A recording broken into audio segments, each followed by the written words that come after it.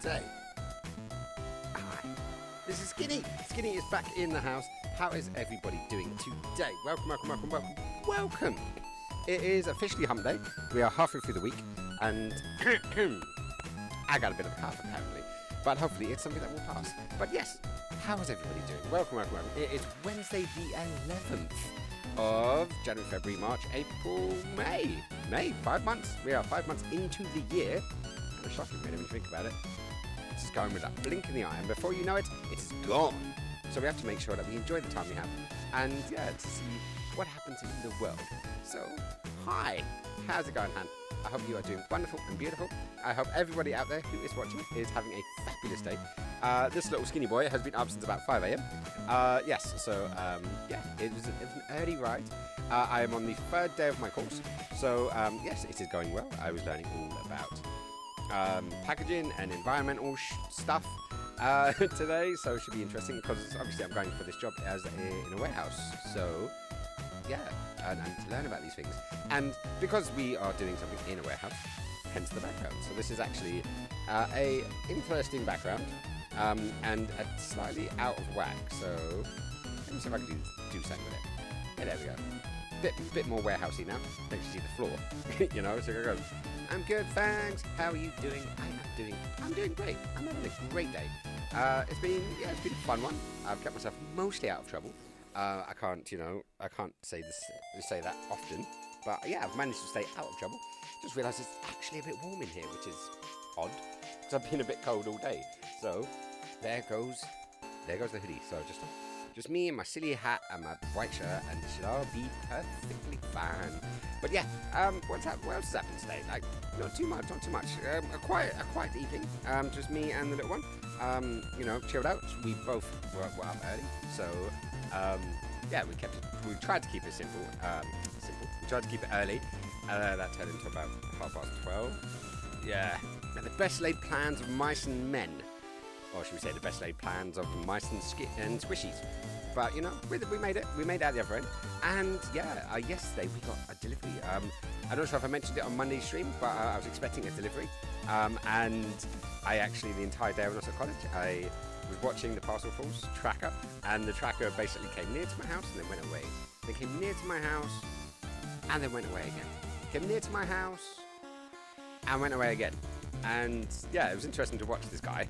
And he did the same thing on Tuesday, the exact same thing, almost the same route. So I was like, what's he got against my gaff? Why doesn't he want to come in? Why doesn't he want to come say hello?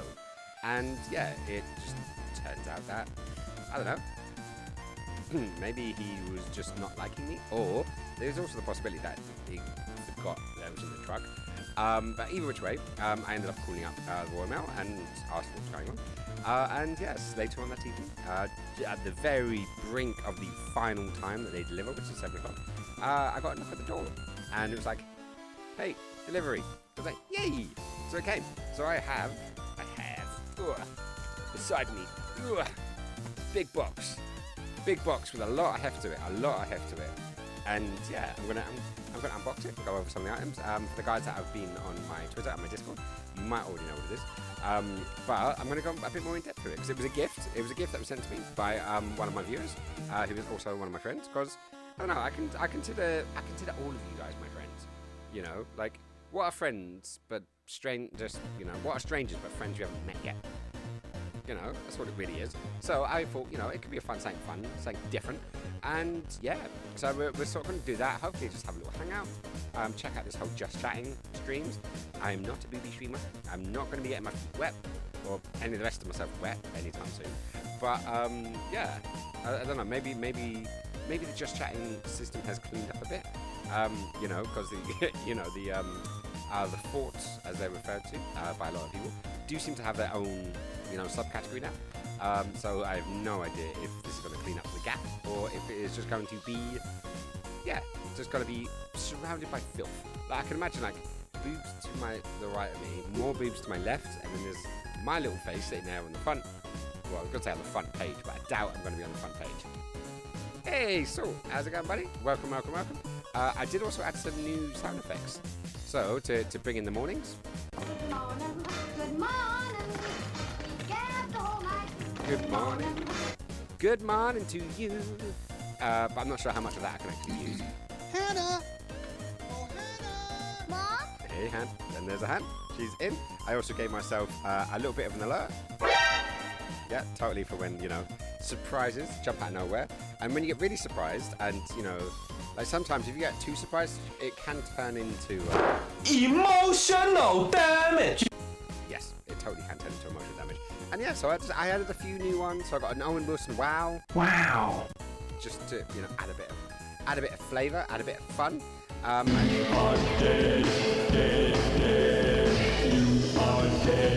Yeah, that one just seems to want to play itself whenever I go onto this page. Then we also had an anime known. So if something sexy happens in a game, I can just go. And then finally, the other anime noise that is often. Yeah. So I'm going to do something really impressive. Like, you've never seen it before, and it's totally new. Everyone can be just like. I don't see that happening anytime soon. But. You know, it's always fun to play. It's always fun to have a play. And I've got a few more ideas for the... I have now actually filled up the section that I did when I was making this thing. So I do have quite a few. And you know, this touch portal of mine has come a long way. It has definitely come a long way since getting it. And me being able to play with it. And obviously me upgrading to the Fire tablet, which was a gift given to me as well. You know, it was by an anonymous source, so I cannot state who it was, but they know who they are. And if they are watching this, you are very much appreciated. And I appreciate all of the support, all of the gifts, the donations, the subs, you know, all of the things that come, even just coming and hanging and chatting, you know. It's such a beautiful thing. So I appreciate that. But yes, so how has everyone's week gone? Like so far? Like we're at the cutoff point. We're at the hump point. Some people it's like the worst day of the week. Other people it's their most favourite day of the week. you know, for me, it's a day that I like. I always spend with you guys. I always spend my Wednesdays with you, so I'm always happy when it's Wednesday. I'm always having fun. Like, I've just got to get to the stream. And today, as I said, we had an early start, and I've been at college all day. I was actually up to about 10 o'clock last night, doing the work, and that allowed me to basically just double check everything today and sign off straight away and send it off. So workbook 1 has been sent off. We've also, we've got workbook 2 to come, so that'll be fun. We'll probably start tomorrow. If I end up getting off early today, I might actually read some more of the documentation for workbook 2 just to prepare me, to get me in the right mindset. And then I can just bang out, boof, boof, boof, boof. Bang out all of that stuff straight off in, I wouldn't say in one go, but I can attempt to. And then I've always got Thursday night to do the same as well, before we hit the weekend. So what's happening at the weekend? Like, are you guys out? Are you guys working? Are you guys partying?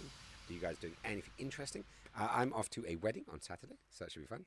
Lamb was born Monday. Whoop, whoop, whoop, whoop. We have more baby lambs. Do you know what? I need a lamb. I need a lamb sound effect. The best I can do is... It's close. It is close. But it's a bit cowy. A bit cowy for the lambs. Like when we're bear, bear. Just clip me going, bear. It's like my baby would be going, wow. Hang on, what? Two lambs? 2 lambs came in? 2 lambs? I was actually, there was a show on, I think it was Amazon Prime, but it could have been Netflix, called Clarkson's Farm. And as the title probably suggests, Clarkson Farm was a show about Jeremy Clarkson from Top Gear fame, buying and trying to run a farm. And yeah, I actually liked it, but he he did get quite attached to the lambs. Like, he still ate them afterwards, but yeah, it was quite pretty to see that process and go through it. And Hannah's been through it. Amazon. Okay, it's Amazon. I got it wrong. I'm sorry, I got it wrong. I didn't mean to. Yeah, a girl and a boy. Yay. We're not going to breed the 2, right? Is that, like, do sheep care about incest? Is that something that they care about? Or they're just like, hey, sort it. I'll have a go. They had a C-section. What, the lambs? Were they pregnant as well? It's like lambception. So you got the baby's in the mum, and then the babies had a C-section, so they were giving birth to like tiny. Is that where you get micro sheep from? Like, it's got to be where the micro sheep and micro pigs and micro ponies. They must come from when the baby has to get a C-section and has another baby. So it's like, yeah, I know, I'm joking, but I thought it was funny. I entertained myself there for several minutes. And I hope you guys are entertained for it as well. So it's always fun when that happens. But yes, so today is just going to be us hanging out and chatting, and me opening the box of mystery that is on my right. And yeah, going to look through that, see what it's all about. I can definitely give you some pointers, some ideas. It is going to be, how can I say this? There's 2 wild cards in there. Something was mentioned to me a few weeks ago, and when it came, I was like, is it that? And it turned out it was that. But yeah, so definitely have a little look. And see what is in the box. And yeah, to have a little review per se, and see what it's like. So, should we get into it? Could be an idea. I just need to be careful with the vape so I don't set off the fire alarms in this warehouse that I'm clearly in, because it's so fitting, and I look perfectly at place inside of this giant blue warehouse. Yeah, I think so. You can imagine me working in the warehouse like with a nice cool top hat and some gloves, like some PPE, some of those protective glasses that I've got me here. I just can't be asked to take them off the hat right now. So I've got all my PPE is all sorted out. For the guys that don't know, PPE is the abbreviation for personal protection equipment, and it's something that went crazy over COVID. A lot of people know it from COVID now, because obviously with the face masks and gloves, when it first happened, people going out with face masks, gloves, and scrubs and all this kind of crazy stuff. So it was mental. It was indeed Kill Skins on Sunday. Yes, Hannah, beautiful Hannah, invited me to a collective game of Among Us. We were playing hide and seek, which is kind of similar to a normal game. The big difference between the normal game of Among Us and hide and seek is basically the fact that the killer's vision is like really turned down, so you can barely see anything, and you don't report bodies, and you've still got to run around and do all your tasks, but it gives the killer more free will. Also, the killer is known. Like literally, the killer is the imposter is among us. Is announced at the beginning of the round, so that's actually quite funny. So I had a thoroughly good time with Hannah and her crew on Sunday. I believe there's going to be a bi-weekly event, so definitely go check out or ask Hannah for permission for invites to the Discord, because that's where we do the VC, and it happens every other Sunday. So we were there this Sunday, and then we'll be off next Sunday, and then the Sunday following that we should be back on. I don't know. This is Hannah's thing. This is Hannah's baby. I don't want to get my grubby little fingers inside of it, so we don't do that. And Warm Blooded is in the house. I need to come up with I need to get a noise. I definitely need to get a noise for Warm Blooded. But I don't know. Could you go something like this? Get over here! Possibly, or just go. I don't know. He needs a custom note. He doesn't need a custom note, and that would be nice to have an extra custom note. But yeah, it needs to happen at some point, and we'll get there. Maybe this one actually. Oh, that's hot. That's hot. Who does? You do. You need a custom note. It's kind of like we have with like we've actually got it as a channel point actually. So like certain people can come in and they can use to trigger up those. Yes, they can. So they can trigger sort of sound effects. Like for example, when if Bacco comes in, Bacco just puts exclamation mark Bacco, and he gets. As you can probably guess. And then we've got Nick when he comes in. Nick from Norwich. Shut your mouth. Which is always a fun one. And then we have, of course, we have the beautiful Hannah, who, is always triggering her one. And I like it. It's a nice way of announcing you've come into the room. Cyber is a wanker. Cyber is indeed a wanker. So yeah, you can totally add. What we do is we add them on. I make a little list. With Hannah, I actually did a more personalised one. Hang on, where's that trigger? I think there it is. Hannah! Oh, Hannah! Mom? See, so that one was quite a personal one. Hannah! Hey, we got double taps. Double taps. Bad Wolf is in the house. How's it going, buddy? I hope you're doing great and wonderful. And yeah, having an amazing day. We have obviously been chatting, but Warm Blooded is the gentleman who sent me here. Haha. This big guy here. This is the guy that went on a massive mission around my part of London for 3 days before it eventually got here. You now have a robot voice. I have a robot voice. I was doing something that I was not meant to, and someone screamed in my ear. Bruh. And then it gave me emotional damage. And yeah. But how robotic are we talking? Are we just talking like the sounding? Am I sounding robotic, or do I just have a robot voice? Like, I am C3PO or human cyborg relations. Because if it just happens that I sound like I've got a robotic sounding voice, I don't know how to fix that. I am a visual person. I deal in photography and art. No, the voice thing you did before on the soundboard. What? As in my old soundboard or my new one? My new one. Oh, I know what you're talking about. You're talking about these guys. Here comes the squishy. Hold my beer. Yes. I've set those up so people can come in, they can trigger it. There's also one called Rose, which doesn't get hit up often. That was one I actually made on stream. I actually made one of these commands on stream so you guys can actually see it. I'm going to have to find it, download it, and cut it down. And then, cause it's not going to be a clip. It's probably going to be, a good 8 Cyber minutes. is a wanker. Cyber Here is a comes wanker. the squishy. Squishy. Hold my beer. She is still yet to come onto the stream and activate it. She is in bed right now. I just received a message from her, so she sent me a picture of her just cuddled up in bed, which I can't say anything because I did have a nap today. I had a good nap, except the dream I had was freaky, man. I was like choking on pasta and I couldn't breathe, and it was really weird, like really weird.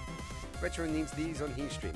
Well, you know, Retro can always hit me up and ask me this advice. But Retro's doing his own thing right now, and I'm actually really enjoying his content. Like, if you guys don't know, do go check out my good friend Retro. I do have him on here as a shout out. There we go. Boom. And yeah, what is he kicking ass in? Is he still playing Genshin Impact? Bad Wolf, is he still playing Genshin Impact, or is he just did it on the last one? It's nice to see him getting away from Pixel World. That's what I'm going to say. Right, so do you guys want to get into the box? What's in the box? What's in the box? Yes, he is. It's right. Like, I had a viewer come on and talk me into downloading it and getting it. And it basically, I started downloading it on one stream. And then I finished for the night, went about my business. And then it came out to me, I was like, do you know what? I should play that Genshin Impact. And what I didn't realise is when I closed it down, it stopped the download. So when I was on the next stream, I realised I had to bloody continue downloading it. So I got kicked back again. Hey, Josh. Welcome. Wait. Blurb don't work. Blurb don't work? Hey, really angry hedgehog. Are you an angry hedgehog? If you're an angry hedgehog, then you should know this sound effect. You have to let me know if you know the sound effects. It's a bit of a stupid one to ask because, you know, it's the name is inside of the sound effect. So probably a silly one. But hey, welcome to the channel. How's it going?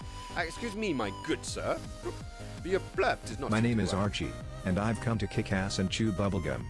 And I'm all out of gum. Archie's out of bubblegum. He's out of bubblegum. Yeah, apparently my blurb is not working. Apologies? I will have to look into that. I think it's a browser source, and it doesn't often get used anymore. Like, it hadn't been used for a very long time. So I may have deactivated it, but then forgot to remove it. Hey, Glossy's in the house. That clip is not clipping at all, is it? Not at all. But yeah, apologies. Zeus. Oh no, Zeus. Good sound effect. But anyways, Glossy is in the house. How's it going, beautiful? Are you doing good? All the family is in, so I've got to play this one. Ohana means family. Family means nobody gets left behind or forgotten. Right, people are they're just attempting new things now, aren't they? We need a cat meow. We need a cat one. We definitely need a cat one. The nearest to a cat one that I've got is probably... What is this bullshit? 2 cats? Why not 3? Jeez, what were they thinking? Yeah, that was back when one of my channel points was to see the cats. And then one of them died, and I found it kind of depressing. So I took that one off. But I need to add a new one. Right, what's really Angry Hedgehog saying? How dare you bring up my weird blue cousin? He is a disgrace to the Hedgehog family. We do not invite him to family dinners anymore. He is constantly on speed, and do not get me started on his collection of golden cock rings and the smell of his feet when he takes his shoes off after running all day. Hey, all I'm saying, Hedgehog, you're lucky Bacco isn't in the house, because you and Bacco would definitely fall out over comments about his main man. Bacco's main man is that supersonic hedgehog. Me, I love him to pieces, but I can understand why the family doesn't want to see him. Oh, and Warm Blood is asking for the OnlyFans. Do please go check out my OnlyFans content. You know, like if you click the link, please do me a favor. As soon as you're finished looking at my content, come back. Let me know what you think. Like, give me pointers. Like, was the angles okay? Do you want more? Do you want more you know, baby oil, or you know, maybe less corn, because you know, it's quite corny, you know, so, yeah, just give me feedback, I love to do it. Michael Jackson, Freddie Mercury. Ayo, ayo, Oh, I heard a funny thing the other day, it may piss off some people, but hopefully take it as a joke. A joke came up about pronouns, and it was like, And it was something along the lines of he, they. Like, what on earth is he, they? And the person, responding to it was Michael Jackson and a lot of people. And it made me giggle. It did make me giggle. Hee. Look, I'm not a comedian. I'm not a comedian by any stretch of the imagination. But hopefully I gave one of you a chuckle. One of you a chuckle. But yes, we have a box. We have a box right next to me. It is big, it is brown, and it's surprisingly heavy. I was not expecting that. And yeah, today we are going to be opening up said box to see if something exciting is inside of it. I'm guessing a box will have something inside of it. Sorry, I've been dealing with warehouses and packaging and learning about all these things all day. So it's all a little bit on the filling up my brain kind of side. So let's have a look, and yeah, let's have a little look, because it's gonna be fun. We're gonna play it. We're gonna go through it. We're gonna have a little chit chat, and then we're gonna basically potentially jump into a game of Fortnite afterwards. So let's go for the top-down view. Is it gonna work? And no, it's not. Of course it's not. Let me press it again. I have to press it twice or 3 times. Come on, you bugger. There we go. This is my desk. It doesn't have a rifle on it, but it has my cat. It has a cat. Now, go. Unboxing stream starts now. Nope. New pro wrestling? Is it new pro wrestling? Is that where we're going with this? So, yes, have a look. So you can see my beautiful cat. I've cleared a nice space. So these are my fingers. Look at my fingers from a different angle. Just to be slightly different. Ugh. Let's beat the mic up on the way through. And yeah, new blocks of loop. Bad Wolf, is your spelling getting as bad as mine? I'm really curious. I am really curious whether it's going to be unbox! Exclamation mark, unbox! So impressed, right? Super impressed. I bet you're so impressed you're going to turn into Owen Wilson. Wow. Right, so let's have a little look-see. So, what do you got inside? You ready for this? You ready for this? Xbox. No, the Xbox is over there.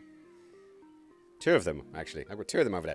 I still need to get, I need to re-get, should I say, an Xbox original. I've got several games from my original Xbox and no longer have an Xbox to play it on. And I've made a promise to myself and to, people that I love, that I would not buy any more retro games unless I could physically play them. So, while I've got a Master System 2, I don't have an old school TV to plug it into, therefore I can't buy any games for it. And for example, I've seen a couple of games I want to get on the Xbox original, but because I don't have an Xbox original console, I can't play the game, therefore it's on the ban list for now. I'm going to have to get an old school CRT, so we shall see.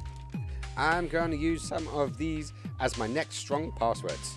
They are pretty good passwords. No one will find out, and just because they've been put on the internet during a live stream, it will be safe. I promise it'll be safe. Nah, it'll be fine. As the drinker says. Right, so let's have a little look-see. Ooh, hoo, hoo. So what we got here? So this is Zombie Origami. Paper folding for the living dead. Ooh, this is something different. So what have we got? Including 50 sheets of origami paper. Ooh. So let's have a little look at the back. So let's check this out. So we've got Raising the Dead with Zombie Origami. Have gruesome fun creating 13 ghoulish origami zombies. Easy to follow step-by-step instructions show you how to fold simple origami paper into some of the most revolting creatures of the night. This ultimate origami crew of the undead include Starving Marvin. Starving Marvin, really? We're going down that road. Sure. Whose hunger for a sip of fresh blood. Whose hunger? Whose hungers? Oh, who hungers? Dyslexia, it's a bitch. I need to make that. I do need to make that a sound no. Someone remind me later to make that sound no. Right, so where we are. Idle Hands, which are no longer attached to his body. And Susie Gravemaker, everyone's favourite zombie mummy.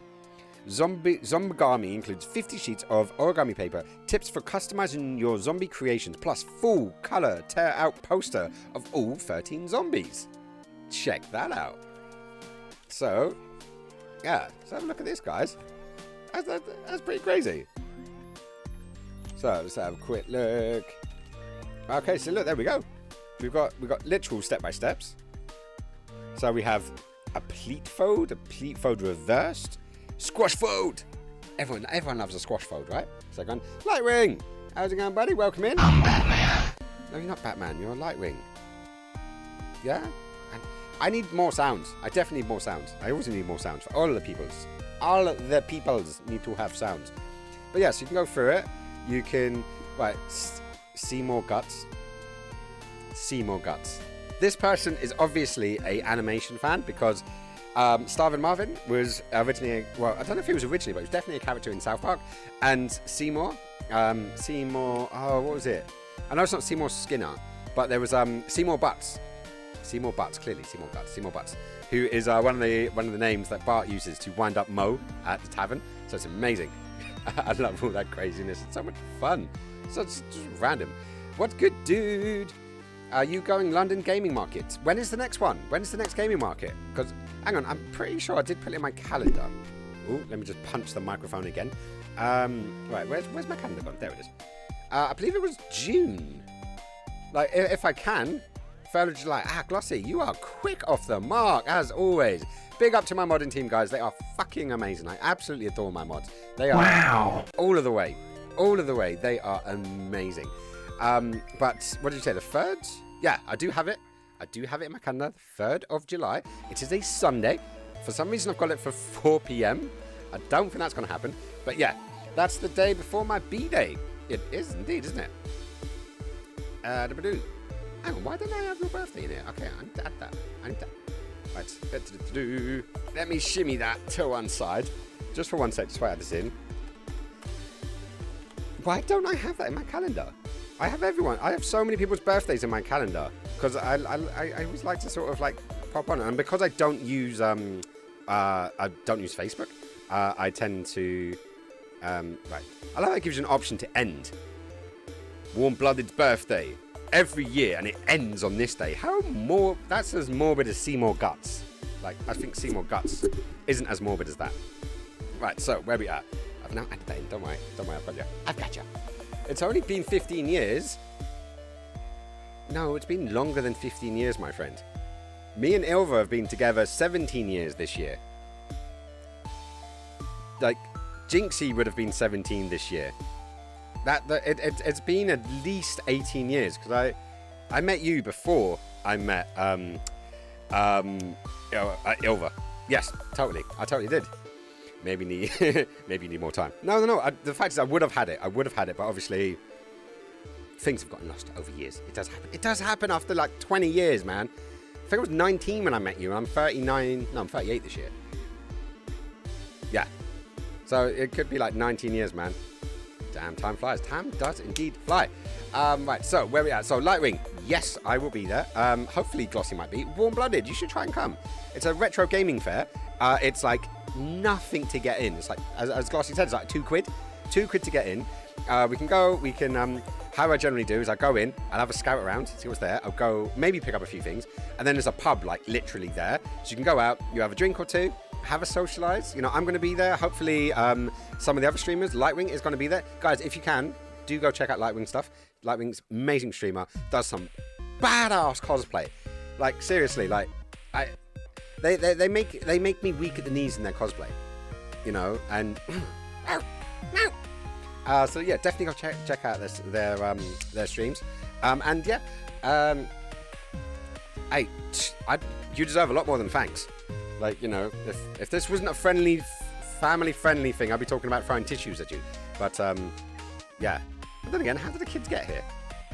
Do you know, I'm stopping myself before I go too far on that one. But hey, anyways, so the gaming fair is going to be on the 3rd of July. It's super cheap. You can come meet me in the flesh.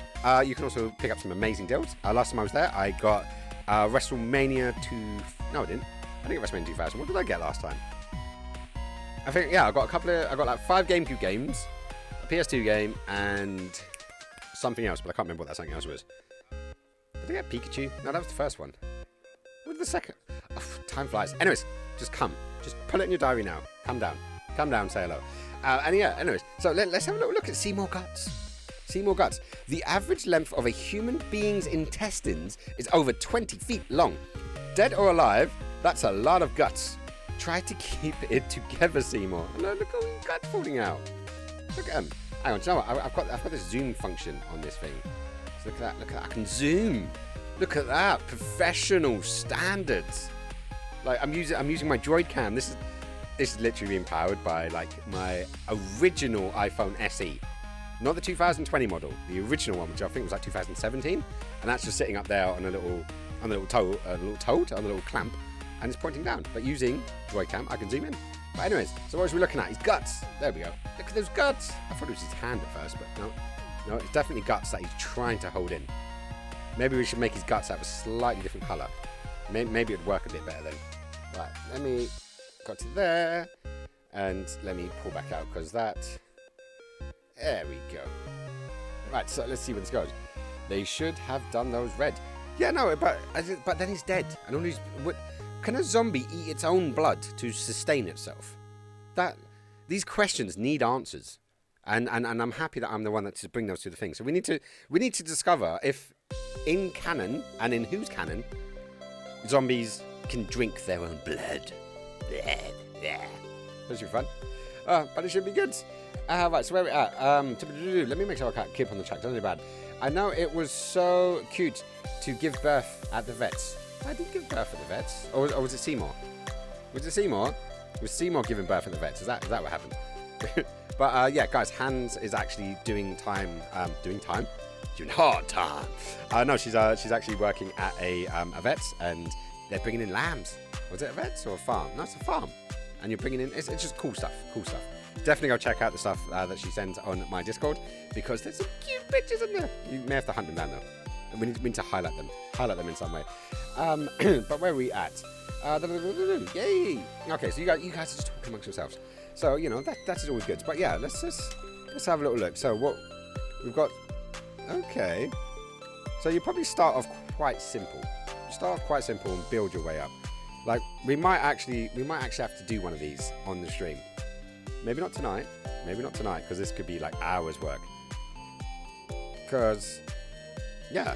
Well, look, okay, so you're doing the jacket and doing the coat first, and then you're adding the arms, and then from the arms you seem to be adding a head, to do things, and then you've basically done the upper body, and then you get some different color paper, which is, okay, so. I'm guessing it's grey because the inside of the paper is grey, and you're doing blue trousers. So maybe there's a red one with grey, and you could do grey trousers on the outside and red guts on the inside. So that could be good. Working 2 times, Mondays and Wednesdays. Well, so basically you've lined up your working schedule with my streaming schedule. Did you do that on purpose, Hannah? I wonder if you did that on purpose. And then the reanimator. I don't know, reanimator. Like I don't think of graves when I think of zombies. I think more vampires. Am I the only one who thinks that? Like, what do you guys think? Do you think of graves, or do you think of when you think of graves, do you think of zombies, or do you think of vampires? I am the night. Fear me. But that is pretty cool. And look, at the back, it actually does come with papers. Look at that.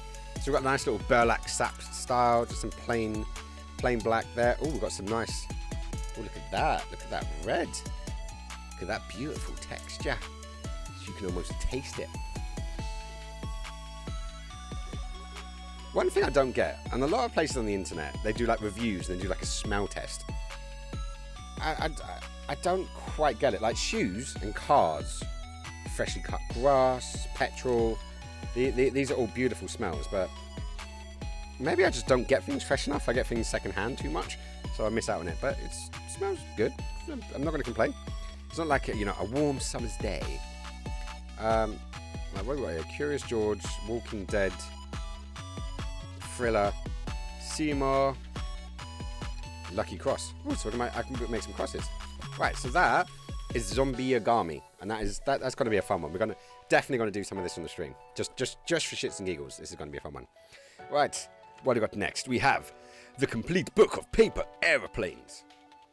Sweet. Make your own aircraft and watch them fly. That's a bit crazy.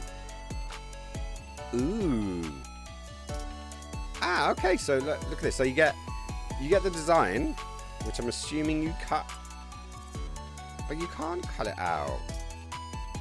Because if you cut it out here, then you lose the guidelines for this plane, because they'll be on the back of the first plane.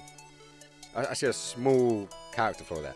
Maybe, I don't know, photocopy it, maybe? Maybe I'm missing that. Ooh, Condor Glider. This one has eyes and everything. That's actually pretty cool. Right, let me bring that in. Let's look at that. So you've got little eyeballs and little wings. Or wings, feathers. Feathery kind of stuff. So that's really cool.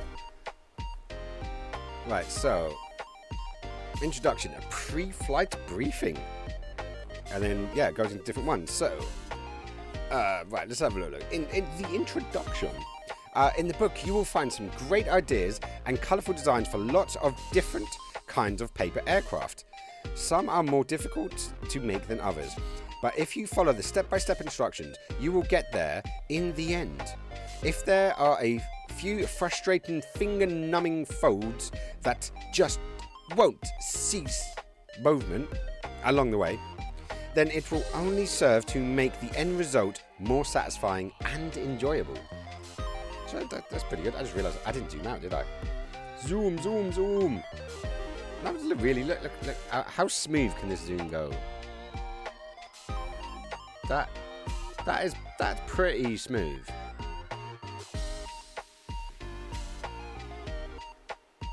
Okay, if I do it that way, it just jumps. Okay, let's keep this going. There we go. Yeah, nice. Okay, so you need to hold the button down. So you can't quite get it as smooth as you would like, but it's worth a go. It's totally worth a go. It says work from the back, so you don't miss the instructions for the next one. See, that does make sense. That does make sense. So it's like an anime book where you work backwards to the front.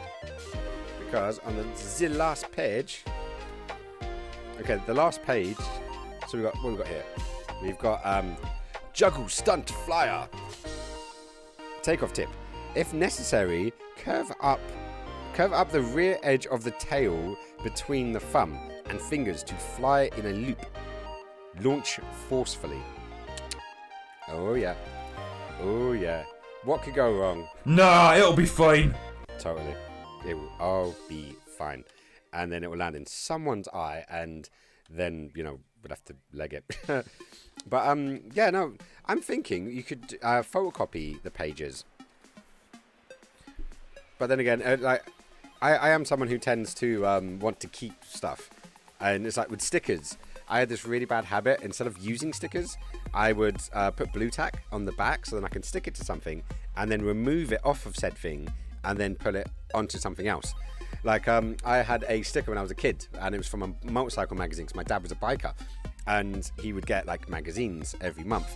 And one of them had, my other toy has tits. And I fell in love with this sticker. Like, seriously. I ended up keeping it, and I've still got it to this day. And, bear with me 1 second, I'll prove it to you.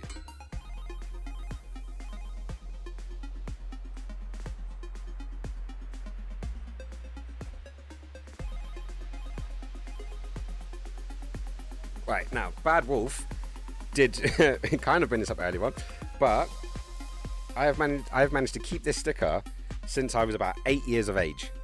And it's actually... This is my second generation Xbox 360.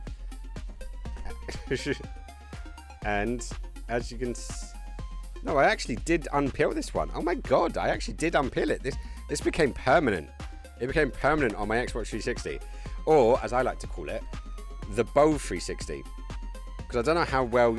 I generally don't know how well you can see this. Let me see if I can add some extra light to it. There we go.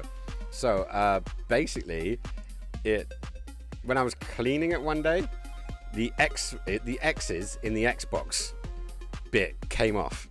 So there's like the crosses, like the crucifixes, the crosses for the X actually came off when I was dusting. So this became the one and only limited edition Bow 360. I have the world's only Bow 360. And I'm sure everyone is jealous because of it. But yeah, this was one of my favorite consoles of all time. Was it the 7th generation? I think it was the 7th generation. But this guy, the memories. Mwah. The memories of this guy. It makes me sad that it's not permanently plugged in anymore. But I'm in process to get everything sort of set up. But unfortunately, with the gas bills and electric bills going through the roof, it's a bit difficult to justify having all of them plugged in at the same time. So if I just want to use one console right now, I plug in that one console. And currently, it's a lot of the time it's the Switch. So yeah, that's the way we go. Right, so let's put that aside, and then we can get into some of the. And I was not expecting those at all. Warm Blooded did mention in a stream that he had some stuff he wanted to send me. And so when he said it, I was like, okay, so it's either something random or it's some of that stuff. So when I saw those two, I was like, what the hell? This is crazy. This is amazing. Right, so we're going to get into the bulk of it. So let me do the books first, because that's probably the easiest ones to do, actually. So let me shimmy the box over to one side. Da-da-da-da-da. Right, you go over there. See, look, Skinny doing an unboxing video. Like an unboxing stream. That's new. It's definitely new. Nice dude. Hey, I know, man. You've got to get these limited edition things. It's like my phone. I've got the limited edition iPhone Among Us. Actually, just do it that way, can't I? Just realised. Yeah, I can totally do it that way. See? No, like I'm the only one that has this iPhone Among Us case, or because it's not in the case. It's literally on the phone. See? It's on the phone. Let me show it actually so you can see it. See, it's on there. No one else has this. It's limited edition. No one can get it. No one can get it at all. Yeah, and don't mind me. I use this as a monitor so I can actually see and hear if my audio is sounding reasonably okay, which is hilarious because with these headphones, I can't really hear jack shit. But they are super comfortable, and I can wear hats. I can wear hats that don't get in the way because there's no bar over the top. Granted, there's no microphone either, so I'm kind of screwed if I want to use it for that. But then I have this guy. He serves me well. He does serve me well. Right, so what have we got? We have got Learning the Tarot by Jonah Bunning, a tarot book for beginners. So this is it's an American book, and it looks to be a introduction to tarot readings. Now, tarot reading is something that you guys want to get into, because I know some of you are just gamers. Nothing wrong with that. Other people have other hobbies, like driving or playing the guitar, or board games. There's a lot of board game fans out there that also cross over into video games. Tarot is one of those ones that I grew up with, because my dad was very much into a lot of Wicca and paganism. So I always enjoyed it and appreciated it, and I have a few tarot decks myself. I have the oracle cards. These are both two things that are in the channel points, actually. So if you save up your channel points and you want a reading, I do a quick reading for you, so it's always great. The oracle cards are a lot easier for the stream, obviously. Plus, the tarot cards can actually be a bit more personal. So, yeah, depending on the situation, you can do it. You can get some cleaner polish for that console. It probably could. I do actually wipe it down. I dust, but it hasn't had an in-depth clean for quite some time. But thank you, Lightning. Maybe I would invest. Currently, my plan is to get a new cabinet. Like right now, I've got a cabinet to my left, which stores pretty much all of my games, and I want to get a matching one. So I'll have one on the left, one on the right, and then I want to put my consoles in, and then the games in. I haven't decided if I'm going to do consoles on one side, games the other, or try to do console then its games, and then console then its games, and then work it out that way. But yeah. These are all long-term plans. Step one was getting the car. The car has been achieved, I'm proud to say. Skinny Boy is back on the road. But obviously, I also need to get the funds to go to IKEA and, get the things. And at the moment, I'm actually really liking my setup, so I kind of don't want to take it down. But, I have a tiny flat. I have to be really careful with the stuff that I have, and keep the things that I'm going to use. And I have a sentimental attachment to most things. And I'm a Buddhist. So it's very bad for a Buddhist to have attachment to things, because you're supposed to get rid of your attachment. But it is what it is. It is what it is. But, yeah, where was... I got totally sidetracked. Totally sidetracked. Anyways, learning tarot.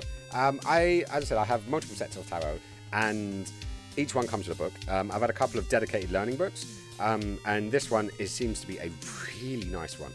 Really nice one. The designs they're showing are from the... Is it the Thomas Wayne something? No, it's a three-letter word. And it's one of the decks I don't have. Like the very traditional deck. I bought a version of them, which is called the New Direction, which is basically backwards. So instead of looking directly at the card, you actually look in the direction that person is facing. Hang on, give me 2 seconds. I'll go grab it. Rider Waite, that's the one. I thought it had like three initials.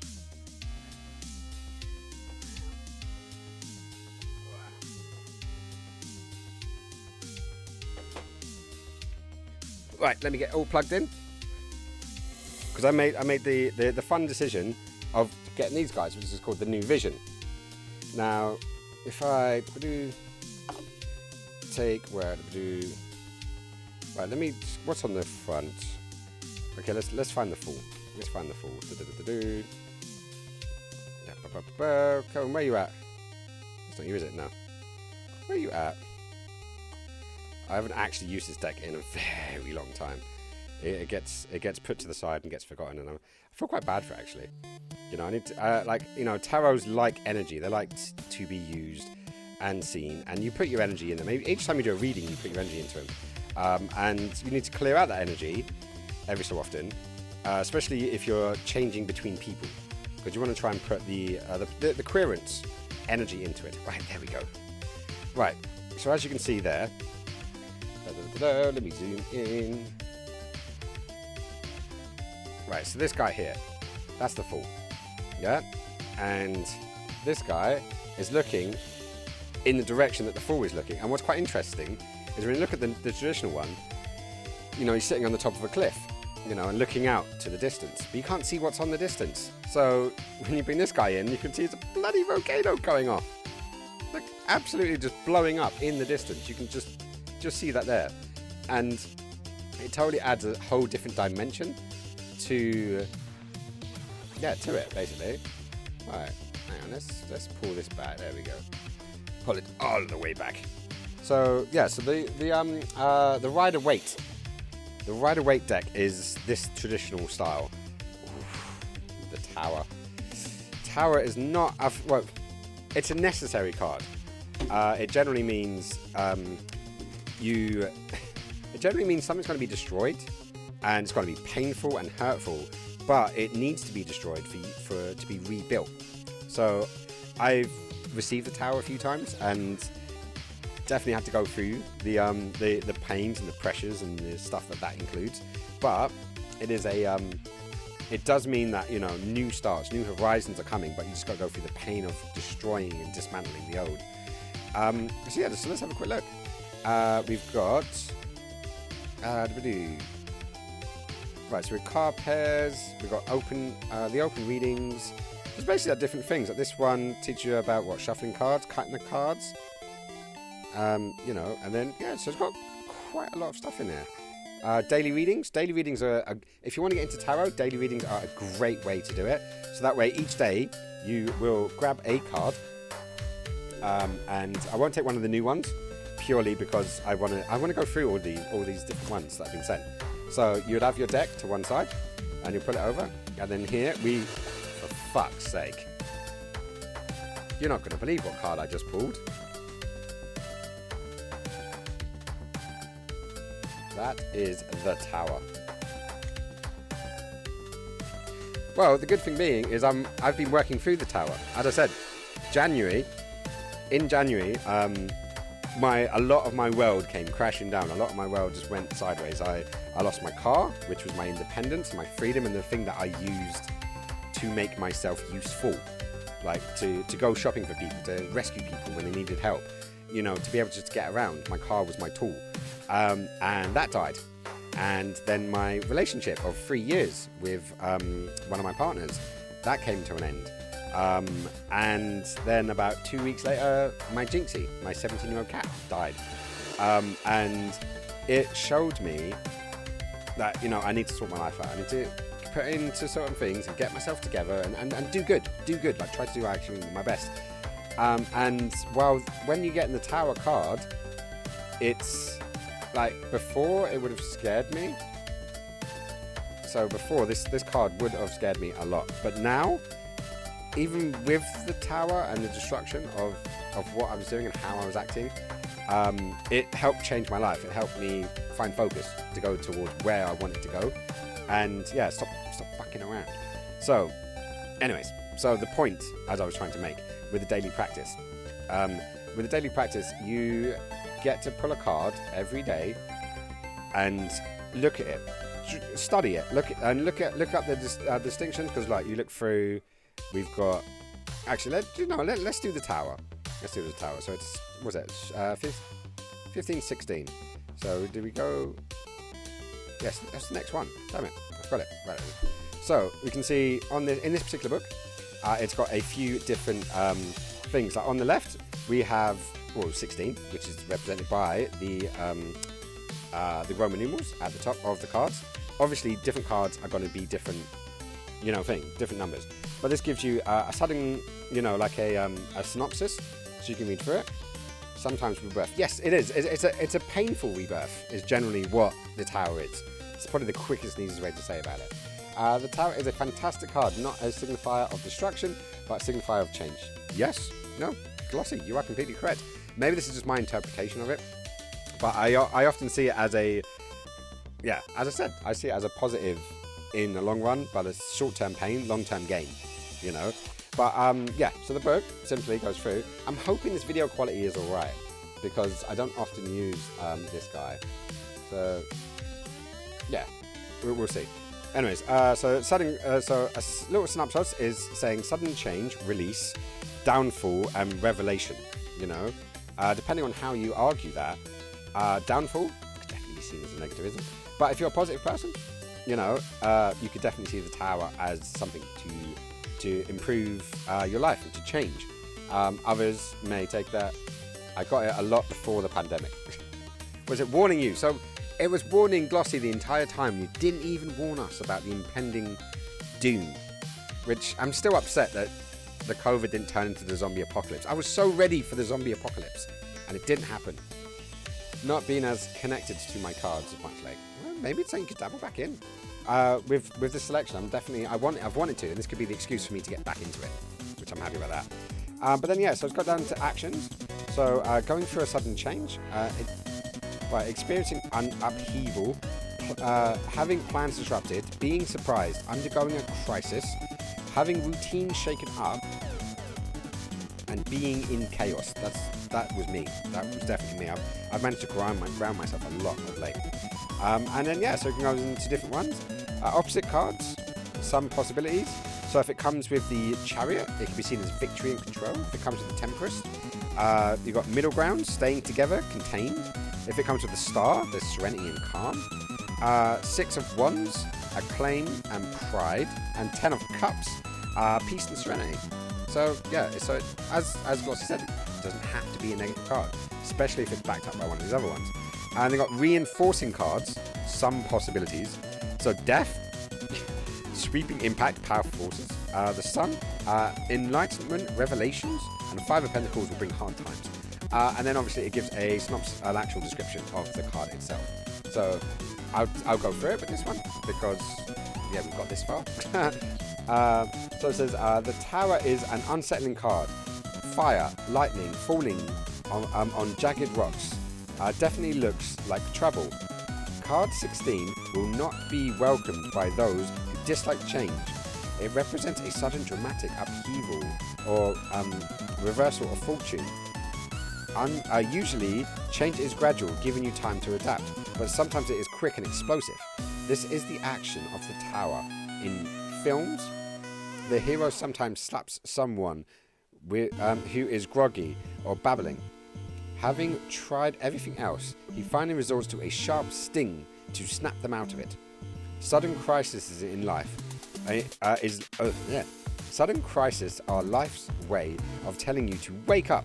Something's wrong, and you're not responding. Are you too full of pride? Expect a blow to the ego. Are you holding back your anger?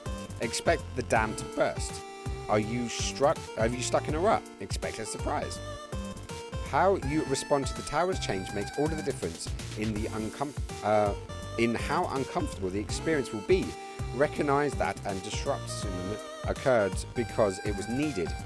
Perhaps embracing the change is too much to ask, but try to find the positivity in it. In fact, you may feel tremendous release that you have finally been forced in a new direction.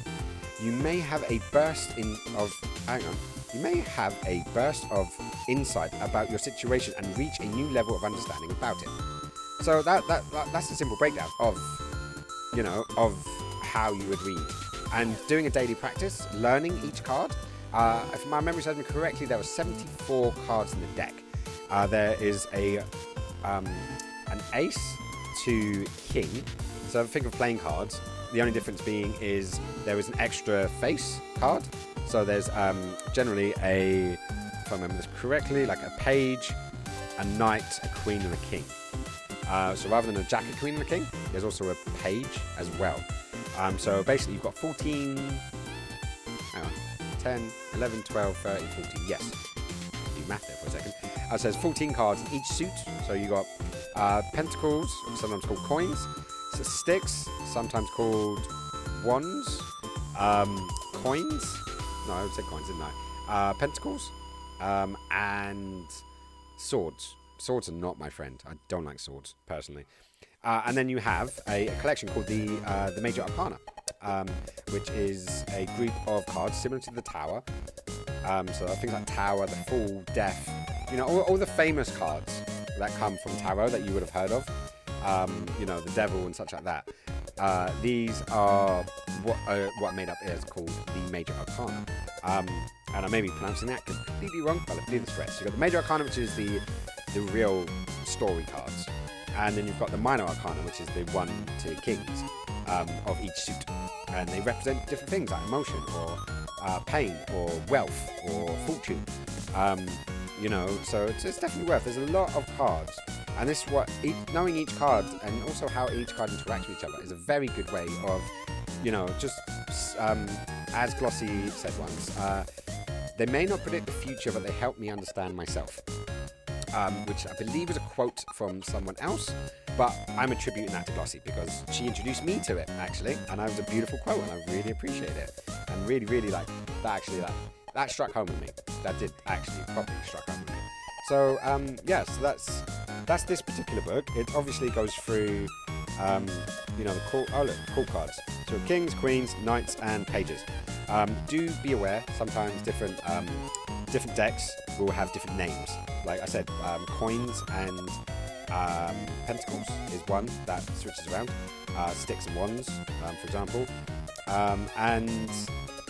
So it may change. Generally, the Major Arcana and the Minor Arcana are going to be the same, but they may have slight name changes. But they generally mean the same thing. This is one of the reasons why having one of the Rider-Waite's decks is really good to have when you're learning, because the descriptions, because obviously, like sometimes you do look at the picture to A, to remind yourself, but B, are there little details that stand out to you? Like in this one with the Tower, hopefully it comes out all right, you can see a tree in there, and in such a destructive, like dark card, lightning striking the tower, it's on fire, people are falling to their deaths. But then there's an apple tree with vines on it, and that can be a sign of growth. But then again, there's a snake climbing up the vines, so that's also a case of be wary. So there's a lot of information you can get from the picture in the cards, and if you start off with a complicated deck, it can hinder your learning when it comes to it. So do be aware of that. Right, I think it gave me the towers because it doesn't like me. It's irritated with me. But so this book seems beautifully written. It's got a nice little layout, so you can quickly jump to the different sections. I generally recommend splitting up the Minor Arcana, so I have like little tags in the book, so you can put it on there. Yep. So this is one of the books that I read when I was learning, and as you can see, I've got loads of tags in the top. That's always good. First season of GOT. First season of Game of Thrones? What are you talking about, Game of Thrones? Brad should have been more careful. Yes, Bran should have been more careful. You know? But then again, he gets to look over wheelchairs. Lots of wheelchairs. Throughout history. Right, so I knew there was more of a zoom. I knew there was more of a zoom on this. But that is a bit on the tight side. So let's get there. Let me just straighten that up a wee bit. So. Anyway, so this was one of my original learning books. So I've separated, what have I got? So the first one, I've got the spreads. So there's different spreads you can do. And then you go into different ones. So let me find next one. So there'd be, go on. I went too far. So this would be the minor arcana. Well, I keep bloody getting on the bloody tower today, don't I? It's a habit. So the minor arcana, or pip cards. I didn't remember they were called pip cards. But yeah, so breaking down a good book, making it easier for references. And I've got, I've added some, did I add that? I must have added it, but how did I stick it inside the book? I must have had superpowers. When I made that. And then put that back up to one side. So yeah, so you got a nice little index, so you can see what's going on, and make sure you know what I'm saying. You got prefix, acknowledgements, is that at to sort of obviously the writer, if he's if they. Jonah? Is that boy's name or girl's name? Jonah. No, it's Joan of Arc, not Joan. But yeah, the person who wrote this, let's not even bring gender into it. So that, but yeah, so they would often just have words to say, hey, I wrote this book and dedicated to these people. But yeah, so you got nice little bits. You got elements of tarot, and you've got the major and the minor arcana, as I said. So then this one, they've got wands, cups, swords, and pentacles. Cups, I didn't actually mention cups. Cups are generally emotion-based, from what I remember. The cups are a suit of emotions and spiritual experiences. They describe inner states, feelings, and relationship patterns. The energy of this suit flows inward.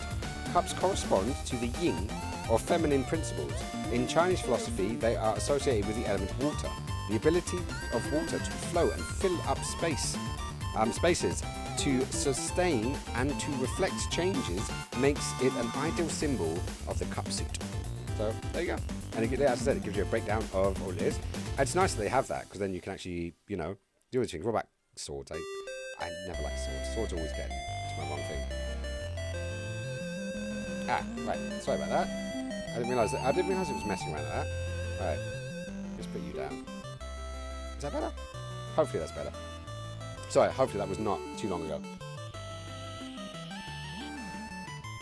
This is why I'm relying on you guys to let me know. How is my feed? Is my feed doing good?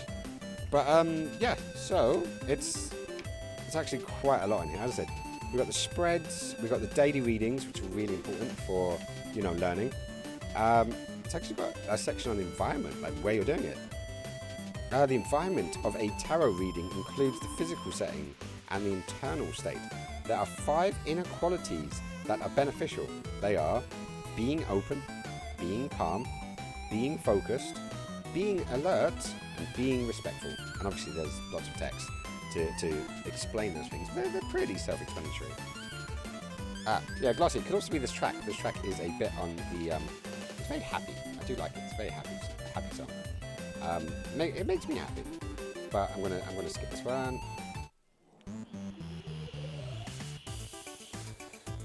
Yeah, let's leave that on the background. I should have some something a bit more misty, like ambient noises and such. Just while we're going through like a book on tarot, it could be a good idea to have something like that. But then yeah, then what else we got? We've got lesson 7, writing a question. So obviously asking a question from a querent is generally helpful. Good thing to practice on yourself or people that you know, because it can just allow you to practice. Like everything else in this world, practice makes perfect. 10,000 hours, they say, to become proficient in anything in the world. 10,000 hours. And yeah, the quicker you do those things, the quicker you be more proficient. It is louder than you might be. Better with a calmer track list. Okay, let's have a little look. Because I think there's an ambient. There's an ambient one. Let's give this a go. Let's give this a go and see if it's better. Do let me know. Keep me informed. It could just be putting people to sleep as well. So if it's too ambient-y, I don't even know if that's a word, but you know we're going to go with it. We're going to go with the fact ambient-y is a word. So I'm just angle this down a bit more and try to get rid of as much camera shake. It's on like one of those little arms that you can push around, and yeah, sometimes when I move it, it does continue to shake. So I hope it doesn't cause anyone any sort of not sickness, but you know what I mean, motion sickness, that kind of vibe. And then we've got some bits about accepting responsibility, and yeah, just sort of some more details and stuff. So this book is pretty in depth, which is pretty damn good. The question reading, setting the mood, asking the question. Setting the mood is just opening up another bottle of wine. Nah, sometimes it's not good to do these things when you're intoxicated. And yeah, it's about, as I said, like sometimes it's great to do it that way. You could just let it all loose. I know I've known people to do readings while intoxicated, should we say? And they did a fabulous job. They really did do a fabulous job. So yeah, and then we've got several lessons. We've got 10, and we've got the principles of interpretation. So there's I won't go over it and over it and over it because I don't want to, there are people that are interested in this, there are people that are not. And this is more of an unboxing towards the box. But I'm really looking forward to going through this one and seeing what's like. Oh, we've got exercises. I like exercises. So let me have a quick look. See what's in here. Because this is my first time looking through this book as well. Because obviously I got it last night, but I didn't want to go through it. I wanted to do it with you guys on stream today because I thought it'd be fun. But yeah, different spreads. So ironically, the first one is the Celtic Cross. The Celtic Cross is one of the most used spreads, and yeah, you can get a lot of answers and a lot of direction from the Celtic Cross. But often I would do like a 3-card spread because it's pretty simple, like past, present, future. It actually does say it down there on those cards. And yeah, this one, I haven't seen this one before. So teammate, you. So it's like a 3-way one. So let's try and bring this in a wee bit so you can see. And yeah, to have this kind of setup where you've got 3 different cards and other people, I'm curious. I'm gonna have to go through it. I'm gonna definitely have to go through it. But we've got like daily readings, environments. So yeah, suggestions for exercises, and yeah, and then obviously we're gonna have a breakdown of each individual card as they go along. So what we've got there.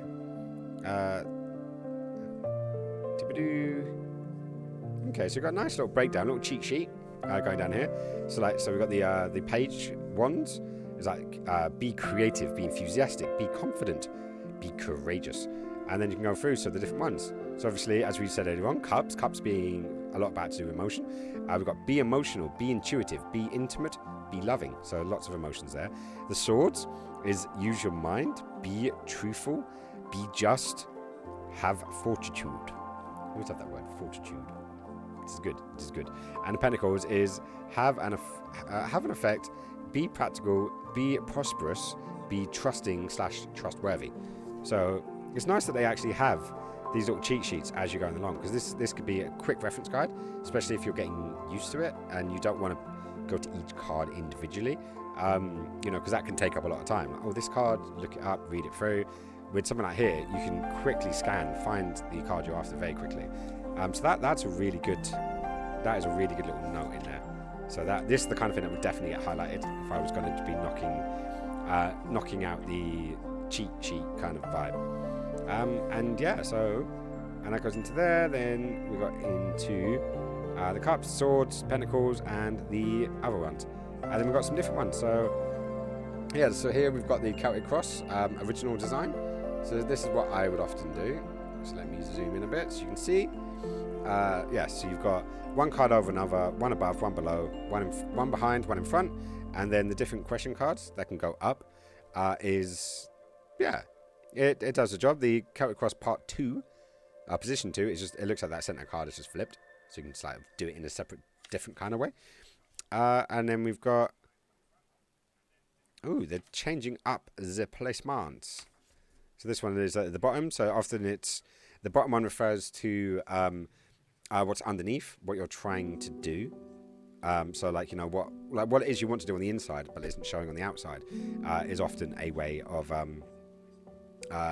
you know, interpreting that. So everyone does kind of slightly different things. This is why it's quite interesting to do different styles. And yeah, this one is just going through. Oh no, hang on. So this is basically, yeah, the root cause. Yeah, the root cause, unconscious influences. So what is on the inside? Yeah, so it does actually, this little pattern, this little crosshatch, I thought there was changing things around, but it's not. It's just explaining each position on the Celtic Cross. My bad. I completely misread that. And yeah, so this is obviously the attitudes and beliefs, the conscious influences. So as I said, the above and below is kind of like the internal and the external. It's like what you're aware of, what you're not aware of. And then the one behind is like your past, and the one in the front would be like your future. So yeah, as it says here, as it says there, future. And yeah, so it goes through the different cards. Just so you can understand, get a full understanding of what each card, what each position actually does. So, bring us back a bit. Come back. Bring him back. So yeah, so that is this book, which is, as I said, this is a beautiful book. And there she is. There's the lady herself. And so, I was right to question my unknown conscious bias with Jonah. I wasn't sure if it was a boy or a girl. As I said, it doesn't really matter. You know, in this day and age, but there she is. Yeah, Jonah Briggs grew up in Washington, D.C., so it was by a Yank, during the 1950s. So she grew up during the 1950s? So it's about the same age as my dad, which is quite funny, actually. She's a BA in social psychology from Cornell University and has worked as a writer, computer programmer, and website developer. In September 1995, so she can use a computer better than my dad, clearly. So in September 1995, Brunning launched the Learning the Tarot website at learntarot.com. Her online courses, which include sample readings and other tarot-related materials, has helped thousands of people worldwide discover the personal value of the tarot. She lives in Virginia with her husband, 2 sons, and 2 dogs. Yeah, that makes sense. Makes sense. If I lived in Virginia, I would also have 2 dogs. Just because I could. Totally, just because I could. Right, so that is the book, as I said. It is the Learning the Tarot by Jonah Bunning. And yeah, it's a beautiful, beautiful book. Nicely laid out, reasonable good thickness. And yeah, I'm not going to say the price because, you know, as I said, it was a gift. And it's in American pounds. Sorry, there's a personal joke. I was watching a YouTube video the other day, and some guy was like, "Oh no, they have English pounds, no English dollars." I'm like, "You mean pounds, you donut?" And it made me giggle. It did make me giggle. Right. So what is in the next one? And okay, so let's have a look at this one. This is the Necronomicon, Secrets of the Necronomicon. This actually comes with a tarot deck, so it's inside of this bag here. And Warm Blooded knows me well. He knows I love things to do with H.P. Lovecraft. My cat is actually called Cthulhu, which is probably the most well-known character of the Cthulhu mythos, or you know, from the Necronomicon, which is quite funny because he's not actually on the cover, which is a bit of a surprise. Like literally, he's not even on there. What's up with that? What is up with that? Right, and why is this not? Okay, reverse a bit. There we go. That should be enough. That should be enough. But yeah, so we've got the book that comes with the deck, I'm assuming. So often these will come in a box. That will come in there. And yeah, so that's how you often, if you see a larger size tarot deck, so sometimes they'll just literally just come in the box like this. And it may contain a little wee book that goes on the inside. But yeah, there's not much amount of details on there. It's nicer to have a proper book. And this is an absolutely gorgeous deck. Like, seriously, this is a gorgeous deck.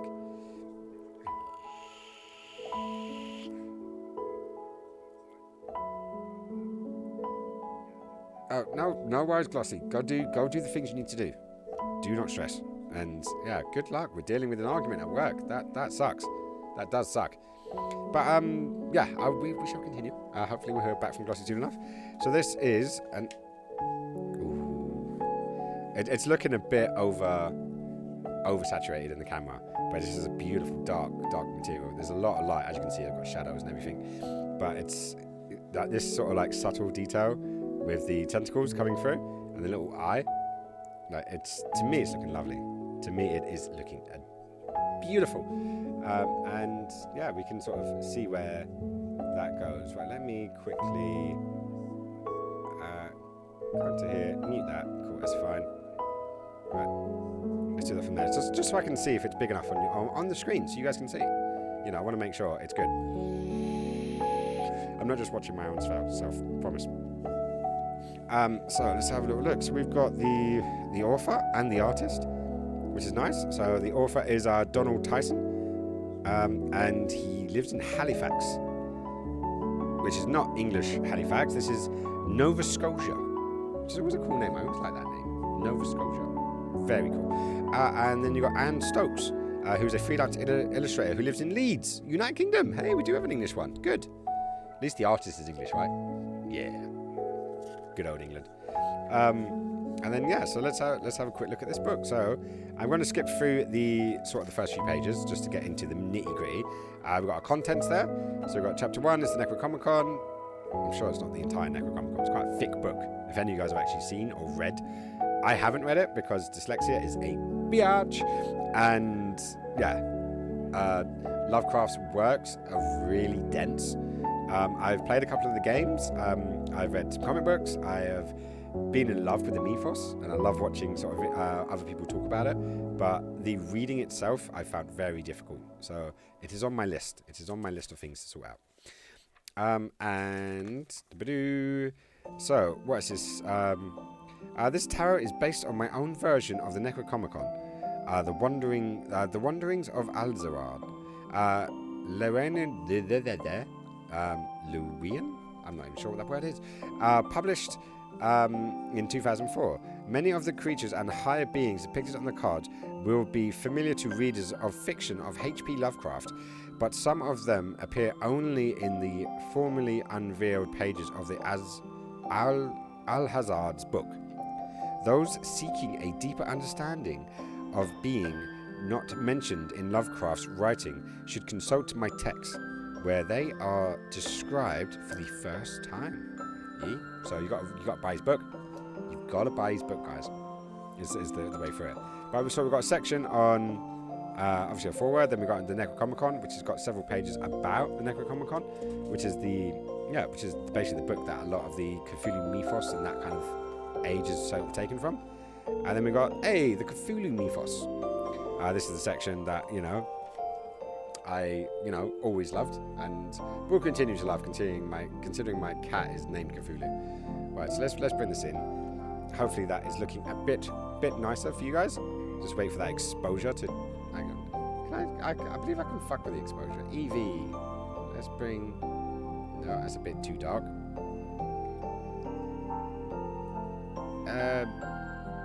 No, that's still quite dark. Okay, let me bring it back up. Bring it back up. Make sure you're not going playing.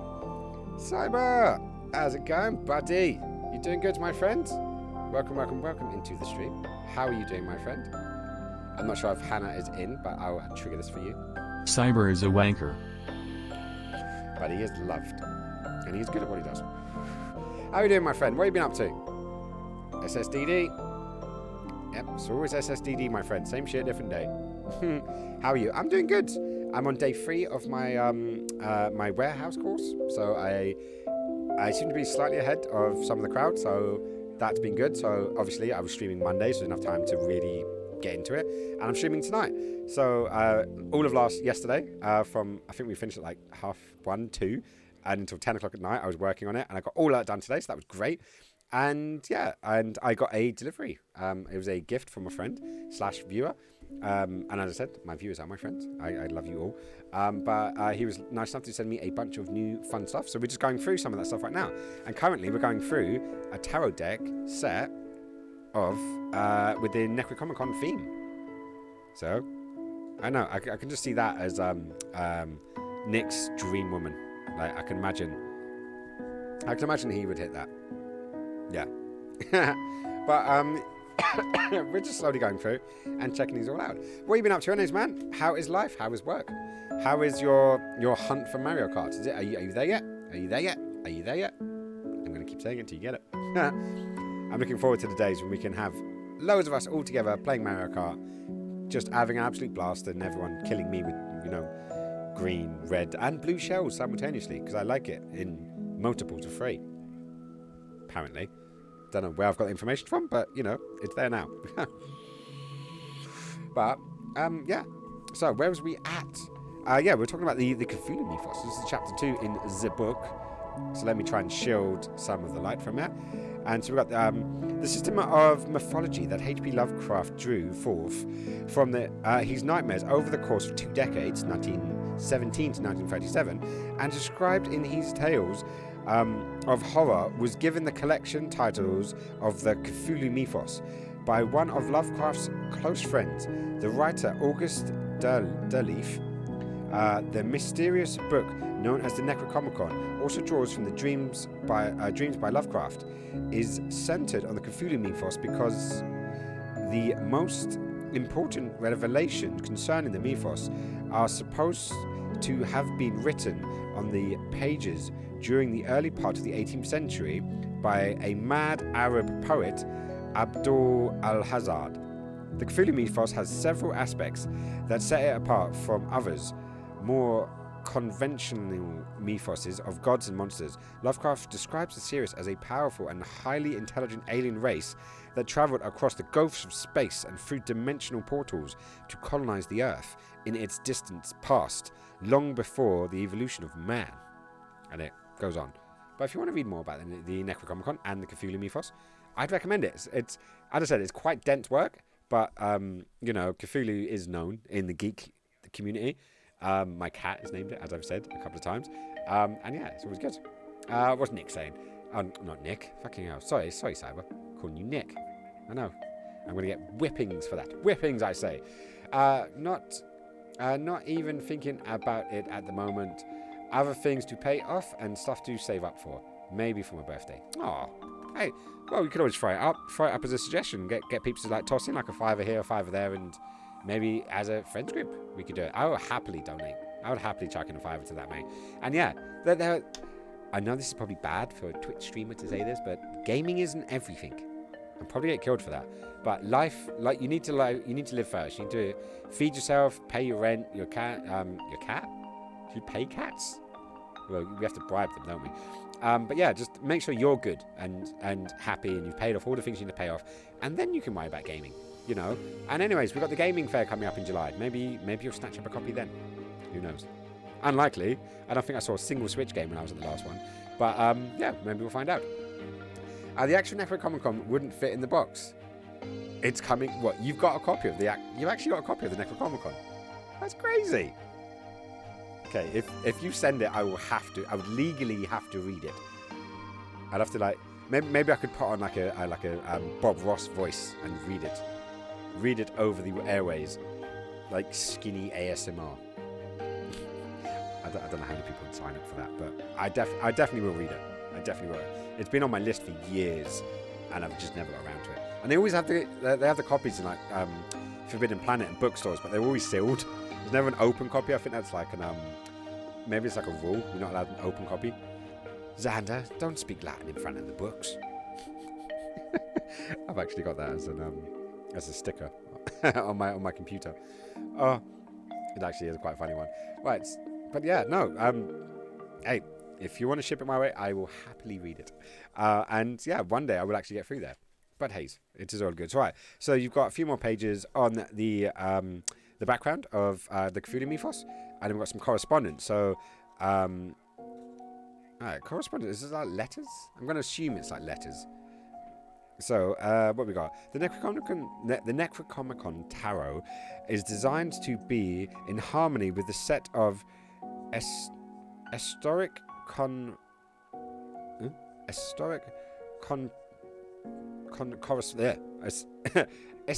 correspondence used by the Hamric Order and the Golden Dawn. The Golden Dawn was an English Roshan society developed to study and the practice of Western ceremonial magic that flourished at the beginning of the 20th century. Its teaching subsequently spread around the world, so that today its correspondence from the tarot and the most widely used and recognized of the occult system. Oh, okay, that's hopefully something that made sense. But yeah, so the correspondence, the letters and stuff, I'm guessing, is there, so you can read through that. But yeah, so this is going to be most of the book's going to be dedicated more towards the themes of the deck, and then obviously go into the cards themselves. Right, so my favourite card, ironically. Hey, Betty's in the house. How's it going, Betty? You doing good? Lots of love coming from here. So my favourite card in the deck is actually the Fool. It's actually it's the first card in the Major Arcana. Also, I love the steampunk hat. Thank you very much. Thank you, my lady. I do have the occasional bits. But yeah, so the Fool is the very first card in the deck. It is often seen as a card of new beginnings, but it can also sometimes represent being foolish, hence the Fool. But while it may appear foolish to other people, he's often framed by carrying a bag. Like the easiest way is he's actually on the cover here. So he's walking towards this fiery doom, and there's wolves, so it looks like he's heading towards danger and all that kind of stuff. But in reality, he's packed a bag, so there's some preparation that's gone into it. And this willingness of adventure and excitement, new beginnings. I like that, and that's why it's one of my favourite cards. And it's generally the first card I always check in every deck that I pick up. Ironically, the Fool in this deck is a kind of obese guy playing a recorder with dreads. I don't quite see the same sentiment between these decks. So hang on, let me see if I can find him in here. I think he was near the back. I think, because as I said, I always end up looking at them. So, but yeah, we'll have a quick look. Let me throw that in there so I know where I was, so I can quickly show you. So what we got? We got the Tempest, 10 of Wands, which is always a fun card. 8 of Discs. Discs is like the coins. So in this particular deck, they call them discs. I don't know why I keep showing you over there, because that is not the best one. That is probably the better thingy to be using. Let me shift that up a wee bit so you can see it a bit better. And yeah, so you can just have a little look. Oh, that's a pretty cool card. Is that a donkey or a cow? It's a very interesting card, don't you say? Yeah. But yes, so we're just going to slowly go sort through them, because this is, as I said, this is a beautiful, beautiful deck. Oh, the 2 of Discs has what looks like a werewolf and a vampire. So the Lycans working with the vampires. This is very underworld-y, and they're kidnapping the mummy. So you've got most of the universal monster universe there, which is better than the Tom Cruise movie that came out, apparently, to see where it's going. But yeah, so we can see as we're going through. Oh, what is that? 5 of Discs. 5 of Coins. I remember that being quite a positive card on this one. I guess most of these are going to seem quite dark because of the subject matter of the theme of the deck. But I'm loving this the artwork. So it is kind of cool. It is very, very, very cool. But yeah, there's so much history steeped inside of these in the art and in everything from the Necronomicon to all of these things. It's actually quite interesting. So just to go through. Oh, we've got the Seaman. Seaman. It's not Seaman, it's Sea People. The Sea Peoples. I actually watched a documentary on them the other day. It was the catalyst for the end of the Bronze Age. For you guys who don't know, the Bronze Age came to an abrupt end. Partially because of volcanoes, partially because of mass migration, partially because this army of mercenaries came along and just wiped out loads of cities. Like, there's a whole catalyst of things that happened over the course of a quite small period of time, and it destroyed the Bronze Age. So, yay. But hey, I got to top up my vape, and I got to top up my juice as well. I've done lots of talking today. Lots and lots and lots of talking. So, I'm going to need some water.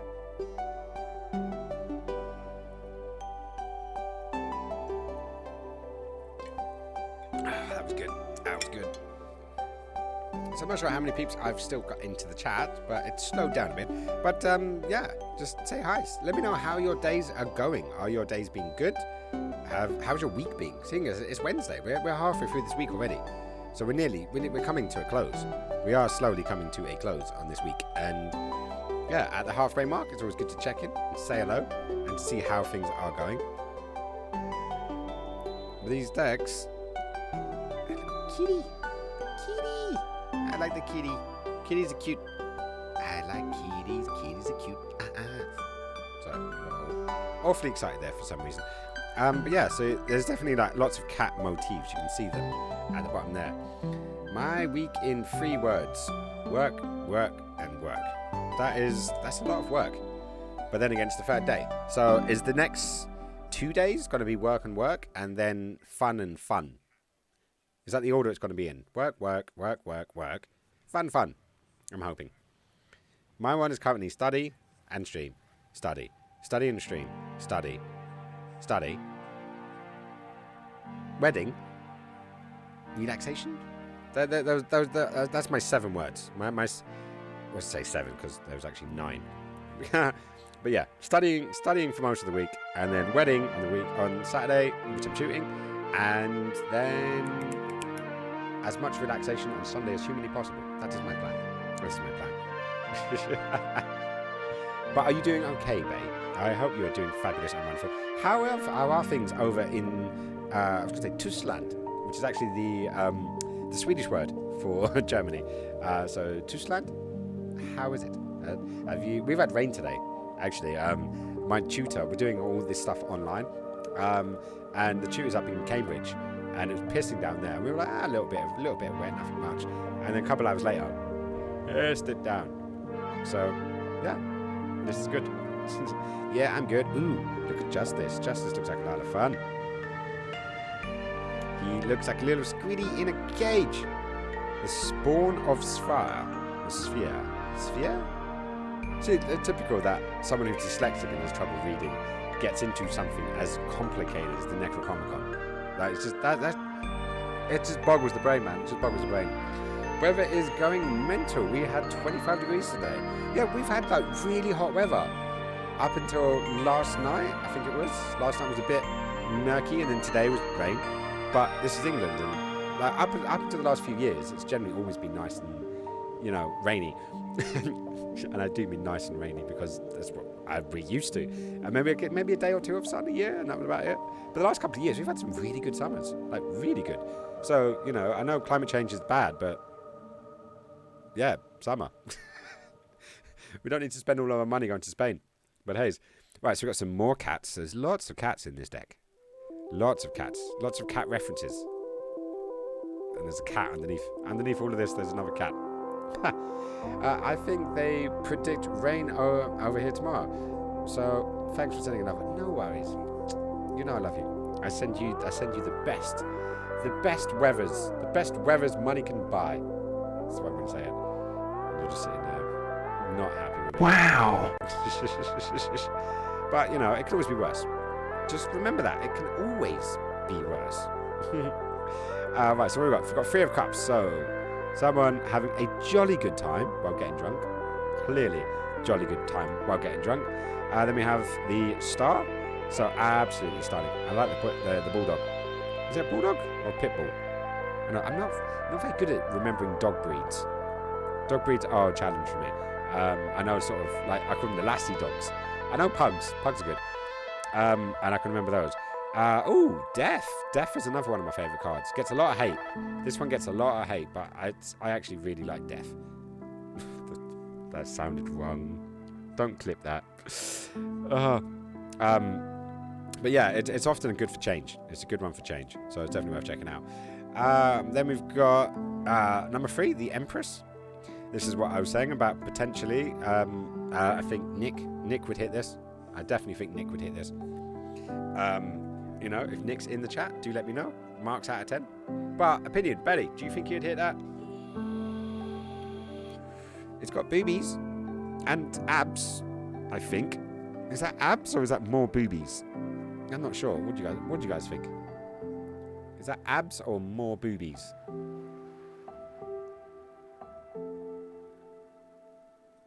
Seven out of 10.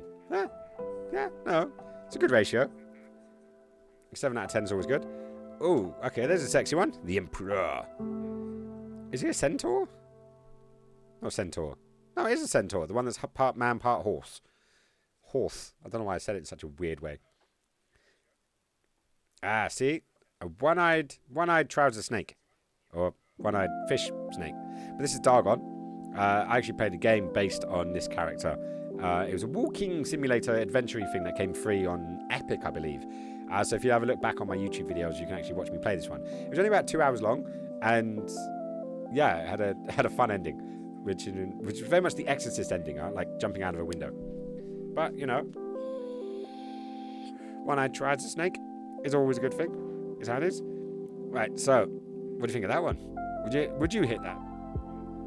I don't know. The teeth are slightly off-putting, but the webbed hands could go a long way. You get a nice, comfortable bit of pressure on that one, I think. Right, so then we've got the 8 of Wands with a really collapsed pyramid in the background. Then we got, oh my god, the first thing that came to mind was Mace Windu. The first thing that came to mind was Mace Windu on this one. I don't know why. Like, I don't know if it's like lightsaber kind of vibe, but hey, I think so. The upper body is impressive. It is. It definitely was. So which one would you prefer out of these two? So Amith or Dragon. Curiosity. I'm just curious now. So out of those guys, both got pretty good upper bodies, I must say. Both got pretty good upper bodies. Maybe both. Yeah. Okay. No, I can respect that. I can totally respect that.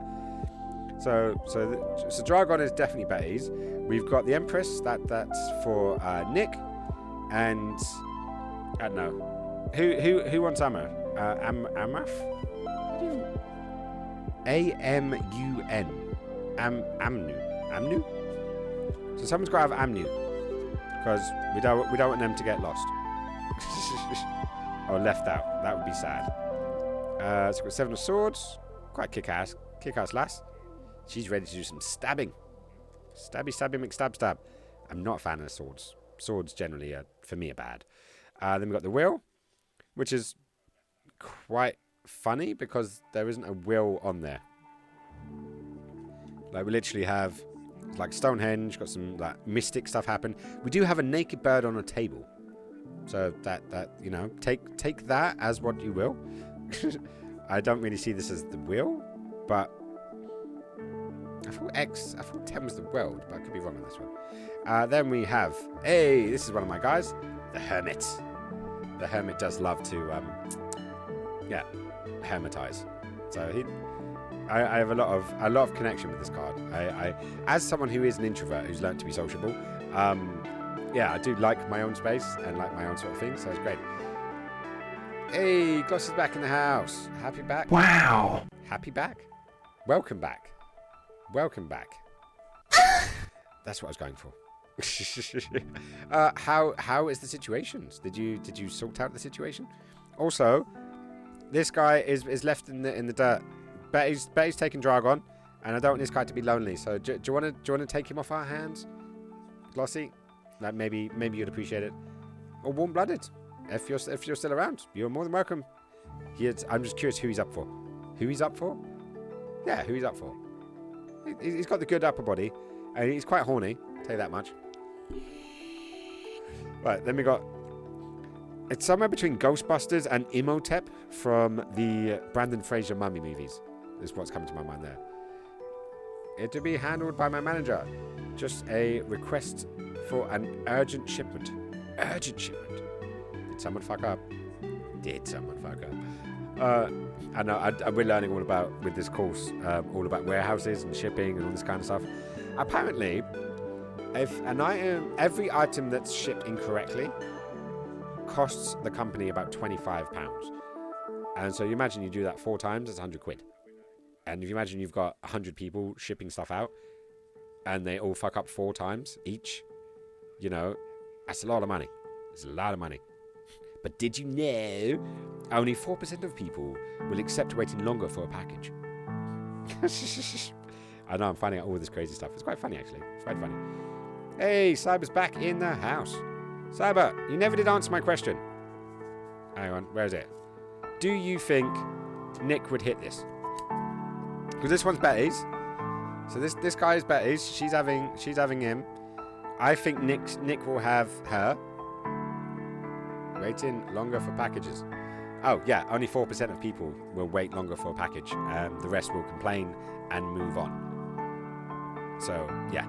But these guys are taken. I'm trying to get this guy laid, but no one seems to want to take him. So, it's a bit sad. So, I'm going to put these guys down a bit and get these guys back into a good framing. So that way you can see it. So I'm just slowly making my way through the cards. So we've got Garden of Eden. Ew. Oh, it's Judgment. A woman with 1 eye and 8 hands. I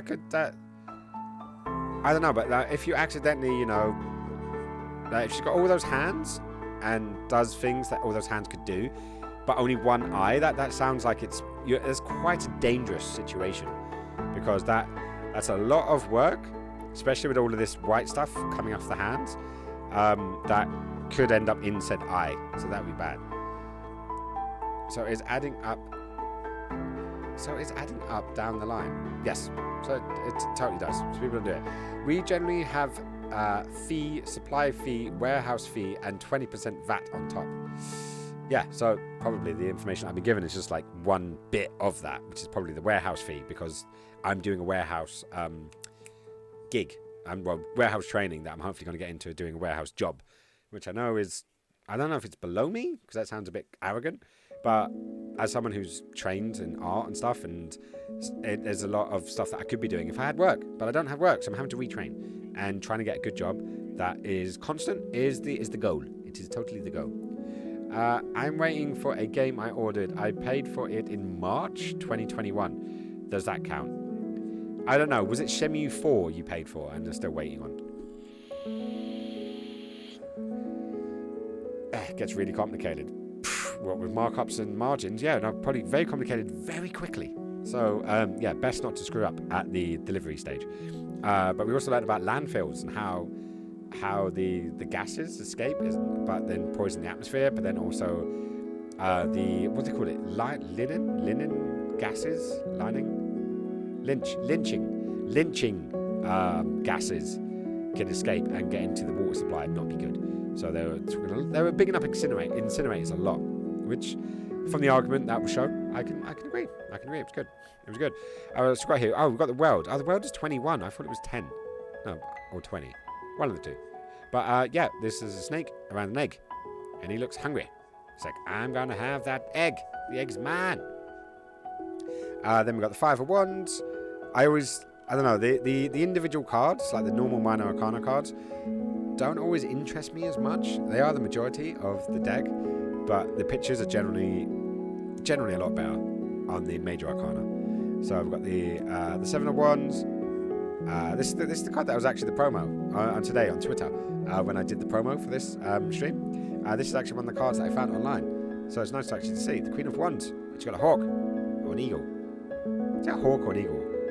Maybe a falcon, because falconry was really popular, right? Oh, look at that! Oh my god, it's like Battle Cat from He-Man, but it's 2 of them and they're on a chariot. How cool is that? And why isn't this the chariot? I don't even know if this deck has the chariot. It may have its own version of it, but this should totally be the chariot. Like, come on. That is so cool. That is so cool. A couple of old school Schwumps from a German company. Just been delayed, and to be honest, I forgot about them for a while. Pretty cats. Meow. Meow.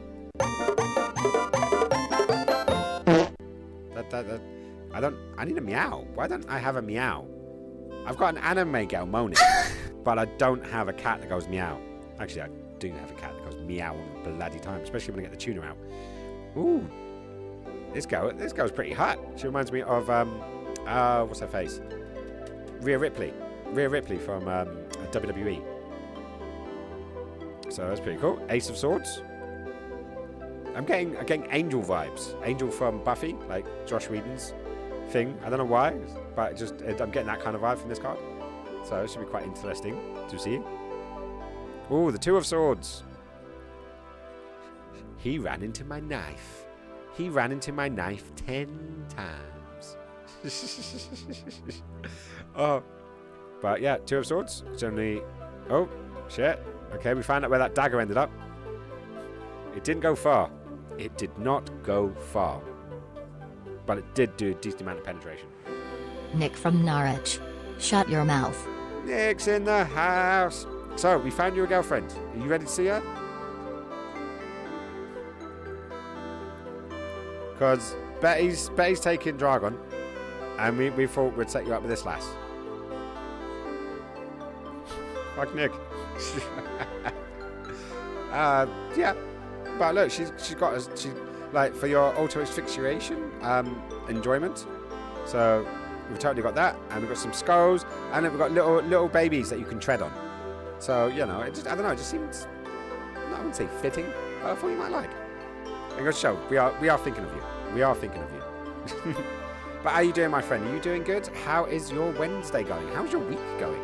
It's hump day, so everyone's supposed to tell me about how their week is going. And I like the idea of what Betty did earlier on. So you've got to describe your week in 3 words. And Betty's was work, work, and work. So yeah, she needs time. She needs time off to relax and enjoy herself.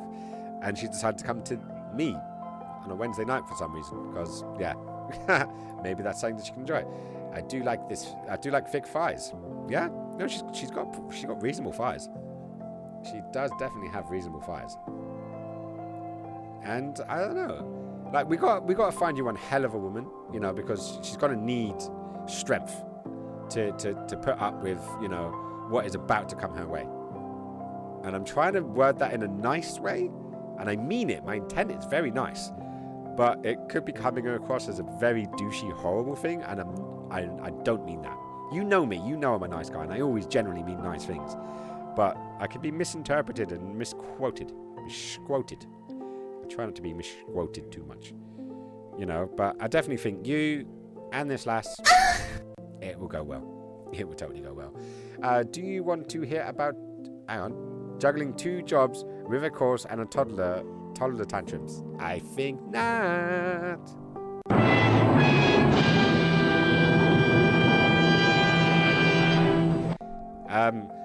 Right. It's crazy that you actually are doing all of that work. Plus the toddler. I don't think I could do it. Like, doing 2 jobs is hard. Working and studying is hard. Having a kid is hard. All of those things. I don't know how you're still alive. You are a strong. You've always been. You've always been an incredibly strong woman. And I'm not saying woman because anything bad. I just mean you're an incredibly strong person. And yeah, you've always been that way. And determined. You are very, very determined. But I would have killed the kid. Just duct tape, chloroform, like that seems like the easiest one to sort out. Because the studying will come to an end when you get your qualifications. And then when you get the qualifications, you will get a better job, so then you don't need the 1 job instead of the 2. But the kid's just going to be a drain on your energy. So yeah, just feed him to the local cat or something. No, I'm not. I am not recommended. What's it called again? Juricide? No. What is child murder again? Petricide is your dad. Metricide is your mum. Regicide is your king. Suicide is yourself. What's the kid killing one? I always forget these ones. I wanna learn them all. I do want to learn them all, but I can never remember it. It's long words. I'm a dyslexic sesquipedalian. And for the guys that don't know, sesquipedalian is someone who is a lover of long words. I really enjoy long words, but with my dyslexia, it makes it incredibly hard to both spell and remember them. So it's kind of hard. I come here because real life socializing is difficult at the moment. Aw, but this is still socializing, right? I am real, promise. I not bleed? Only kidding. And it isn't my kid as well. I know it's not your kid, you know, but it's your responsibility when you do have them, which is a lot of a strain. I've got 3 nephews. I'm about to have 2 great nephews on top of that. And you know, I do take them out, and like my youngest nephew, my current youngest nephew, is always like, kidnap me, Uncle Skinny, kidnap me. Yeah, I absolutely adore him. I love him to pieces. But sometimes I'm very happy I can give him back. But obviously, if I was, say, his full-time carer, or when I do have children of my own, I won't have that option. So I'll have to get good at it. I'll have to get good at it very quickly. That's the plan. I think you'll feed me to the local cats, give them the chance. Wow. Okay. I'm back to the old plan. Chloroform. Chloroform is the way forward. I think, anyways. Right, speaking of strength is the next one that came up. And we've got this squabbly guy called Shoggoth. So Shoggoth. He's squiggly and squaggly, and he likes picking up bricks, apparently. To be throwing at people? Maybe? I don't know. We shall find out. And then we've got okay, so we've got the tower again. So this is the tower on this deck. So it still seems intact, but it has been struck by lightning.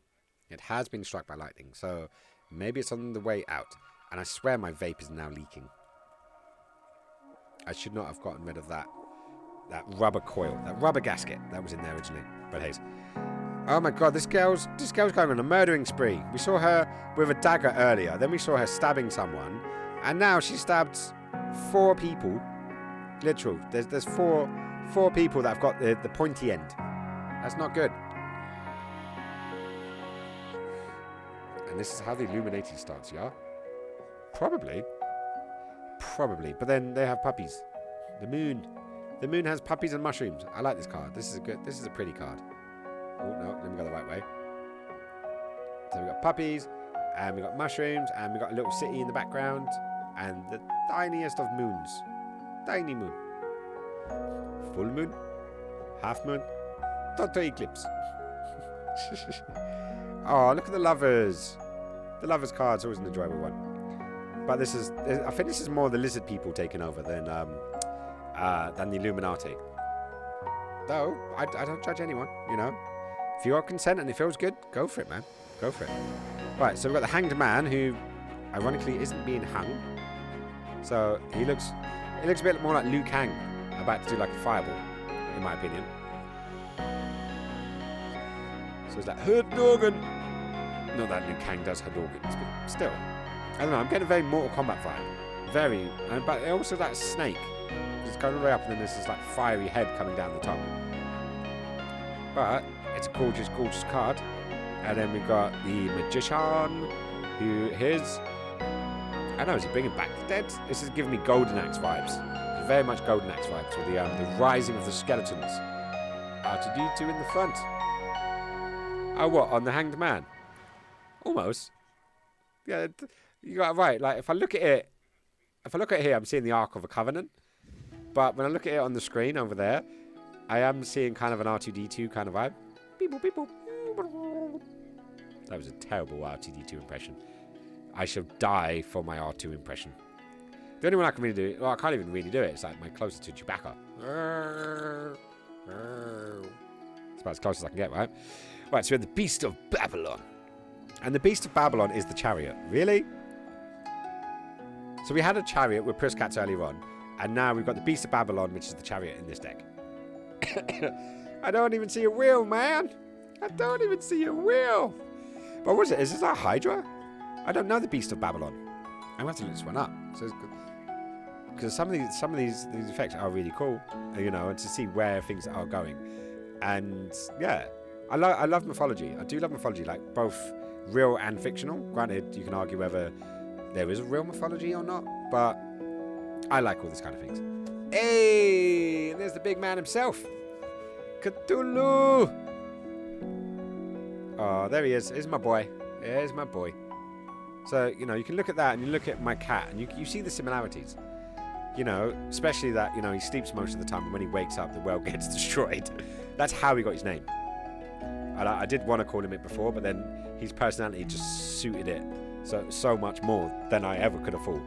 So he sleeps, and then when Cthulhu wakes, for the people that know the mythos, they know that's when trouble comes. Actually, it's mostly not quite the end of the world, but near enough. Near enough the end of the world. But yeah, and ironically, he is the devil, which is one of my favourite cards. So I'm happy with that. So I'll take him. I'll take Cthulhu. So I've got Cthulhu in there. So we've got Betty sorted. We've got Nick sorted. I think, yeah. I don't know. If Glossy doesn't want him, I'm gonna give the Emperor to Cyber because reasons, and I'll take Cthulhu. So I got Cthulhu down there. So he's my boy, and then we got Bass. I actually know Bass. She's an Egyptian goddess, and she's under the High Priestess. So, and she got kitties. There's a lot of cats. So we got the cat at the back. She's dressed as a cat with boobies. Cat in the lap. Cat on the left. Cat on the right. And see the ankh? I don't know if you guys can make out the ankh. There. It's what my entire family wear an ankh. Like all of us actually have this ankh. This is actually was my dad's ankh that he gave to me on my 18th birthday, and I've had it ever since. I am the priestess. Okay, then that's done. Hang on, the priestess? Oh yeah, the high priestess. Yeah. Right. Okay, so we got like most of the family now is covered. Warm-blooded. I don't know if you're still in the chat, but we haven't got you. We haven't got you someone yet. We'll slowly make it through. We'll get there. Betty's leaving a lurk. Thank you so much for the lurk, Betty. Massive appreciations. And yeah, hopefully you're doing good and you get that chilledness. Yeah, I want you to get that chilledness. It should be nice. Right, so where are we up to? We've got the 4 of Swords, the 5 of Swords. This guy's like using the Force. You will not touch me. This is not the body you are looking for. Then we've got the Ace of Cups, which is a rose with lots of blood coming out, which is always good. The Queen of Discs. So she's got the owl in the top corner, which is quite representative. I think it's in a lot of cards actually for these kind of ones. I'm here. Yes, we've managed to get a row of cards for different people. So we've got Betty with Dargon. We've got Nick with the Empress. We've got Cyber with the Emperor. We've got me with Cthulhu.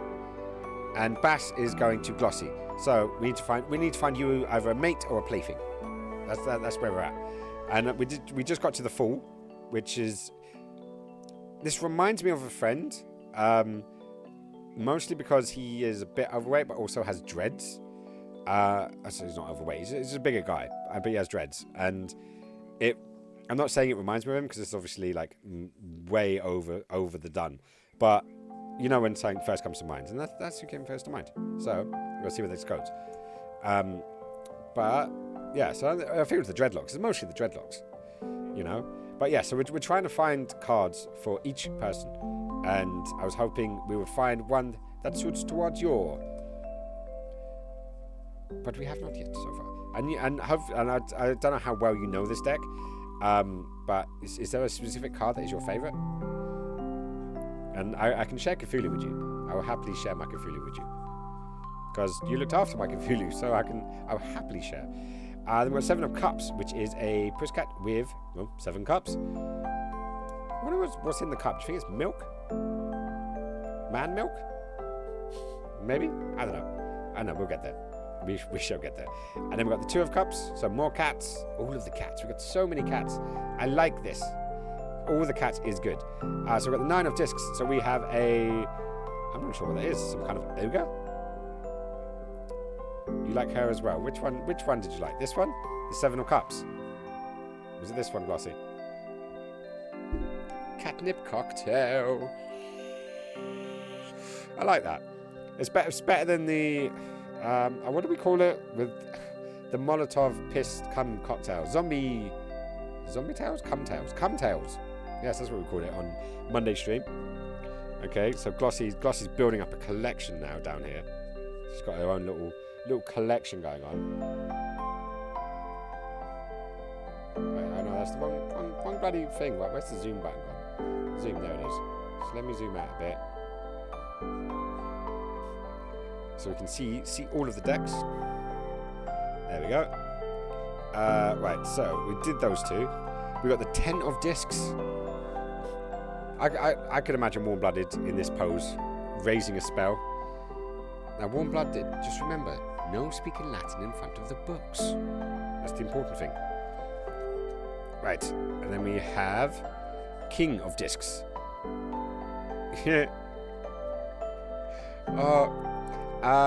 Warm-blooded, do you remember Skins, my boy? Hello, Bax. How's it going, man? Do you remember a certain incident at a Crawl of the Dead with a young gentleman called Tidy Mike? This one reminds me of him. Because that's kind of how he looked when you were dragging him back to my place. It's got to be funny, right? It's got to be. That's got to be Tidy Mike. Yeah, that's definitely Tidy Mike. We're going to put Tidy Mike over there. How's it going, Backo? How is your week going? Can you describe your week so far in 3 words? 1 for each day. Betty chose work, work, work. Oh, goodness.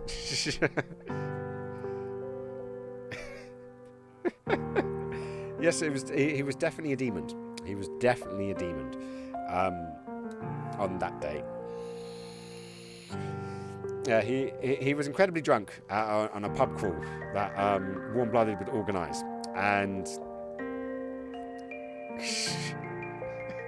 seriously, that is your 3 words for this week, nearer to Sunday, or nearer to Saturday. I'm going to see your face on Saturday. I'm really looking forward to that. Yeah, I've got to do a bit of prep work. I've got to charge all my batteries, get that all in time. And depending on how situation's going, I'm booked for half the wedding, so the main bit of the wedding, but I'm not booked for the party. So part of me wants to stay and hang out and catch up and chat. Another part of me wants to shoot the party part of it. But at the same point, because of what I've been booked for, I'm not sure if I can or will. I probably won't, just because I need to stay good and stay good to oneself. But at the same point, yeah, we shall see. You know, I'm not going to limit anything right this second, but we will fit. Well, that's what I mean. I get to see you Sunday. Oh, is it because you want to see me? That's amazing. That's so cute. Ohana means family. Right, so we're like, anyways, back up. Welcome to the show. Anyways, I received a gift bag from Warm-Blooded, and we're slowly going through it. We've gone through some of the books. So we've got a paper aeroplane one, so it shows us different paper airplanes and how to fold them to get the right thing. So that was pretty cool. We got a zombie origami. So it's origami for zombies, so we can make these. We might do this on one of the streams, just for shits and giggles. And yes, we got a book, and then we got a next book, which is the book for the cards we're looking through right now, which is a tarot set for the Necronomicon. And we're just looking through the cards. We've managed to find a collection of people that like we want to give to, well, people mostly used in sexual references, but you know, some as friends, like Tidy Mike. You know, I'm sure Tidy Mike and this guy will get along just perfectly fine.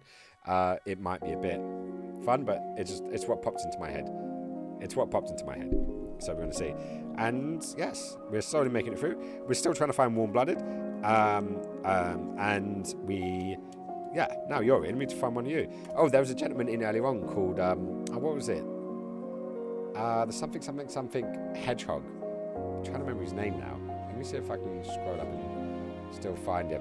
Because it was, oh yeah, the really angry hedgehog.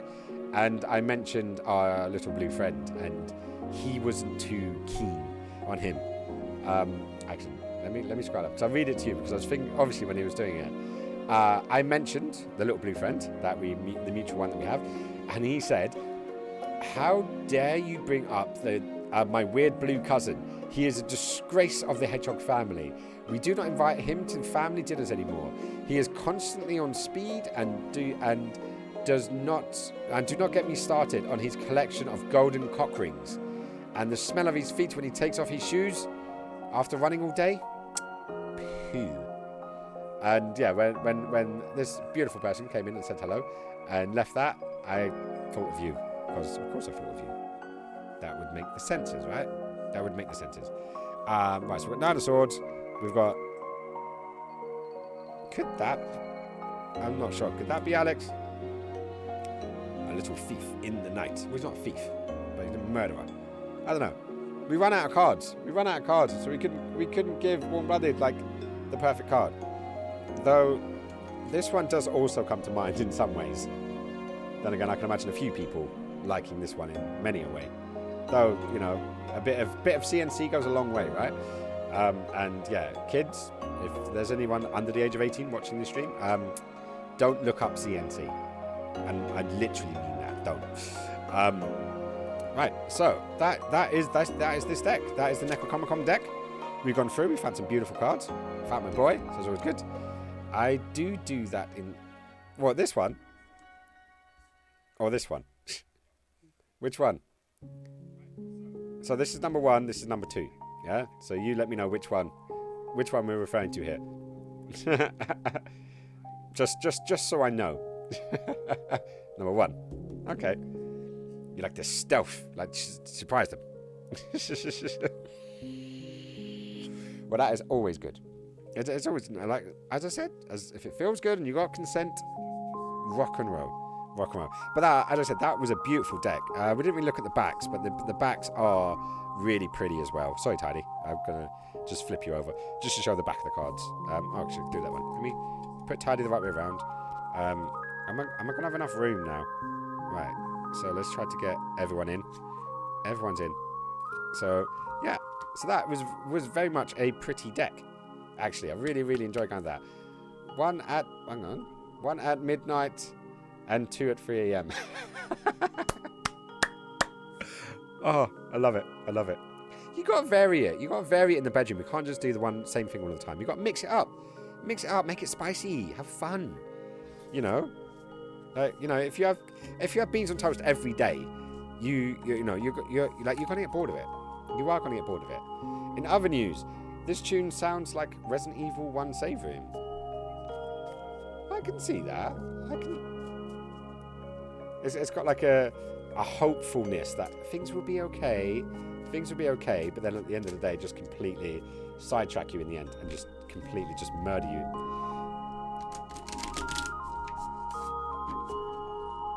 Right, so that I like that deck. That was a really pretty deck. Comes with an absolutely gorgeous book, you know. And yeah, so definitely, like, you know, guys, if you want to get into tarot reading, I wouldn't recommend getting a deck like this just because it's got the Fool straight out of the deck. I wouldn't recommend a deck like this purely. Oh, that's 4 ones. It's in my lap for some reason.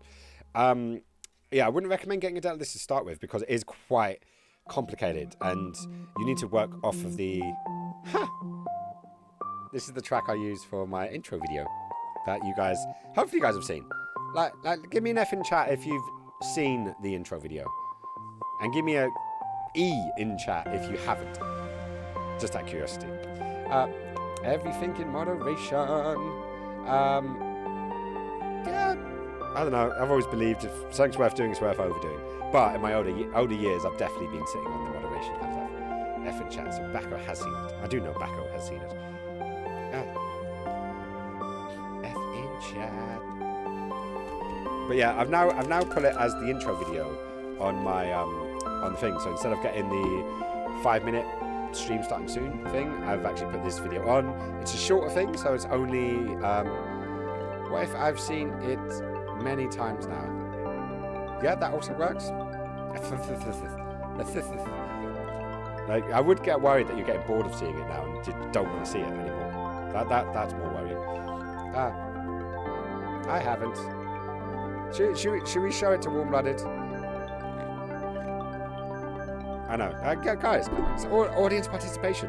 Anyone in the chat wants to see it? I'll give it a minute. And then we can see it. And just while I'm putting all this kind of... You know what? While I'm putting all this kind of stuff away, I'll throw it on.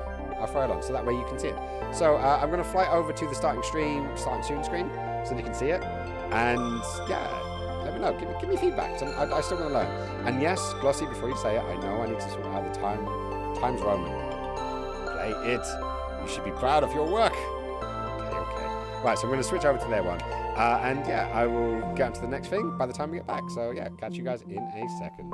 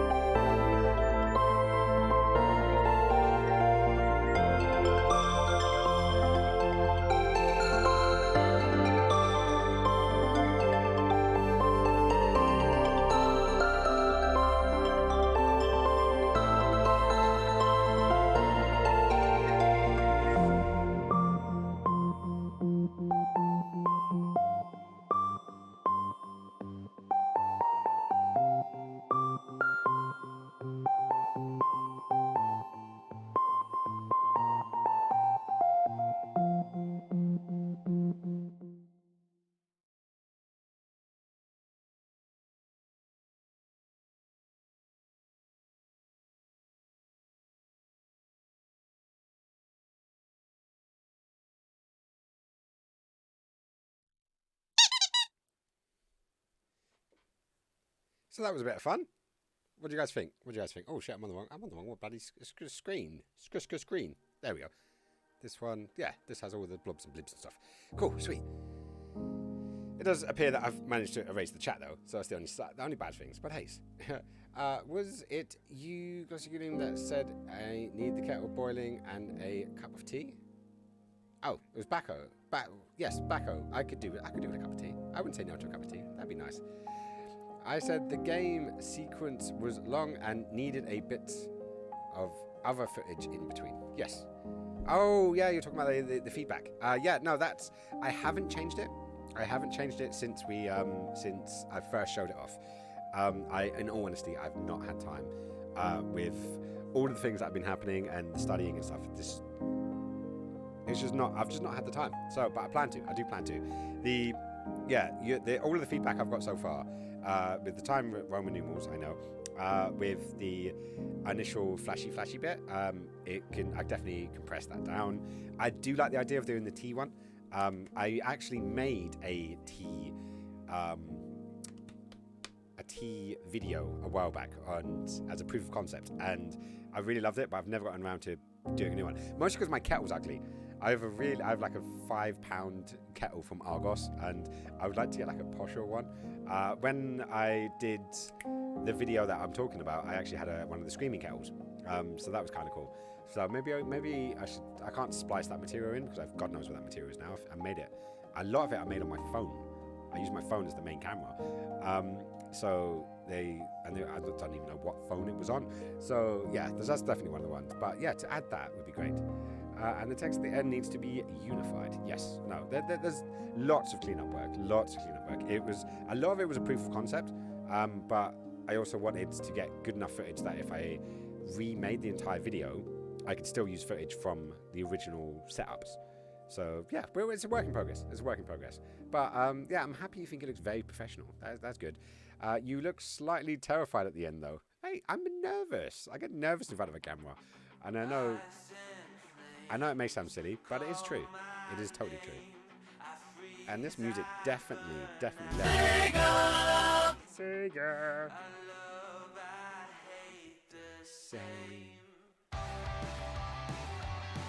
I do like this track though. It's a good track.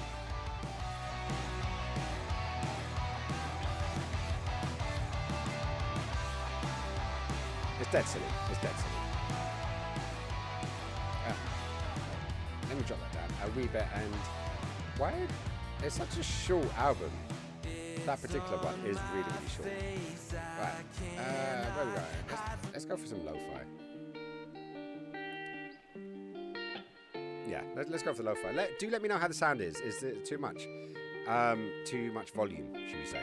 Because I can always drop that down a tad. Because I wanted background noise, but I'm still getting balances right and stuff. It's always tricky. Right, so we got it. Well shot, but that's just me. Haha. You can do a stream trailer with funny bits to mix in sometimes. I do want to make one of those, but I wouldn't even know where to start. What I would like to do, because what would be great is getting clips, because obviously you can make clips and use them and then download those clips. But often when these things happen, I'm too much in the moment, and then sometimes I forget to go back to make them. And that's why I ask, like literally, if any of you guys would be up for doing it, to when something interesting happens on the stream, or you want to just share it, you can use the software and just make a clip. It's very simple. You press the clip button, and yeah, I can show you actually. So let's go for a bit of skinnyception here. So let's go there. Let's go to desktop. Okay, so I've got me on right now, and basically you got this little guy down here, and this is gonna go skinnyception. It's a skinnyception. Right, so let's borrow Fitbill for a second. So let's jump over to Fitbill and wait for the advert to end. Right, so go pause.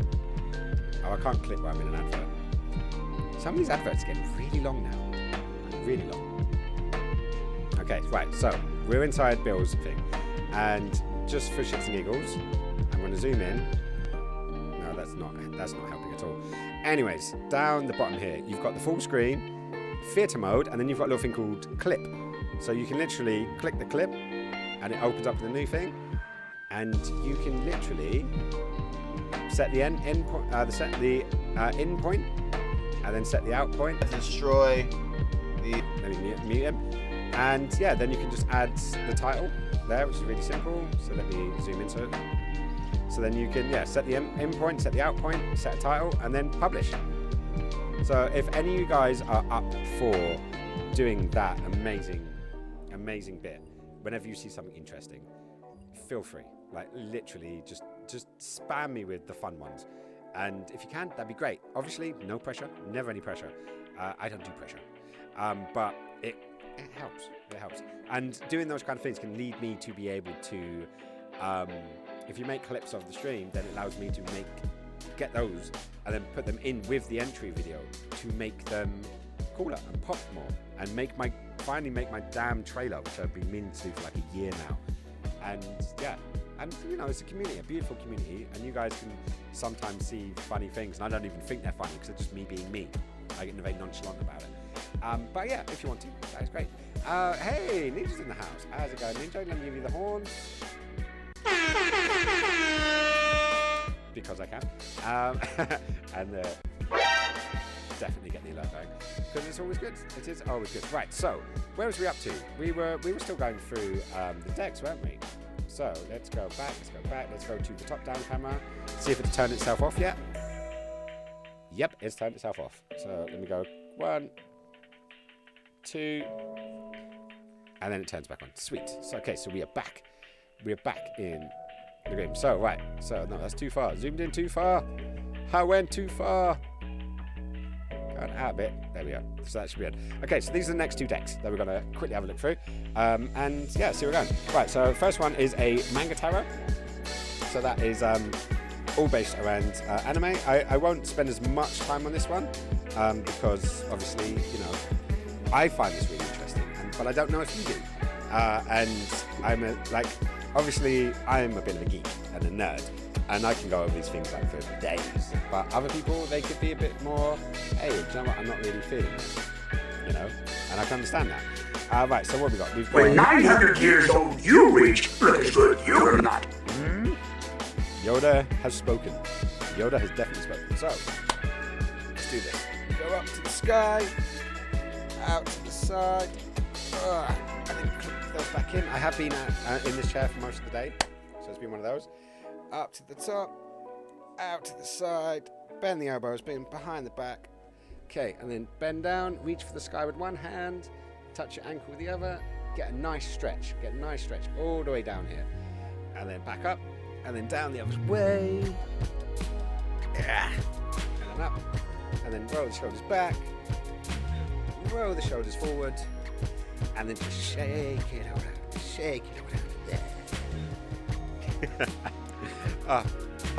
I still don't know if I'm doing that completely by myself. If you guys join me, it's always nice.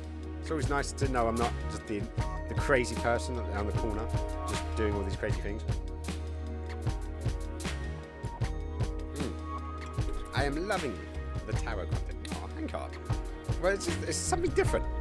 Something different. Like, obviously, I want to play games. I enjoy games. Playing with you guys is always amazing, and sharing that with you guys. But this is something that came up. It was as I said, it was a gift from a friend / viewer, in that order, clearly. And yeah, I wanted to share, and we can go through it together, and I can show you some of my geekiness, and yeah, hopefully some content you guys do like. Right, so we have and yeah, like I said before, they often come in boxes similar to this kind of size. Did see there was a price on there. I didn't clock what the price was, thankfully. And yeah, so it often comes to these kind of small books. So these small books will have like a breakdown of them, potentially of the artist. So currently I'm not in English. So, right, so yeah, so there we go. So we've got the Sorcerer, the Priest, the Emperor, the Empress, the Priestess, the Lovers, the Chariot, and so on and so forth. So you do actually have those written down in the little book. And it may have some spreads and stuff, but these little books, they're great to have with the kit. But obviously having a proper book, like this guy here, is definitely helpful, because then you can actually, you know, read all about them and the different styles and stuff. But we are going to have a quick scout through. So we've got the back of the deck, and that is literally just a contents card. Oh no, it's just different ones, different tarot published in the same series. So we've got different series, but I should leave it there so you can see the back. So this one's in pretty much alphabetical order. So let's drop off the minor arcana. So we'll put these guys. That was a terrible spread. See if I can do one of those really sexy ones. No, I failed. I failed miserably in that. But yeah, let's put those up there and let's have a good little look through. So they've got the Fool, which, as I said, is one of my favourite cards. So this is someone. I do like the detail of the walking through with the sort of like the rose petals kind of thing. Like there's life behind on this like icy wasteland. Beautiful pup. Always love the pups. So the pups in there. Then we've got the Empress. Or the Sorceress, even, should I say. Then we have the Priest, which is good. White dog doing ASMR. Woof. Woof. Woof. Then we have the Emperor, which is a really cool card. Very stoic. I do like it. Stoicism is something that I'm trying to get into, and controlling one's emotions, and, you know, listening and not being cold about it, but just not letting my emotions override my logic side. And so I'm trying to practice stoicism right now. So it's a bit tricky. I am a fire sign. I'm a Sagittarius, which basically they are a fire sign, but they've got a very long fuse. So when they do blow, and they blow big, but it takes a while to get into that point. And you know, some people can drive me to that kind of point. So I'm doing my best to make sure it doesn't happen. We've got the Empress. Of course, I do love the shield. Beautiful shield. We'll just try to make sure that it's actually in a good view for you guys. Then we have the Priestess. So it's got the beautiful moon behind her. The book underneath the water. I actually like that detail. You know, that's pretty cool. Then we got the Lovers. Lovers, always a good card. Always a good card. Brings a lot of people happiness and companionship and stuff. Then we have the Chariot, which once again doesn't have a wheel, but has feet. But we have the cat again. It's a Sphinx. It's a Sphinx in the center there. But it's still, that's pretty cool. I do like that. Then we have Justice. So he's got his little like bandana over his eyes, but he's still blocking, so this is good. Because Justice is supposed to be blind. That's part of Lady Justice and all that kind of stuff. I have a TikTok account. My followers are 308. Wow, you got a lot more than me. Definitely got a lot more than me. But then again, I only just started, and in all honesty, I haven't really done much. I've not done much with my TikTok as of yet. Then we have the Hermit, my good friend. Hermits of the world, unite! Or don't, because you have to go outside to unite, and nobody wants to do that. Screw that. I like the fact they look like black insect photos. Ooh. Oh, I had an idea today. I'm thinking about getting an Instamatic camera. I found one on Amazon. I think it's like 50 quid for the camera, but for like 70 quid or so, they have a camera and film. Anyway, so you take the picture and it prints it out on like the inks inside the paper. It's one of those kind of ones, like using heat. And but it's also, the pictures come out, they're about credit card size, so they're 2 inches by 3 inches, but they're also stickers, so you can peel it off the back, put it on. I thought it'd be a great idea to have like a little scrapbook, or use the Book of Appreciation as well. So things like, say, you know, a gift comes, a donation or something, I can take a photo of it and put it in the book, so then it would actually have the physical representation of it. And I just thought it'd be funny. And then when it comes to like meeting people or like conventions and stuff, I thought it could be a silly idea to like have something like that, so we could take the photos and, you know, you could give them straight to the people. So I thought it's a good idea. Silly idea, but still a good idea. Hey, Dochi is in the house. How's it going? Welcome back. Dochi is off 2 weeks in a row. You're kicking it. You're kicking it. I know Wednesday's your day off. I do know Wednesday's your day off, so it's really lovely to have you back. How are you doing? We are doing a thing today. Describe your week so far in 3 words. My two favourites so far have been Betty, who said work, work, and work, and Bacco, who said, what was it, nearer to Saturday? Closer to Saturday, because I'm actually meeting. I'm meeting Bacco on Saturday because we're both going to the same wedding. So it's great. It's great. So yeah, describe to me your week so far. In 3 words. Ninja, you did the same as well, man. You did the same. Because I haven't actually got yours. And Glossy, I'm not sure if you actually gave us one in the end, did you? I don't know. It's today's silliness. Today's silly funness is what we're doing. Oh, and as a side note, we are doing... I got sent a gift by Warm Blooded. And we have been working through this set of tarot decks. So he's sent me 1, 2, 3, 4 sets of tarot and a book of paper airplane designs that you can make. You can pull out and make. Oh, hang on. I can just put them out. So there's the paper airplanes. So yeah, literally you've got these designs and then how to do them on the back. And he also sent me a zombie-gami, which is a way to make zombies out of tiny bits of paper. So the Japanese style artwork of making, like folded paper. So yeah, bonus on those items. They've been lots of fun to go through today, actually. Lots of fun. Work, food, sleep. Oh, you guys work too hard. I don't know, I'm fighting to get a job right now myself. So I do understand it, but I do wish you guys had the 4-day work week. I wish everyone had the 4-day work week. And you could actually get, because that way you have 4 days at work, you'll have a day to do the things you need to do that you couldn't do because of work, and then you could actually have 2 days off. Because 1 day off is bare minimum. I think you need 2 days off. But because a lot of people, they push aside the things like the cleaning the house, the washing, all that kind of stuff, the shopping. You need to do all those kind of things. So it'd be nicer if you had an extra day just for those guys. That's the hope, anyways. That's what I hope. Just got TikTok to follow you. Hey, thanks, man. Thank you so much for the follow.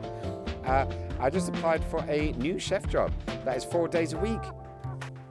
Do it, get it. I know you're not really in the opportunity to be. Yeah, I know you don't really get an option to say, hey, if they'll accept you or not. But you're damn hard work and you deserve that extra day. So fucking good luck. Good luck. I am putting it out into the world that you should get that job. Come on, you can do it. And if they don't give it to you, you can just, I don't know, beat them over the head with one of your knives. Okay, maybe not the knives. Maybe a mallet of some kind. I make in TikTok 82. You've made 82 videos. That's a lot of videos. That is a lot of videos. Right, so we've got the wheel. So that for the first deck so far, the decks that we looked over, this is the nearest thing to a wheel that we've had, which is all good. And right, hang on. So I need to try and word this away. Let me zoom in a wee bit and see if that helps. Oh no, I'm using the wrong controller. I need to be on the zoom, not the EF. Right, where's zoom gone? Zoom's there. So let's do a zoom. There we go. So I'm still getting used to this software. But the fact that it's good that I can actually. Oh, there we go. Play, learn, work.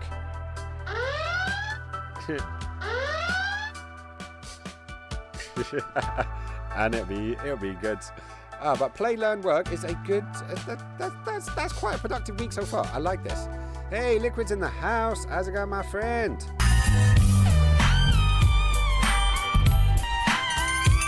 Yep, Liquid is the fug life. Hey, but welcome to the show. We are doing an unboxing.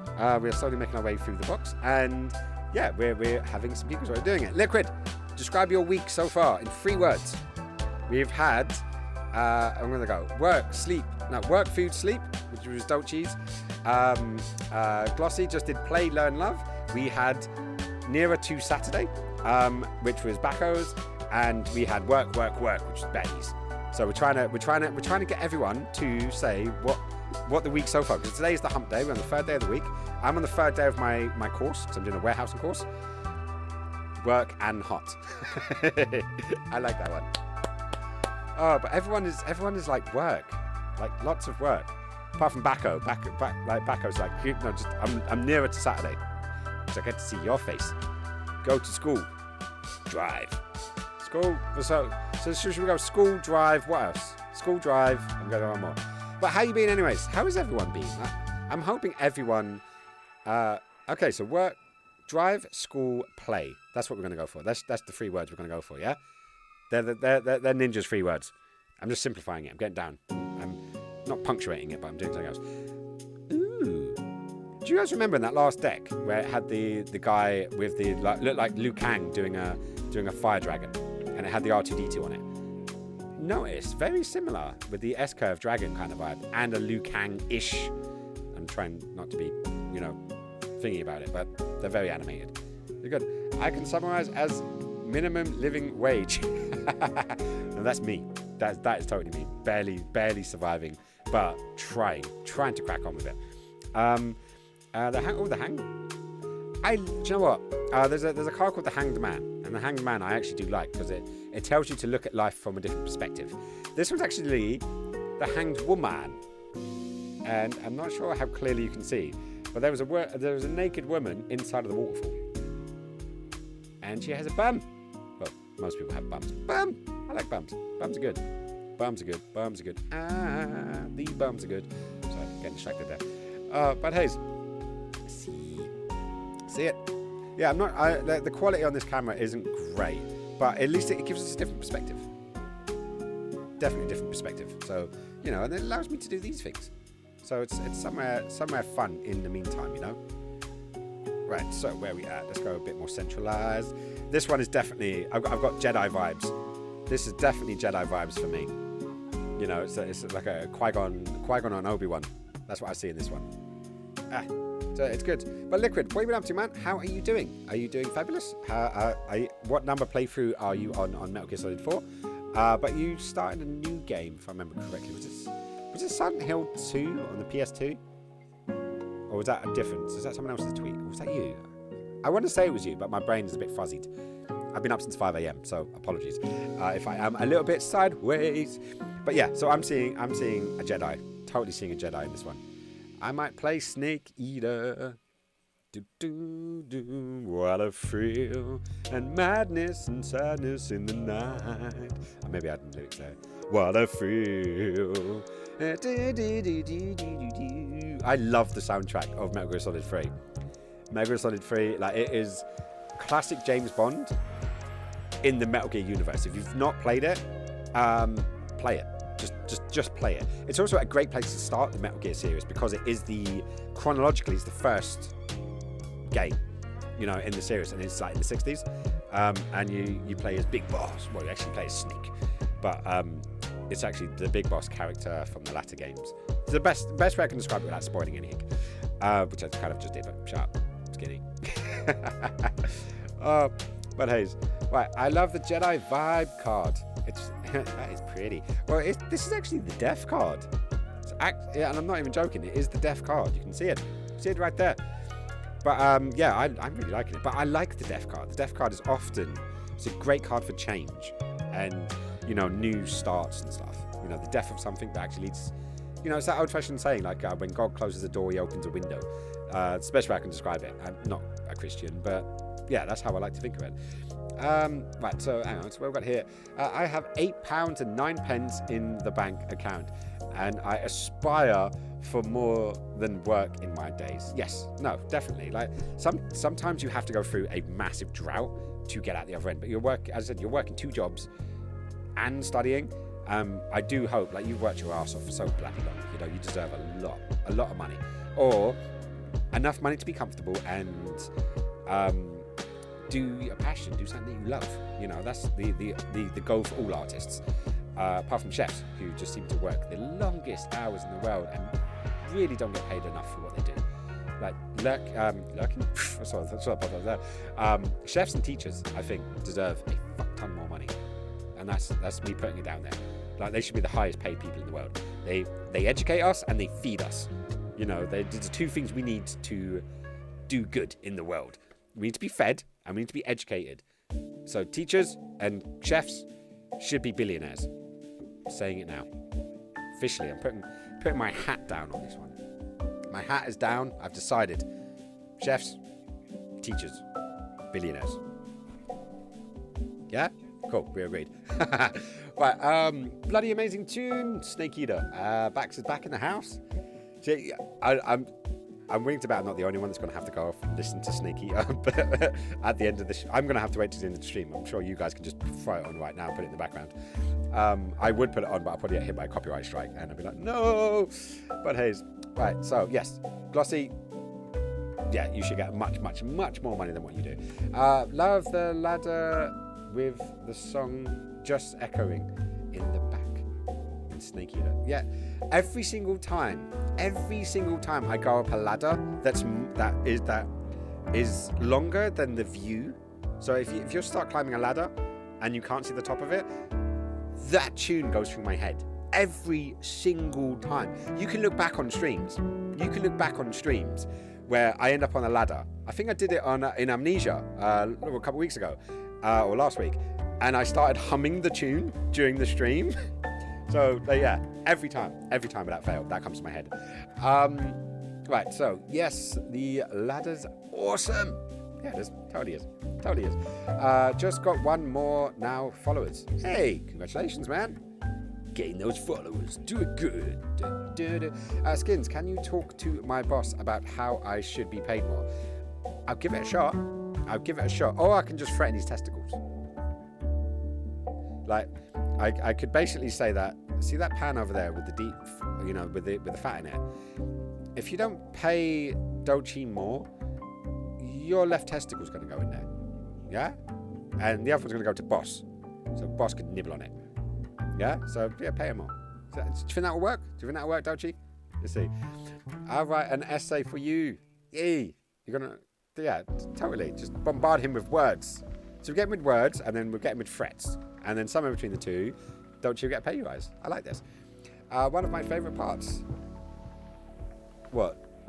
Don't cheese boss's testicles. I'm not sure about that. Only kidding.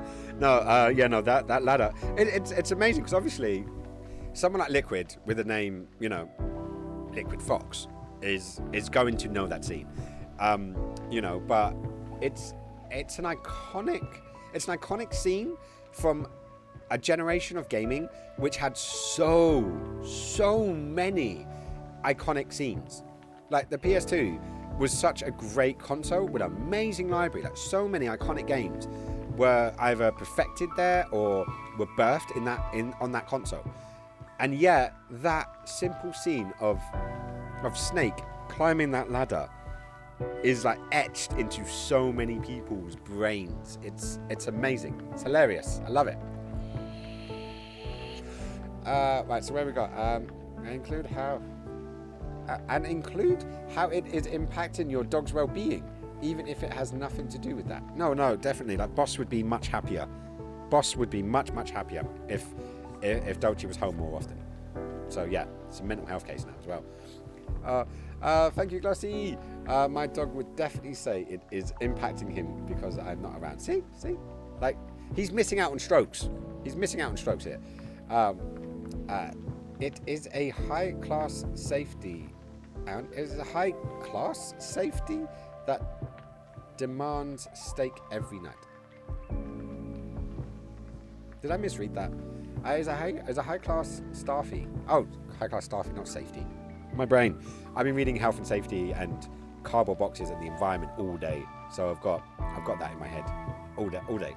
Anyways, yes. So we're gonna make sure Dochi gets a pay rise and a less day. We're gonna make sure that Glossy finishes off her studies and becomes very comfortable to follow all of her passions.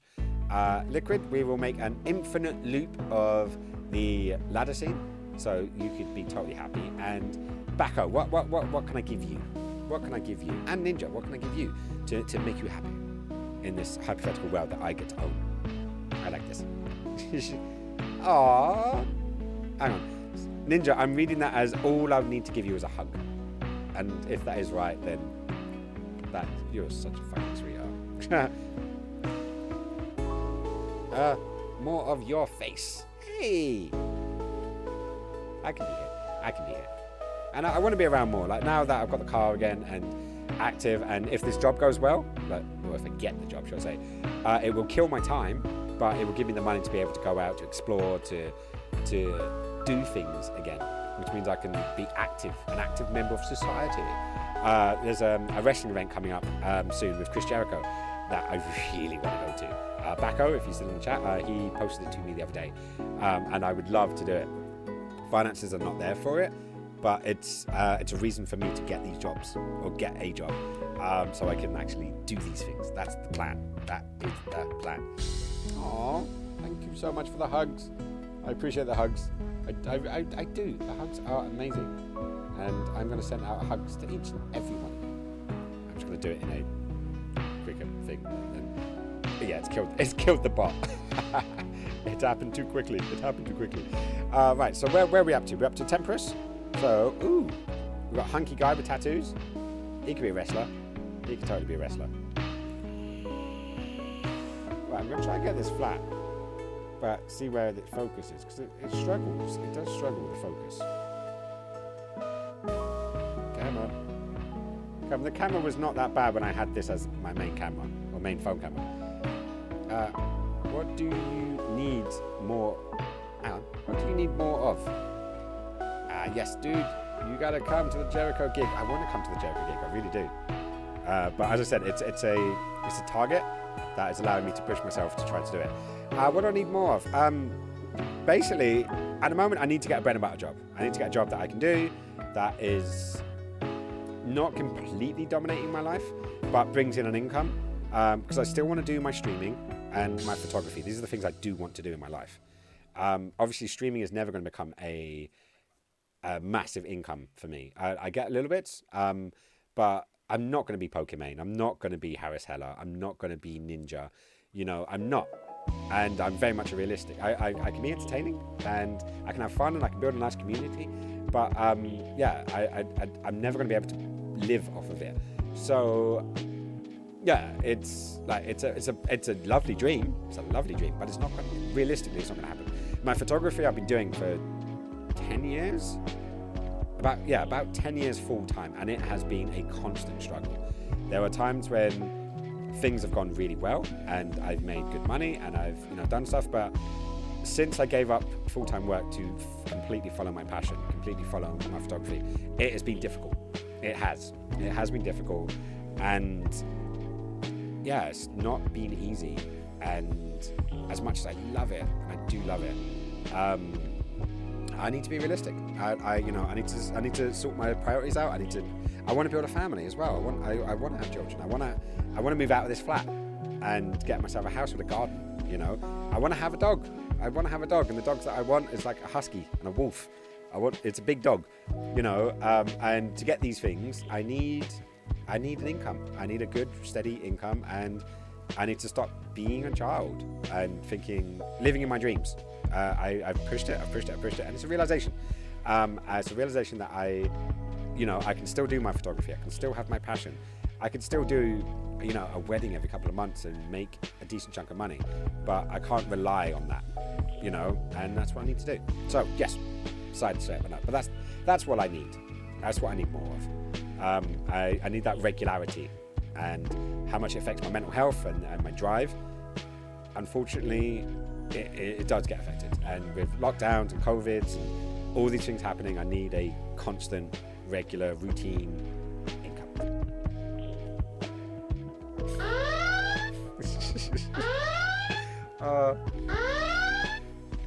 Thanks, Ninja. And yeah, no, love. But yeah, hopefully it will happen. Hopefully good things will happen, and I can continue to live the dream, but also have that as well. So that's the realization. That is the realization. I will keep fighting. I am a fighter. I'm a very stubborn bastard sometimes. So I will keep fighting to try to do it. But the realization of growing older and doing these things, I just need to do it. So, anyways, sorry to put it down on things, guys. I don't mean to, but I try. Yeah. I'm getting all caught up now as well. So must not cry. It's the onions. But Hayes. But yeah, no, thank you so much for listening, man. And man, people, my friends, my beautiful lovers and nutters, you know. Like you guys are the reason why I keep doing this, and you keep me sane. Okay, you keep me from going any more crazy. Let's put it that way. Yeah? My phone just dropped. Don't drop your phone. That'd be bad. Skins Elliot doesn't cry on stream. No, I suck him back up. But yes, so it's there. It's there, and I'm getting there. I am doing better. And yeah, mentally, physically, emotionally, and yeah, you guys are a big support of that. Like I had no routine for so long. No routine. Streaming was that routine, and it was like Monday, Wednesday, Friday.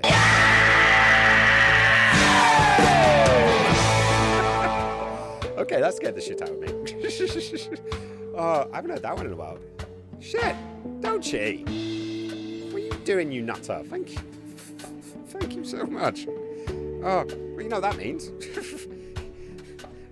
You all know what this means. I get to pull out the book of appreciation. Right, let me shimmy these guys over to the side. Oh, Dochi, you are an absolute sweetheart, and I thank you. I was not expecting that, and I don't like the things and stuff.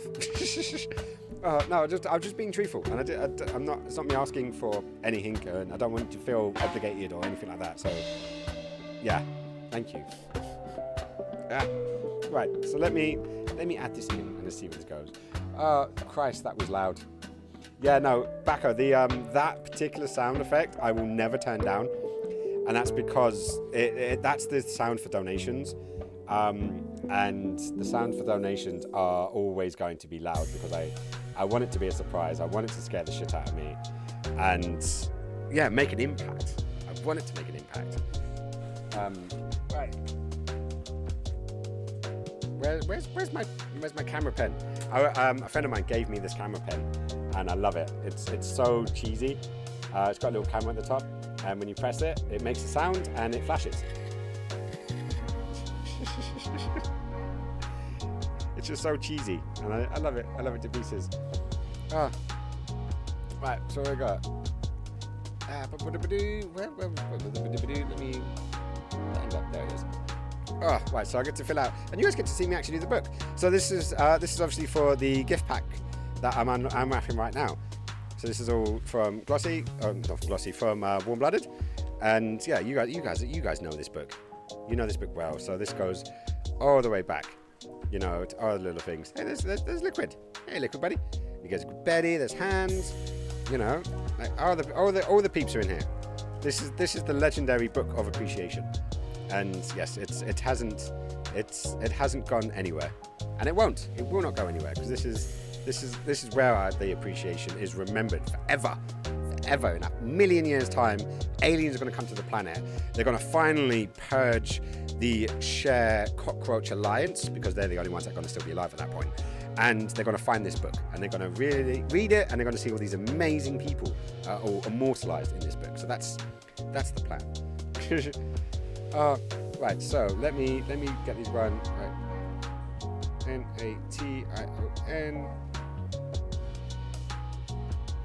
D. Right, let me just double check spelling. DOLCEEV. ITAA. Woof, woof, woof. Right, so there we go. Hang on, I've just missed a bunch of chats, haven't I? Right. It's got a very mature chat, fun, very inspirational. Oh, thank you, Bacco. Dochi, you are amazing. Christ, that was loud. Put it towards the dream, man. Oh, I will. It all goes towards the dream. It all like it always do. Like I will. Anything that's ever given, donated, all that kind of stuff. The money goes into making a better show for you guys. It generally does. Like, you know, the fact is, like, the green screen came through a gift. It was a donation of money towards something which we got, and then it turned out it was broken. So I put the money that we got back, because I didn't have any more, into doing up the stream, to buying or learning new ways of doing things, or getting the green screen, getting better lighting, getting the next plan is a better mic. because I know this mic is not great. And yeah, so it's always about, I'm not putting these often, like, unless I absolutely have to, and it goes in towards, like, you know, the electric bill, which technically is going towards the stream. You know, but I always try to put it back into the stream, so it's better for you guys. Whether it's sound, whether it's equipment, whether it's learning, whether it's overlays, whether it's whatnot. These are the plans. So yes. Right, so where we going? Go. Well, good work. You just scared skins. Yeah, you totally scared the shit out of me.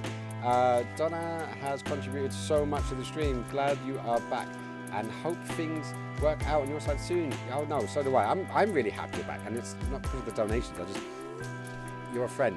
We've had experiences together, and I know those things are in computer games and talking over VC, but you know, that's how friendships are built, you know, and made and start, and I missed that. I missed seeing my friend, even though we've never actually met, you know. I consider you a friend, and then on top of that, you add the support and the donations that you have given. Like there's a big part of my Switch that I would not have if it wasn't for Donna lovingly donated some money to help me get that Switch, and that Switch, which is weird because I still haven't bloody played a game with her because she's been so bloody busy at work. So this needs to be sorted. This needs to be rectified.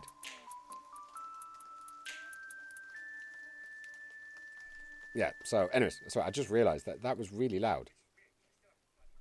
Audio, let me turn it down a bit. So I just realized how loud that that Spotify was, and I don't want the Spotify being loud. Oh, right, where's that one gone? Right, anyways, shit, I'm getting really thingy now. I don't feel obligated. I just believe in putting spare money towards helping people.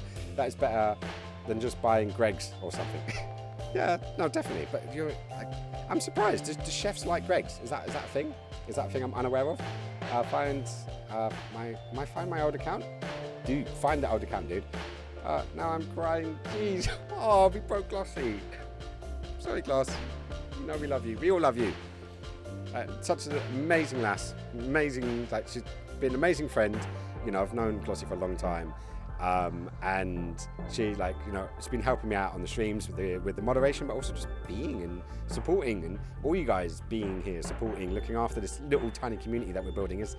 It brings me to almost tears, and I'm only sucking them back. I'm trying to keep them back. Don't make me cry anymore today. Right, a tidy mic. Where was a tidy mic? We had tidy mic in that deck. We had tidy mic in the deck earlier on. So I promise I will get on the Switch soon. Yeah, no, look, when it happens, I've got Mario Kart and Fortnite. So those are two multiplayer games that we can play. Outside of that, I have a few games, but they're like the cheapy kind of like arcadey style games, and not many multiplayer, sadly. But those, Mario Kart is definitely on that list. Oh, and Pokemon. I actually got a Pokemon game in the end. I like Greg's. Cold sausage rolls, totally. And I always enjoy a donut. Who doesn't enjoy a donut? Everyone enjoys a donut. Donuts are amazing. You said you wanted a new mic. Yeah, no, I mean, I never plug it. I know some people do, but I don't. But there's a few mics I'm looking at right now. The one everyone uses is a Shure SM7B. It's the one most streamers you see and content creators, they'll have that very particular looking mic. That's obviously the dream, but that's massively overkill. So I've been looking at different ones, and I've put a couple on my wish list on Amazon. So there is a link to the Amazon wish list. You can see the ones, but I know so little. So if you guys know a good mic at a cheap price, do let me know. Because that's on the thing. Yum yums. Oh, yum yums. Oh. Food, donuts, yums. Right. I still haven't finished this entry yet. Right, so when it comes to doing the donations, I tend to have bigger stickers. Bigger stickers. So let's have a little look-see. So we've got like an I Heart mustache. I've got this one here. These are actually, I bought these in Thailand when I was traveling around Thailand. And yeah, and I've still got them up to this day. Pictures of my ex-girlfriend. Put that off to one side. And then what else have I got? I've got some... Oh, there's more stars. Always more stars. Loads of it's sort of Among Us. Loads of Among Us characters, actually. I've got... Oh, these ones? Warm Blooded sent to me. So that is a Rick and Morty style one. And I think I'm maybe running out of the big bad boys. Oh, the Skinny with hair. Skinny with hair. See, I did have hair once. I was handsome once upon a time. The girl fits Donna. See, I don't like the idea does, but I have no idea if that. Donna, would you like? Is this the sticker you would like? Let's see. Let's see if Donna likes it. Otherwise, I've got some different Among Us ones. I could have sworn I had some more stickers. Yeah, look. Wrote one to Chiang Rai, which is a place in Thailand. The peeps that have been. And maybe I have run out of old school stickers, or are they just hiding? Oh, we got that one. Oh, we got this Minion with loads of tattoos, which is always a fun one. We're back out. Poor yum yums. Right, so where we at? I'll let you pick yourself. Right, so far we've got these two. These two are the top contenders. And let's see if I got other ones. So I know I got a bunch. There's a Peppy Among Us frog because he's odd and weird. Yeah, because I got a bunch of big stickers when I first started streaming, and they were all like Among Us flavored. Rosh got them for me actually. It's a massive surprise. I was totally bewildered by it. Boss likes eating my yum yums as well. Cries into empty box of yum yums. Oh. Nose. Don't do it. But then again, whenever I see an empty box of donuts, I cry a little inside as well. I do cry a little inside. Right, so let's get these done so then I can sort of prepare when it comes. So we got the donations, and what's handy is because I'm not using the green screen anymore, because back in the day when I had the green screen up, every time I tried to show people on the Book of Appreciation, it would get lost. It literally disappear because of the green screen. The green screen would just basically take it all away. Can I have the sticker with the two Among Us together? Which one? The two Among... Not this one. I'm hoping not that one, because that one was that's actually in the book already.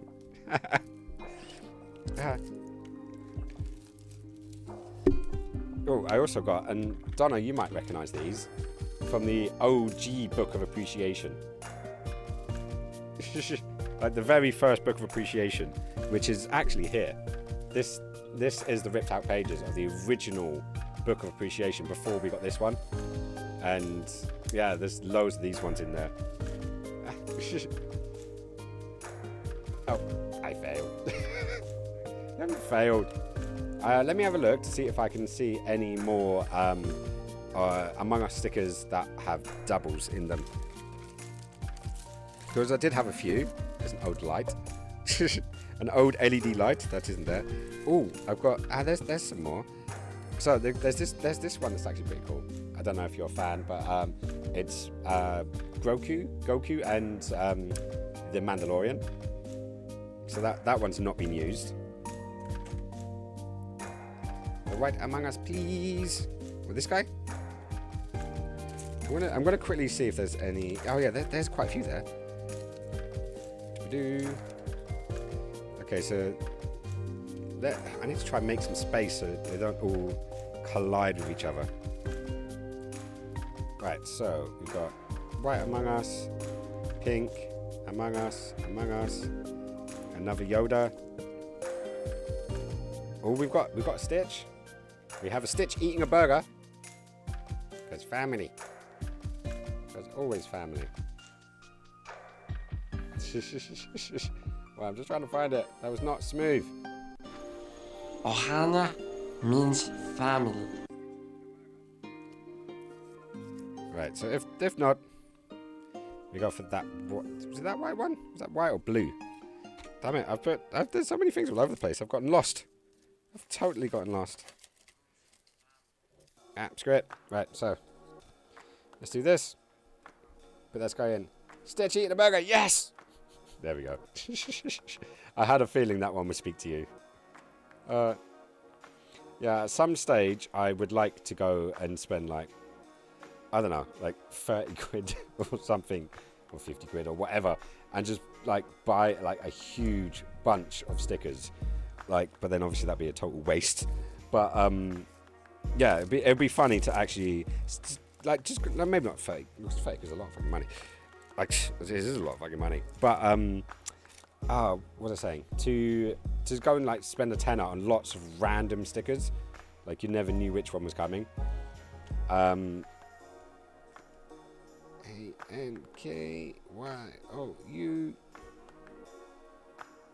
Right, I need more stickers. Definitely more stickers on this. You know what I'm like. Right, so another one in there. Right, where's my silver stickers gone? Because you know me, I've always got to have lots of silver stickers, silver stars. But I bought a pack a while ago, and they've been lasting, actually. They've lasted quite some time. Right, did I get anything else? So I've generally always got an open pack, but I always end up putting them down, and then they get lost, and then they disappear, and there's some. Sweet, found it. Found it. Just right, let's go. What a day, man. Seriously, like, that kind of donation, and then the gift pack of all of the tarot cards. It's crazy. Crazy, and I love it. Love it. I need to add all the stars. We have a winner. I'm a wiener. Totes wiener. Dish. Right, so I'm gonna do all of the stars. It's great. I'm gonna use that whole page. There we go. And just for a little bit of extra craziness. Yes, there we go. Dush, dush. That is cack-handed if I've ever done a line in my life. That was cack-handed to hell. But there we go. Dochi, thank you so much for that donation. It's super beautiful, amazing, wonderful. Thank you once again for the support, and yeah, just being around and coming back and joining the community after quite a hiatus. You know, you are loved. You have been missed. And that is Donna, once again, back in the book of appreciation. Oh, when you say variety, you certainly mean it. What, of stickers? Or just variety, like, because literally, like, that, obviously, but then we've also got, like, Necronomicon tarots, Aleister Crowley tarots, manga tarots, the Virtuin tarot, which I haven't even shown you guys yet. It's this guy here. It's like I think it's a DC property because it's got DC Direct on the top, but I don't recognize it. Vertigo. Do you guys know Vertigo? Does this ring any bells to you guys? I haven't got to that point yet. Yeah, the Aleister Crowley one. If anyone knows anything about like Wicca and black magic, that's an interesting story to come. But yes, Donna, thank you so much. Thank you so much. I need to remember to look that way and not that way because I'm not looking in there. I'm looking there. But thank you so much for being back in the book. I'm going to quickly take your picture. Just hold it there. All right, say cheese. There we go. This is why I was thinking about the camera thing. Because, yeah, these kind of moments. But obviously, I can't just go and take a quick snapshot of you guys, can I? Not while I'm over here, anyways. Right, where were we? We had done the Jedi. We'd done the Jedi. We'd moved on to this wrestling-ish looking guy with the little tattoo, and it's not Seth freaking Rollins. Can you open the book to see everything? In what context? As in flicking through it so you guys can see it? Because there are loads of ones in there. I believe you are in there, Ninja, as well. I remember I gave you an honorary mention because you were always in the chats. And you're always like, supporting and stuff. So, and and I appreciate that. The simple things as well. So it's not just about donations and subs and stuff like that. They are the main reasons, of course. But yeah, like appreciation isn't always financially. It can sometimes just be in support. And obviously, I know you can't give. A lot of people can't. So, oh shit, I left that really swinging. Sorry, guys. Let me try and balance that. Right, where are we at? Yes, I feel bad for being gone so long. Don't feel bad. You had life. You needed to work it out. You needed to sort it out as well. You know, because obviously with COVID and all this, that kind of stuff, it's a lot of stuff you had to fucking do, man. So don't feel bad. Don't feel bad. You know, we missed you. We love you. We're happy you're back. We don't feel bad. That doesn't do anything any good for anyone. So where's you up to? So we've got the devil, which is kind of cool. It's kind of like in the ground. Very Japanese actually. It's in a lot of anime. Like think of Princess Mokkinoku.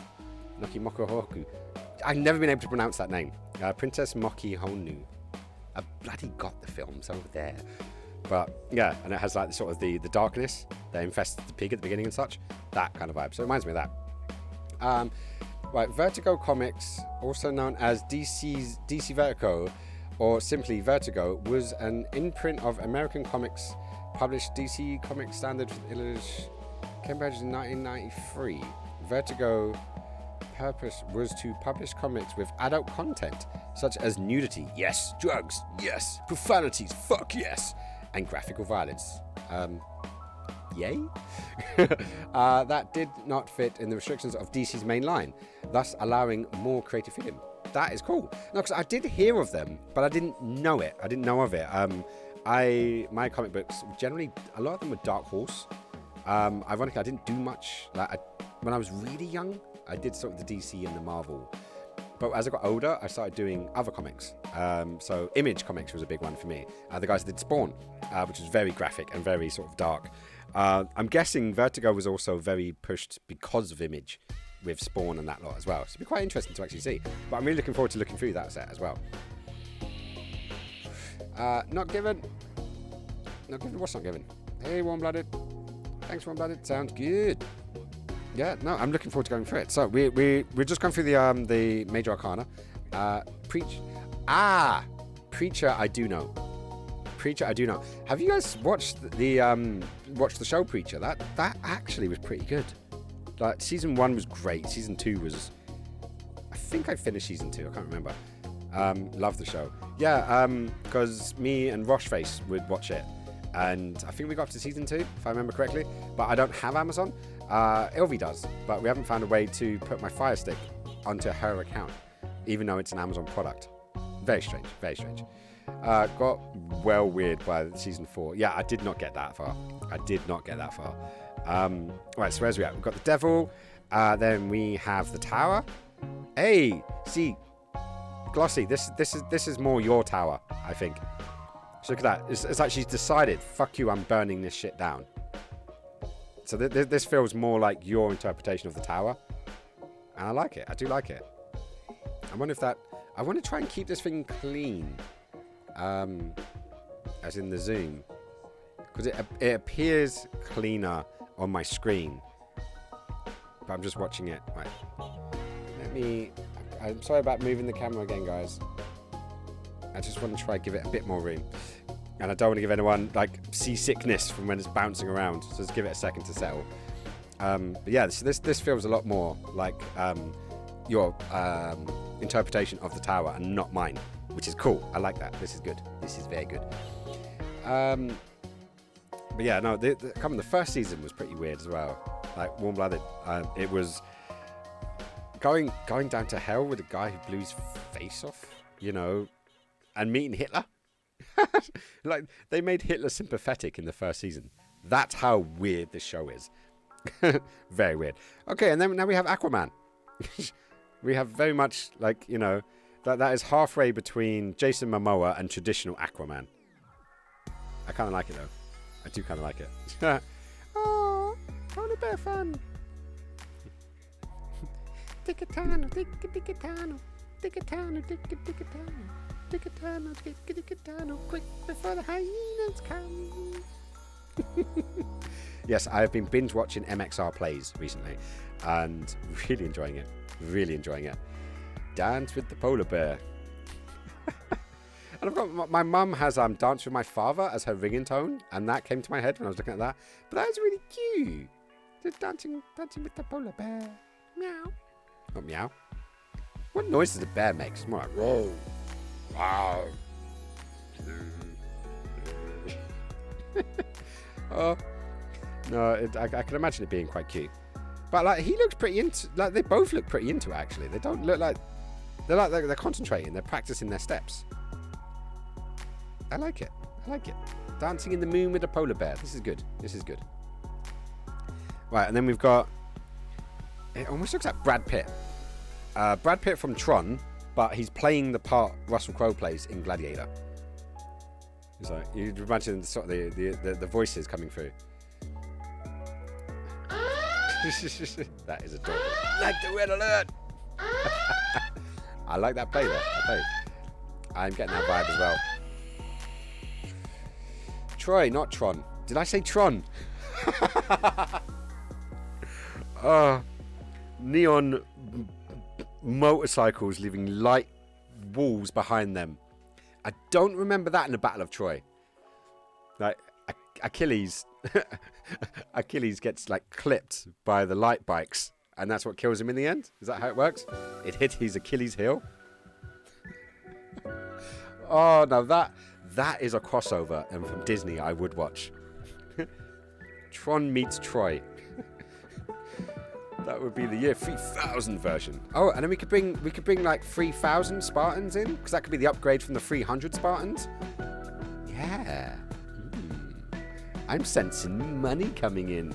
We all need to put all the money in together, produce this film, and we'll be billionaires. Yeah, it'd be the first independent film to reach over $1 billion in the world. Yeah, sound like a plan? Troy meets Tron meets Gladiator meets 300 in the year 3000. 'Cause I've been to the year 3000. Not much has changed, but we live underwater. Oh my god, am I singing a Busted song? Oh no, my credibility just took a nosedive. Yep, I'm gone. It's good night for me, peeps. See you Saturday, Skinny. No worries, Backo. I love you to pieces, mate. I'll see you bright-eyed and bushy-tailed on Saturday. I will be wearing a suit, so just warning, I will look nice. Obviously, if I'm shooting a wedding, I'm going to look nice. And yeah, I'm really looking forward to seeing you, shooting the wedding, having a catch-up. You know, I'm driving, so I can have a half pint, but I can't, have more. And yeah, dude, love you to pieces. Sweet dreams. Be safe, be cool, but remember you fucking rule. Which is normally saved for the ending. But it seemed fitting there. It seemed fitting. But hey, go do your thing. Give my love to Mrs. Backo, and I'll see you Saturday. All right. Will the Busted song be the theme tune as well? Ooh. Do you think we could get the copyright? Do you think after we've done all of that, we could afford the copyright? or get busted in to do it live? It'd be great exposure. That's what artists like to be paid in, right?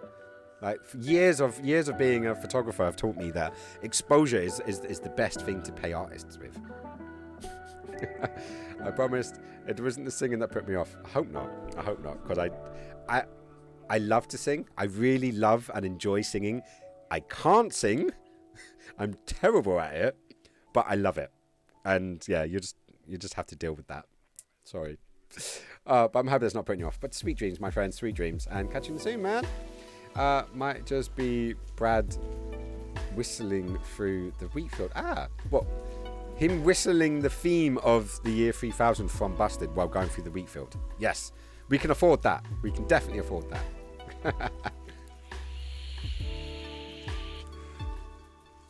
I think if we can afford the copyright to Troy, and 300, we can definitely get Busted.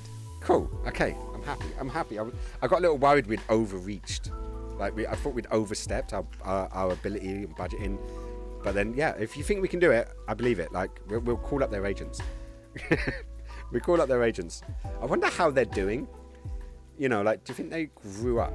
I remember I went to a concert for a band that me and Ilva. It was our band. Our song is from this band. It's called the band's called Funeral for a Friend, and the track is called History. And I didn't go to many live events, like rock events, when I was growing up. Loved rock, but I didn't actually go to them. I thought it was something only rich people did.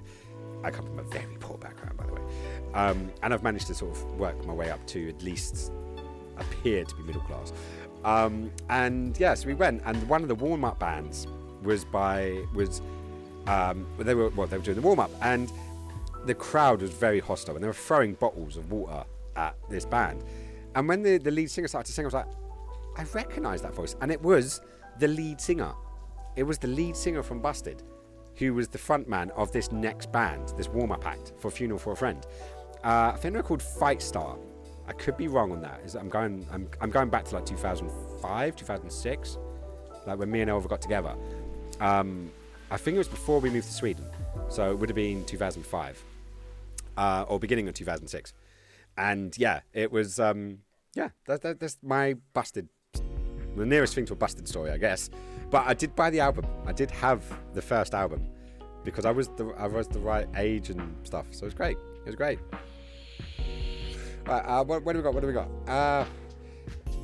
Right, we go the torrent route. Use the exposure card. What are we using the torrents, or is this another word for just screwing artists out of money? I'm not sure. I've been told it so many times, you know, like, oh, it'd be great exposure for your work. I'm like, fuck off. What you're asking for is so much work, time, money, energy, and you won't even pay my bus fare, but you want to give me exposure? You're like, nah, sorry. Like, I had to set standards. Maybe that's the reason why it didn't succeed, because I didn't do enough freebie gigs. I didn't work it for exposure enough. Fucking did.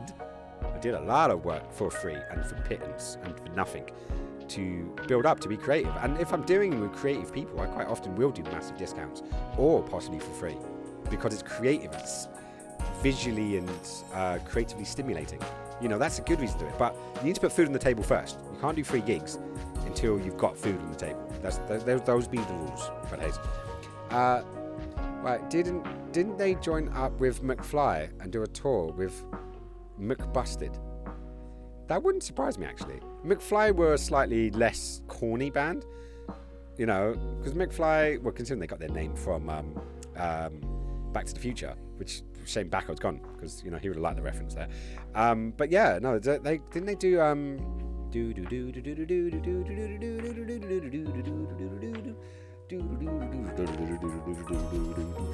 she's got a lipstick ring and 5 colors in her hair. Not into fashion, but I love the clothes she wears. There's rumours going round that she cooks in the nude. I'm not sure if it's cooks in the nude or kips in the nude, like sleeping, kipping. So I don't know. If you guys know the answer to that, does she cook in the nude, as in what Donna does, or does she kip in the nude, which is what? Hang on, who was doing sleeping? Someone was doing sleeping. Who was sleeping this week? I guess you've all slept this week. I hope so.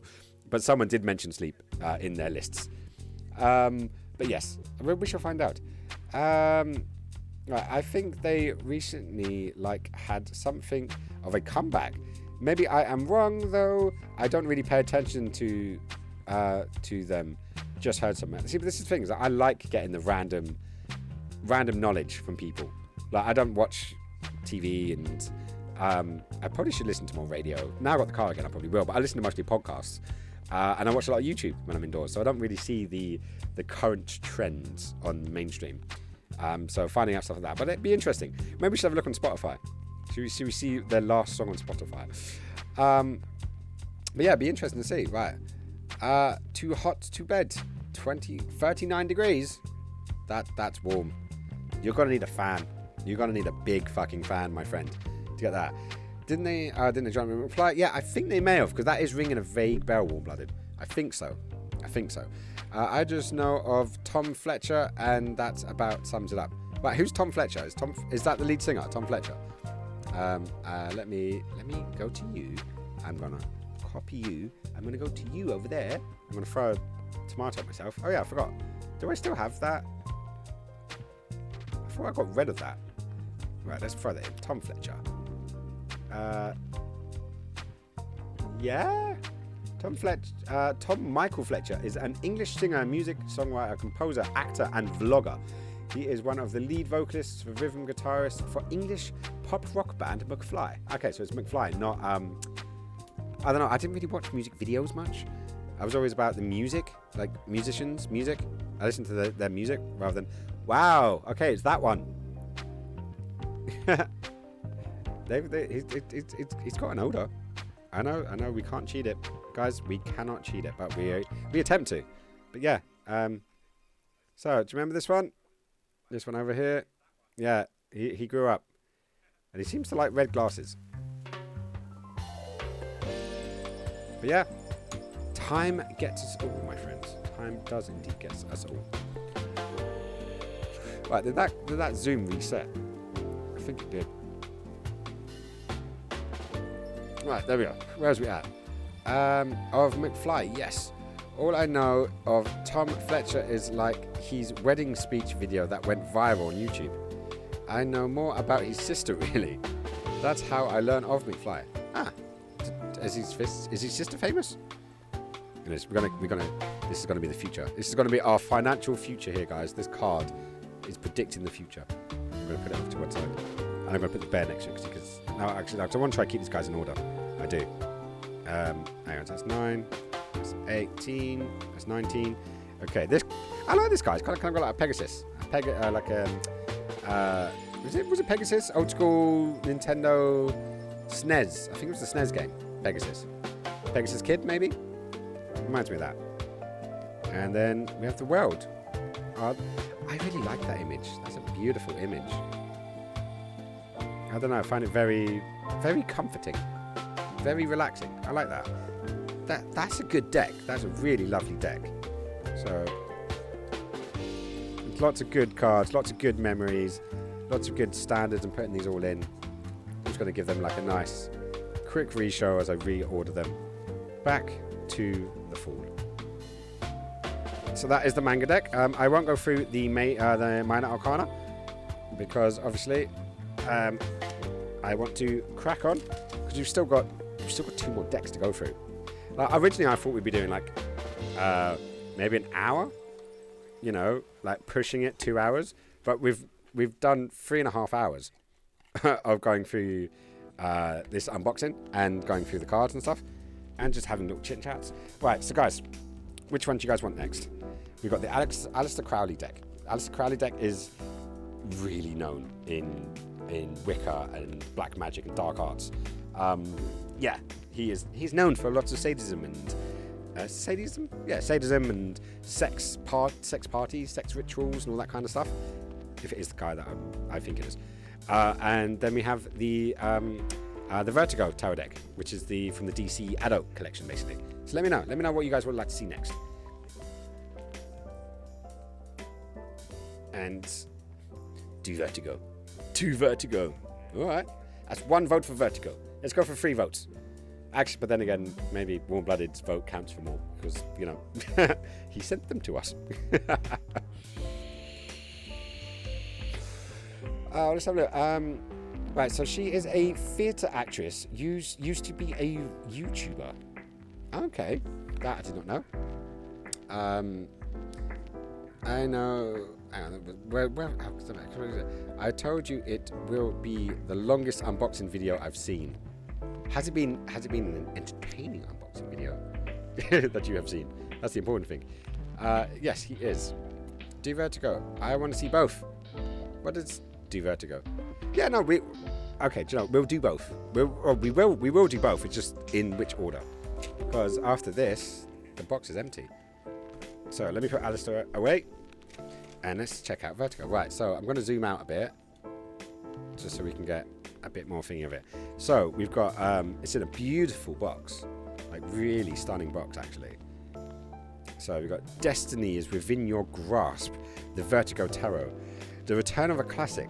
Vertigo celebrates the 20th anniversary of the Sandman by reissuing one of its most popular and elected items, the Vertigo Tarot card and box set. This enhanced set includes 78 card tarot deck with art by Dave McKean, 128-page tarot instruction book by acclaimed tarot expert Rachel Pollack, with cover by Dave McKean. Introduction by New York Times bestseller Sandman author Neil Gaiman. We all know that. I love Neil Gaiman's work. So it's one of the early guys I started reading for pleasure. Because I couldn't really read. I could barely spell my own name when I left school.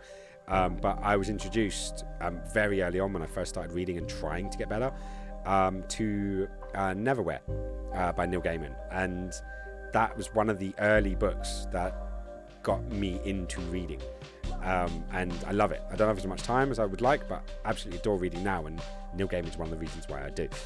And gold foil sample black velvet drawstring bag to store and carry the tarot cards in. So this is a good kit. This is a very good kit. Hey, Ung's in the house. How's it going, buddy? You doing good? Long time no see. How is the weather? Hopefully no melting CDs. I hope so. Or I hope not. I hope your CD collection is safe, my friend. But yeah, how's it going, my friend? Welcome to an unboxing video. Yeah, it's been quite an unboxing video. It has been. But it's been fun. Right, so let's have a little look. So we've got the DC Vertigo at the top with the Vertigo Tarots.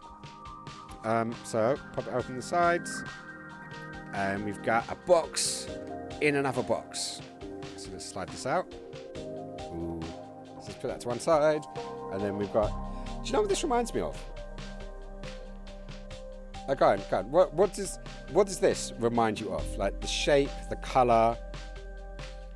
Because there's one thing that it screams at me, and I'm curious to see if I'm the only one. So let me know if this. I give you a clue. It's a world famous publication. Yep, Warm Blooded got it. Religious icons. Yeah, no, I was. It was the square. It was the yellow square, and it's what National Geographic do on theirs, and that's what jumps out to me. Obviously, the icon's very religious. When I first saw it, I did like a Mona Lisa came to my mind, like a dark Mona Lisa. But then obviously the National Geographic I didn't see until I've opened it out of the box. Right, so let's go. So we've got a beautiful book. Absolutely stunning book. And it's like proper pages. Like when you get a proper book, like old school book, and it sort of gets yellowy tanned and stuff. This is what this feels like. Smell test. Oh, that smells like a proper book. You know when books get a little bit older and they get that beautiful smell? Gorgeous. And it's proper paper. Alright, so just want to be careful with it, but we've got like a nice little envelope in the inside. Let me zoom in a wee bit so you guys can see. I love this because look, you got like closed package, and then the package is slowly being unwrapped and opened to find another package inside. So it's like what's that game that you play at the kids' parties? What is it like? It's wrapped up in multiple pieces of paper, and then it's passed around when the music's playing. When you stop the music, you take off a layer of the paper. I can't remember the name of it. Did you guys play that? Did you? I don't know. It's a very popular kids game when we were children at parties and stuff. Russian roulette.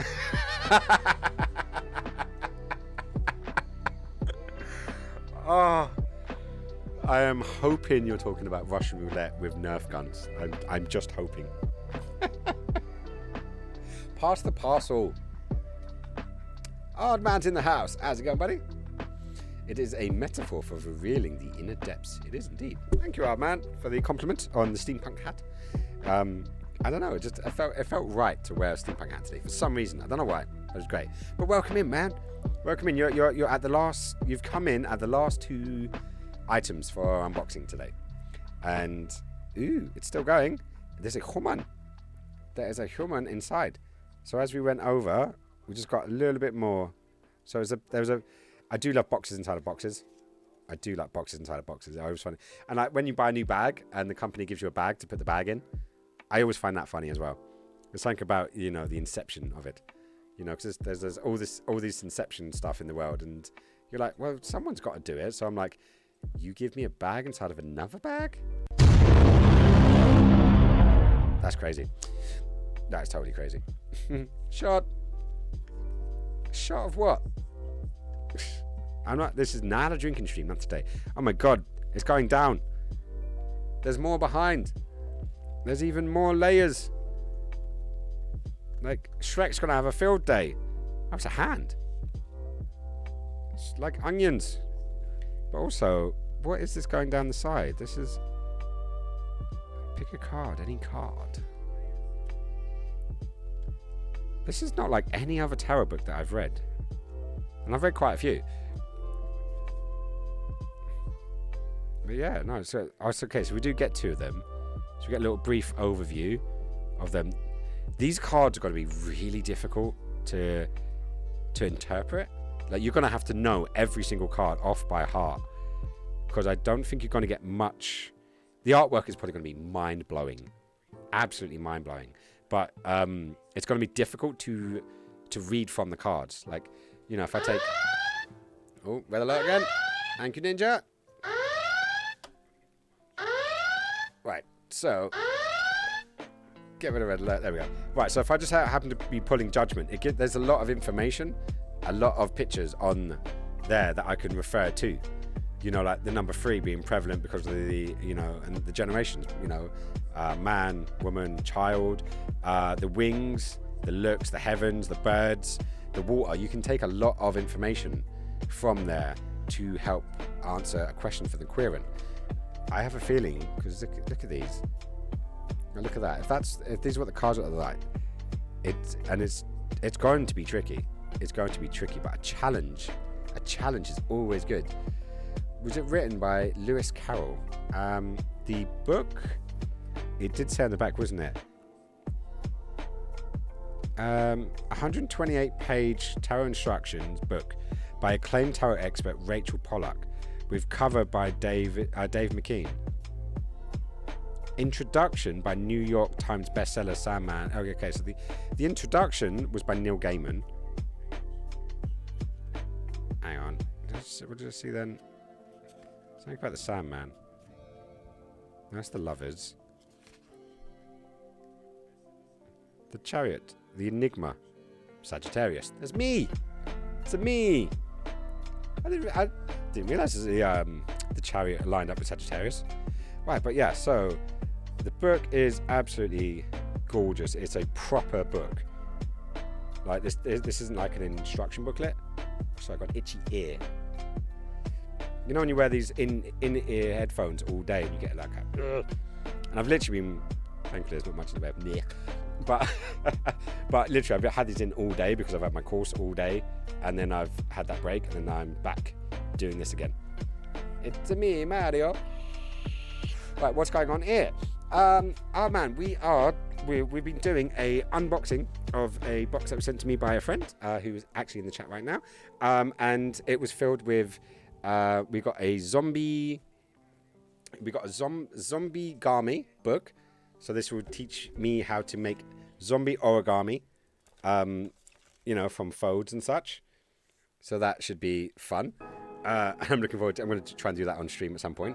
A crazy paper aeroplane book, and this one has different styles of aeroplane and then how to, you know, fold them and get them right, and another book on tarot, so an actual tarot instruction book, and then 1, 2, 3, 4 different sets of tarot cards. So we've been slowly going through them, and it's been fun. It's been fun, you know, going through it, and obviously having a chit chat. We've been having chit chats and seeing how people are going, and obviously without doing a game, it's been quite chilled and quite relaxing. So let's zoom out a wee bit. There we go, and let's have a look, because that book is absolutely gorgeous. Let's have a look at the tarots themselves. So also in this beautiful box, like beautifully like fitted and all that kind of stuff. So let's push that over to one side, and let's get look at that. It's like felty and everything. It's gorgeous. Like wonderful feeling here. I am liking the start. Russian roulette shots. Well, but what? So you mix them up with ones that are, what did you call them? Alcohol rather than actual gunshots. I hope. That's what I hope. Right. So. Oh. Okay. So. I'm not sure if these are going to be in an order, but we got swords. Tentacles? No, this isn't the Lovecraft one. I'm saying tentacles instead of pentacles is the word I was after. Let's just put those there. Right, so as I said, these I want to try and see if they are set up.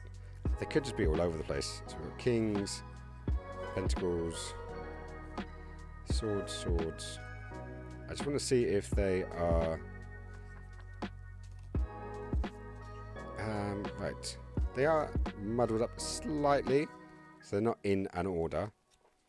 But I would like to try to keep them to the major arcana. So it's cups.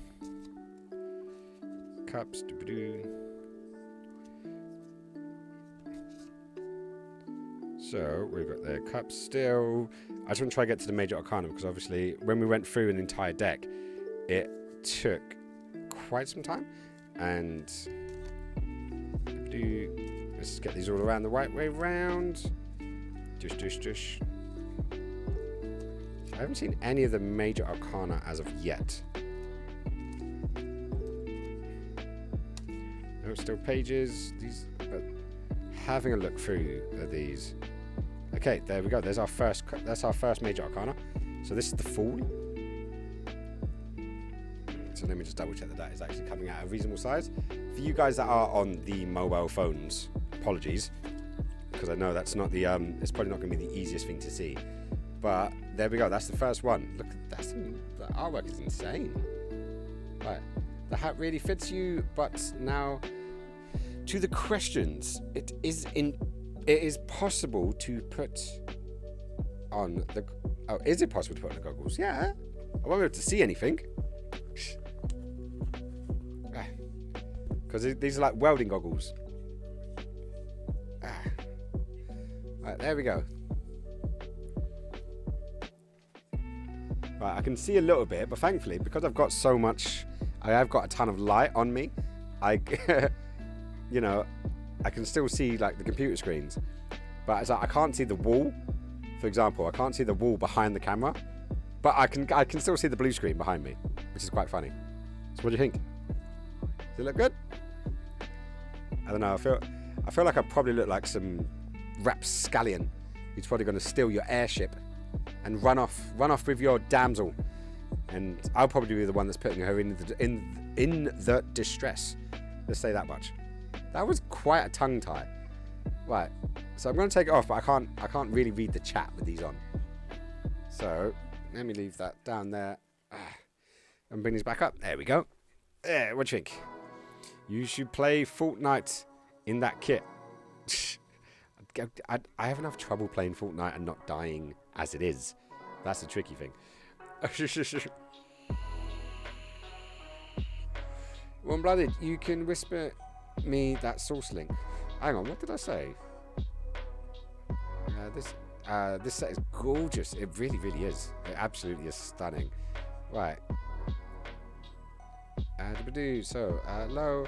Go to the store and get the rest of the day off, and I can get you a new one for the kids to the park and walk around the house, and I will be there in about the same as last time I was there to help you out with that one. Is the Blue Moon Bear and Wine Festival and the cards and the crafts to do with it, and I will be there in about the same as last time. I was there to help you out with that one. Yeah? Oops. Dropped my phone. No worries, man. Sounds like you're in the fall. Your phone decided I want to write an essay. You should play Fortnite. Yeah, Glossy, I'll give it a try. I'll die, but then again, I'd do that anyways. You look like a blind guy. Thanks. Thank you for that. I appreciate I appreciate the voting confidence. I should have seen it coming, shouldn't I? Get it? See it coming? No, not funny.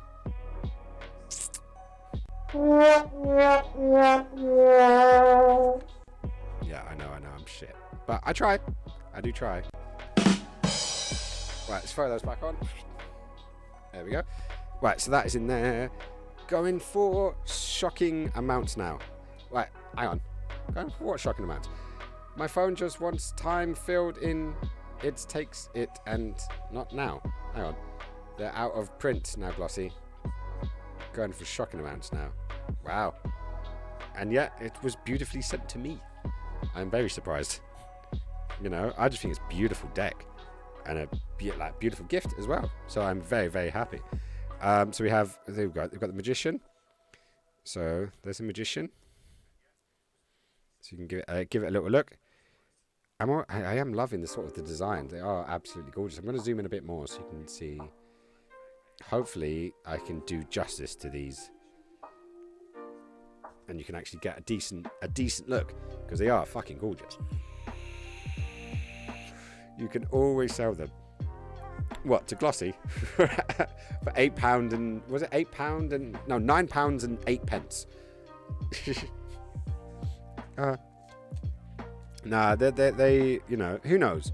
Who knows what the future may hold? But if I can avoid selling them, I will. Because they're a gift. And I always felt funny about, like, selling gifts. It feels wrong. Giving gifts, different story. Because you're sharing. But selling, I don't know, it just felt a bit wrong. You have outdone yourself. You have indeed outdone yourself. Right, so there's the Magician. This one is the Empress. So I'm liking sort of the fruit details in the back. And the slight hint of nipple. I don't know if I'll get blocked on anything for that, but let's hope not. And then we have number 4. See, I am happier now because... Well, not happier now, but the pictures inside of here made me think there was very little like information given. Hang on, I'm not sure you can see. Yeah, so I was worried that there was very little information given, but they do actually give the numbers and also the character from where it's from. That's handy. More often I have to drop my phone. He wrote a nice novel straight. Yay! I wish I had that phone when I was at school. It would have been very helpful. Oh, so this one, the Emperor. This is like, it's got almost like a puppet master kind of vibe going on. And the hands being all like pushed out and stuff. It's yeah, it's intriguing. I love the expression on his face as well. Then we have see, I always had trouble pronouncing this word because not all decks have this exact naming. They have a different name, but it's like the Hermafront. Hierophant. The Hierophant? The Hierophant? Yeah, I always struggled with this one. This one I always found very difficult to remember. It's one of the harder words, but it's a beautiful card. Like, it's got Hierophant. Okay. Hierophant. Hierophant or Hierophant? Like a hero elephant. I like that. Like a little... Like, would the elephant have like a little cape? And one of those little eye masks? And he'd run into a burning building and like spray the fire with his nose, and then like rescue little Timmy. I want to know the backstory to this hero elephant. Like, can we make him a comic book? DC, make this thing a thing. Hierophant. Okay, the Hierophant. Okay, I can work with that. This is cool. So then we have the Wheel of Fortune. No, actually that's number 10. So what are we on? 5. Where's 6? 6 is the Lovers. So the Hierophant is connected with the Lovers, and that is, it's quite surreal but very beautiful. Very beautiful image. And as you can feel this connection, like with the hands on the sides of the heads and this light, you know, just you really do feel a connection between these two ones. That's not. Where is Ardman? I'm not sure. Maybe Ardman just came in. He dropped. He did the request for looking at seeing me in the goggles, and then sodded off. That's just what he does. It's just what he does. Like, this one's actually totally. for just coming in, making me wear the glasses, and then fucking right. Right, so what was the next one we're on? We are on 6. So that's, there's 6. So we've got the Chariot. The Chariot is number 6. Which, for some reason, is giving me Saw vibes. You know the movie Saw with Jigsaw and stuff? There he is. Hi, man. Someone was after you, and we thought you just came in, made me wear my goggles, and then sodded off again. But I'm happy you're back.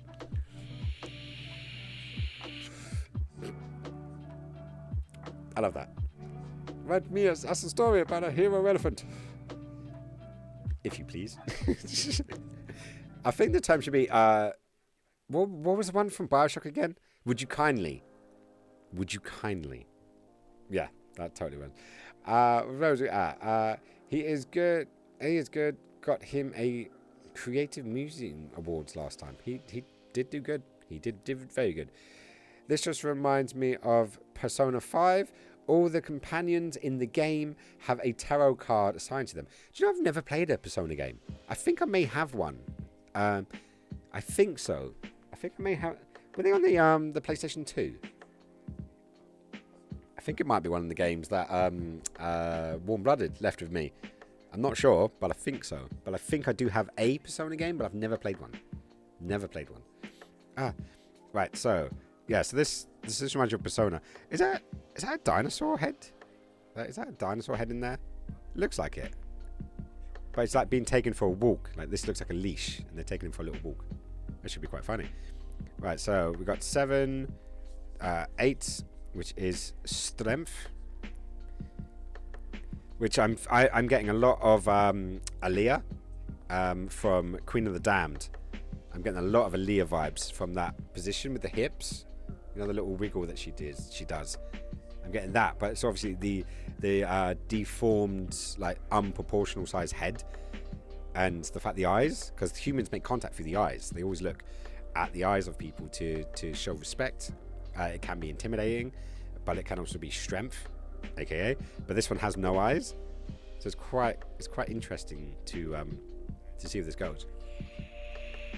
Persona 2 is on PS2, I believe. Persona 5 is PS4, and Persona 4 is PS Vita. Maybe I do then. Hang on. Do you know what? I've got the lists. So let me go to Sheets. Let me go to Games Collection, and come along to PlayStation. Where's PlayStation 2? There we go. PlayStation 2. No, I don't. No, I've got the nearest thing I got to it is Primal, not Persona. So no, I don't have a Persona game. But I've never played a Persona game, so I need to learn. I need to learn. It is on the list. Right, so we've got strength. And then from number 8 we go to number 9, which is my guy, the Hermit, which I'm kind of liking. I'm liking the sort of the flip of the hand with the one black and one white, and then kind of I've got like a Chris Brown. I don't know why I've got a Chris Brown vibe. For you guys that don't know, Chris Brown was a singer and married or dating Rihanna, and obviously Rihanna's much more well known. And yeah, they had an altercation, should we say, and yeah, let's just say it wasn't like Amber Heard. Yeah, not good. And it basically killed Chris Brown's career.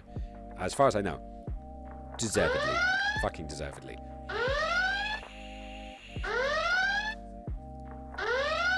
Right. And then we have number 10, which is the Wheel of Fortune. Which is, once again, it does have a wheel. It looks almost like a penis chopper offer. That's not a good look. And then we have a Justice, which once again has this flat cap.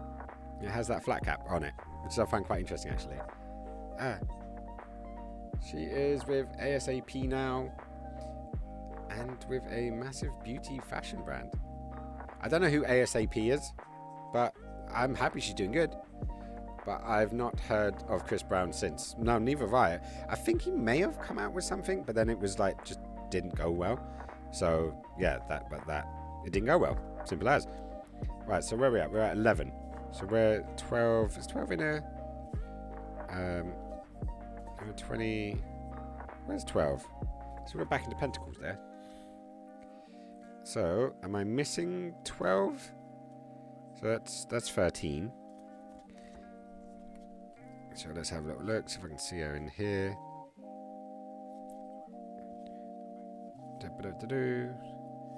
Seven pentacles, pentacles, pentacles, pentacles, pentacles. There we go. No? That's... Put you there. And there we go, there's 12. So, 12, we have the Hanged Man. So the Hanged Man was a nice silhouette of of a person hanging over a what looks like a fire pit. But then again, it's also like, I don't know if you guys can see. There's like a face down there. It's like the sun in like the old-fashioned style like maps and stuff. So that is actually a pretty cool one.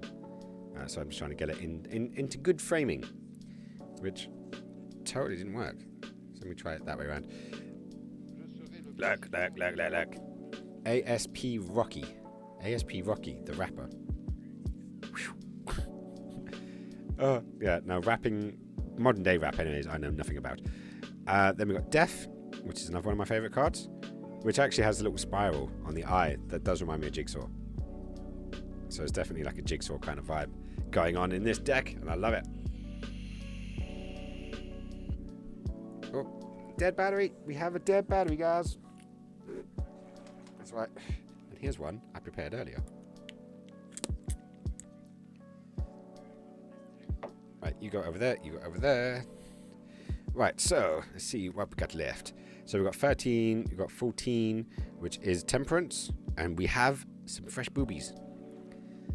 Okay, this does remind me of the Truman Show. Does remind me of the Truman Show, the way that the eyes are being, like, obviously taken from a different image, like from a magazine or whatever, and they fit them in. So that's always fun to see. So that is, what was that, 13, 14, okay, 15. I don't know why, but George Michael, the eyes, really just gave me like a George Michael kind of look. See if I can bring it up. I don't know why, just... And if you're looking for faster love, faster than your eyes. Sorry, singing again. I know, I'm bad. So that's 15. Where is 16? 21, 16. 16 is the Tower, which does seem to be the card of tonight. Like, we have focus on the Tower a lot. This one is like full-blown, die-hard kind of death of the building kind of vibe. Though, that's a book on that side. This one, it kind of looks a bit like a spaceship to me. Like, from a distance. Which I actually find quite funny. Come on, load up.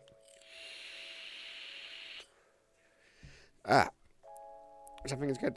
I am getting Francis Bacon vibes with this card.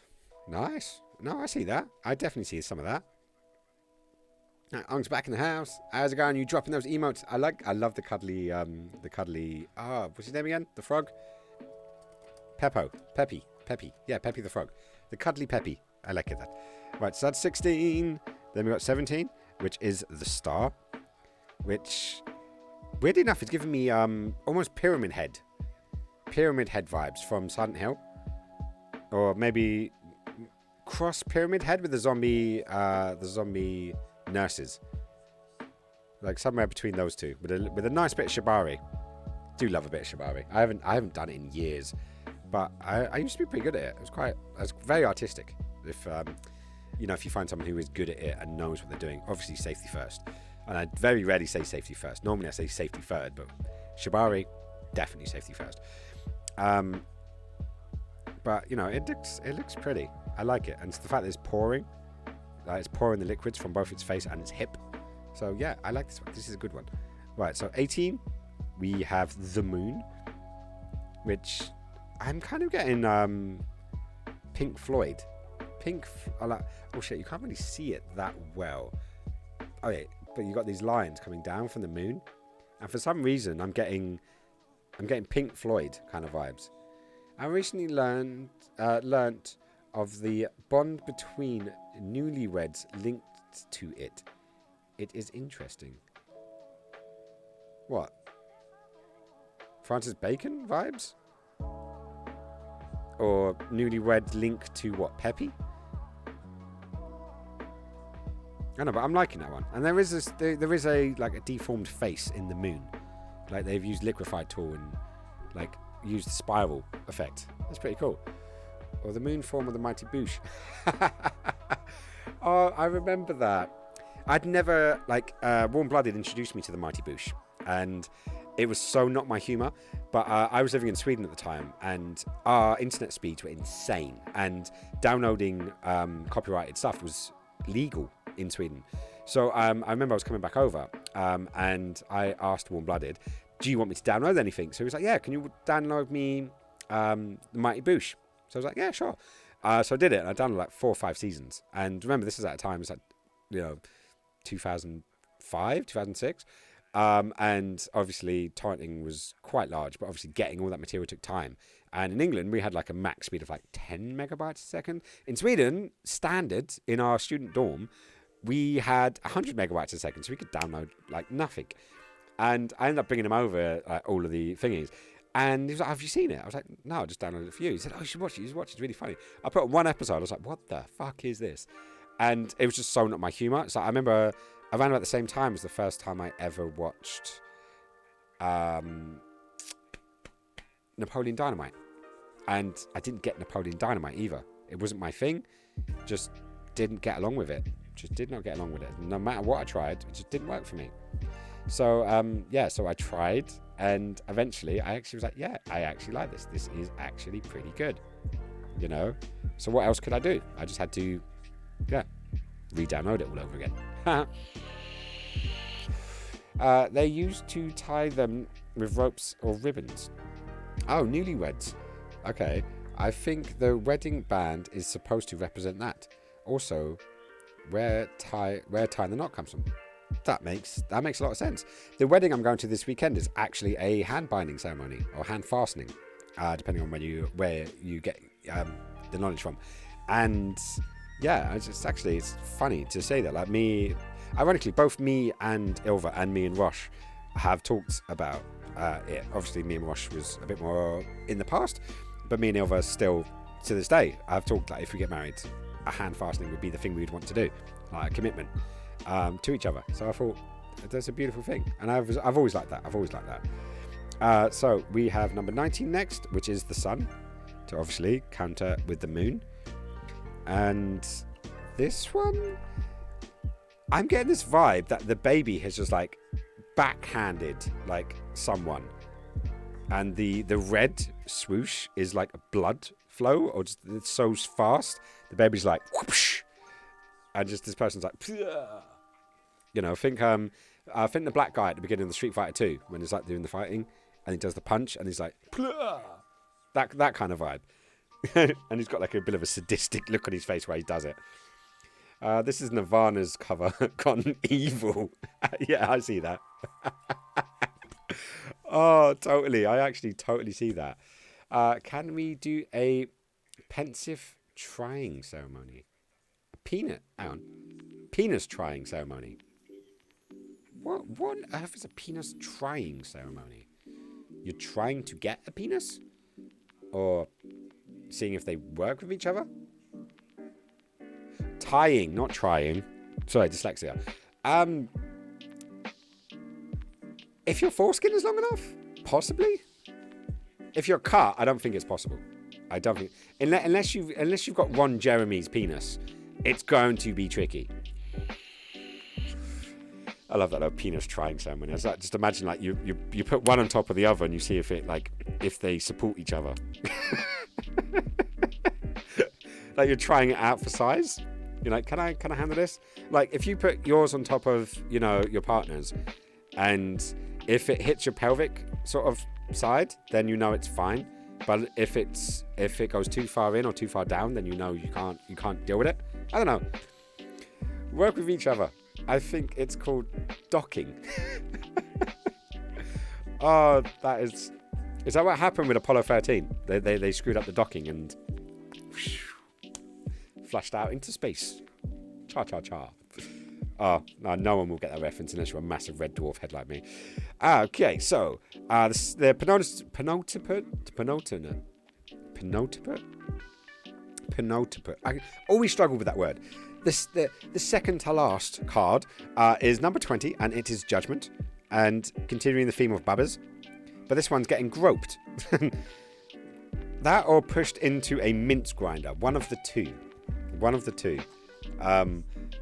But yeah, it's a Baba being groped and by multiple hands. There's multiple hands going on here. I think you opened Pandora's box tonight. Pandora's box is never far from me. It's never far from me. I always end up opening it, or at least referencing the bloody thing. It should be Skinny's box at this point. Actually, no opening of Skinny's box. Not without consent, remember? This whole deck has a real horror vibe. Yeah, no, definitely. It's beautiful. Beautiful deck, but dark. And I love it. I love dark material. It is really, really, really, well, dark, but great. Aha, Dodgivina. So, sorry, my dear. Hannah was playing Tetris. Tetris 99. Were you getting good at Tetris 99? So I suck at it. Is that what it is? But welcome back. Welcome back. But sexy horror. Like, Yol in the J-Lo in the cell. Yeah, it's one of those. It's one of those Hellraiser kind of like, I'm gonna like it. It's gonna hurt, but I'm gonna like it. Okay, and the final card of this deck that we're gonna go through tonight is 21, which is the World, and we have a decaffeinated and slightly quadriplegic. No, not quadriplegic. Duoplegic. Because quadriplegic is when you lost all your limbs, right? Apart from your head. But you've lost one of your arms, part of your forearm, your lower leg, and your most of your other leg. Yeah, this person's not having a good day. But this is the world. This is the world as we know it. Hey, don't apologise. It was hilarious to come up to it. I'm happy. It worked. Come up from the kitchen with my dinner and just heard penis trying ceremony. Oh, perfect timing. Perfect timing. Please tell me your dinner does not have sausages in it. That's what I'm going to say. It's got called, what was it? Ramsay Bolton with his little sausage going.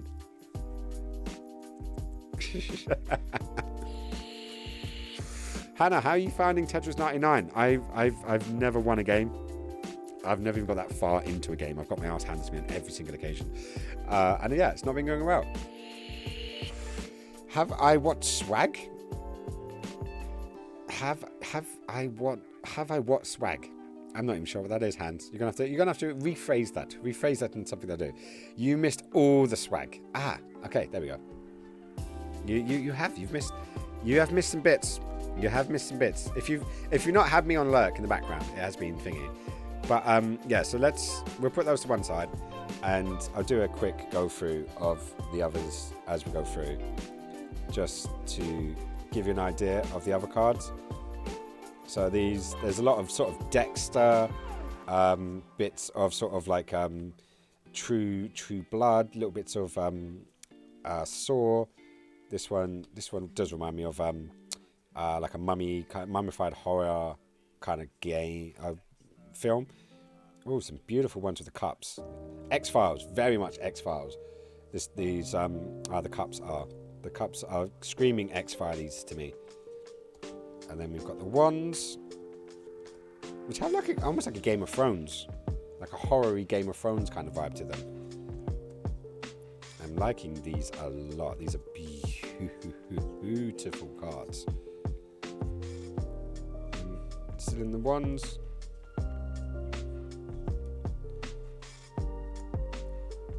And then back to the cups, which got obviously like a watery kind of theme with a blue sort of tinge to them. Oh, the pentacles. Look at that. Look at that. That's fucking gorgeous. Can we play Tetris skins with you? We can give it a try.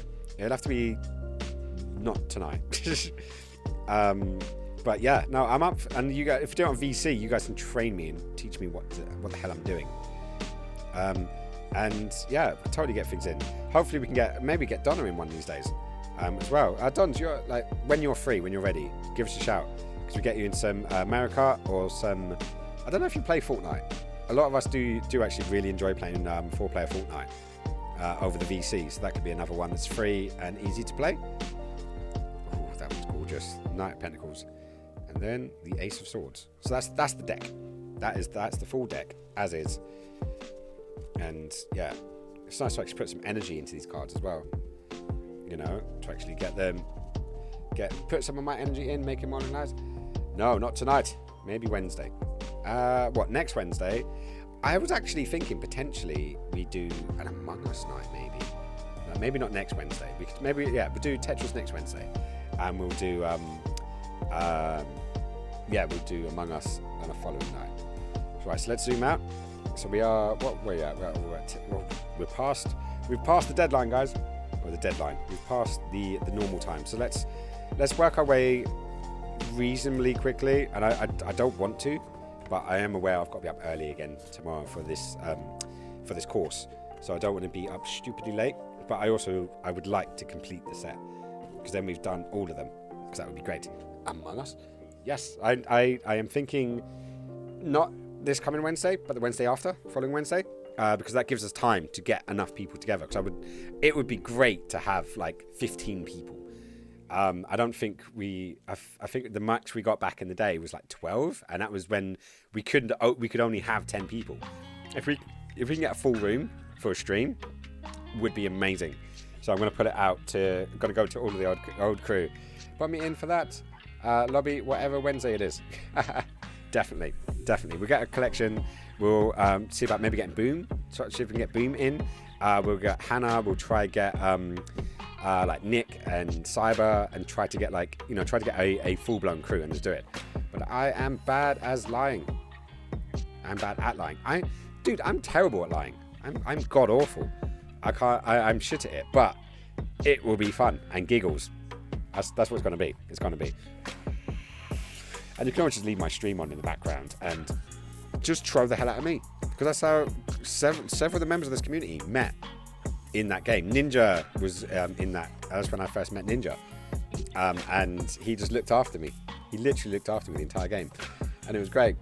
I could ask all my friends Among Us. Yes, no, put the word out. We'll set the date for not next Wednesday, but the Wednesday after. We'll set it for then. And then we can get enough time to do it. Right, so anyways, this is the Aleister Crowley Tooth Tarot. Now, Aleister Crowley was a very interesting person. Definitely worth a watch to see some of his stuff. I think Count Dankula did a video on him in his Mad Lad series. Totally worth a watch. If it is the same guy that I think it is. So this is the Fort, I guess. I'm going to say Fort. The Fort's Tower was created by the famous cultist Aleister Crowley, 1875 to 1947. Lady Fred Harris, 1877 to 1962, painted the cards, although Lady Harris knew little about tarot and its symbols. Under the guidance of Crowley, she transposed all subtleties of his ideas into her paintings. Many a card was painted in several versions until one of them was approved by Crowley. The Crowley Thor Tarot took over 5 years to be completed. It was first published in 1969 after the death of both Crowley and Lady Harris. The present edition is produced by utilizing the most advanced techniques and color separation and printed, thus faithfully reproducing the stunning colors of the original paintings. Okay, so that's what we've got in the blurb. And then we have the backs of the card.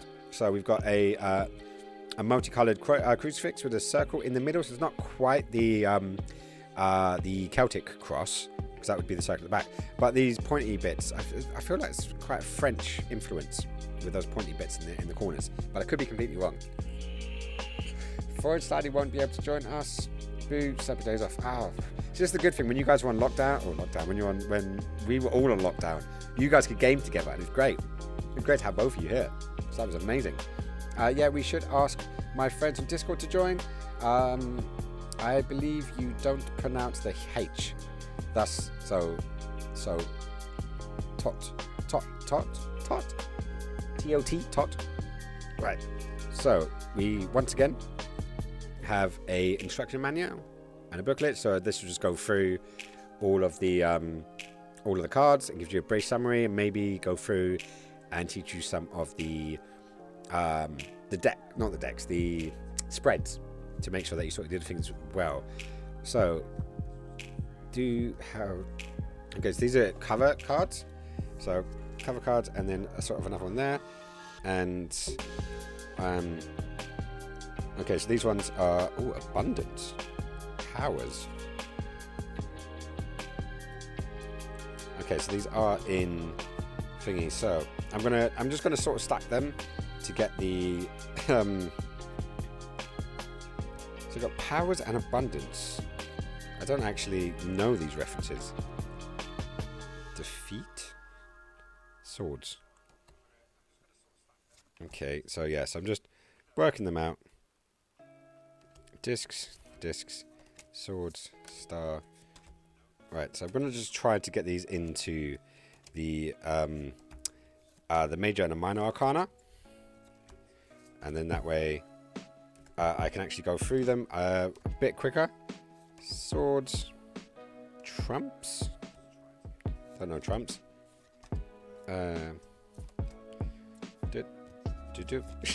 So I'll be as quick as I can with these actually to try and get them out. So wands, cups, tongues, hangman. I just don't end up missing anything. Fortune.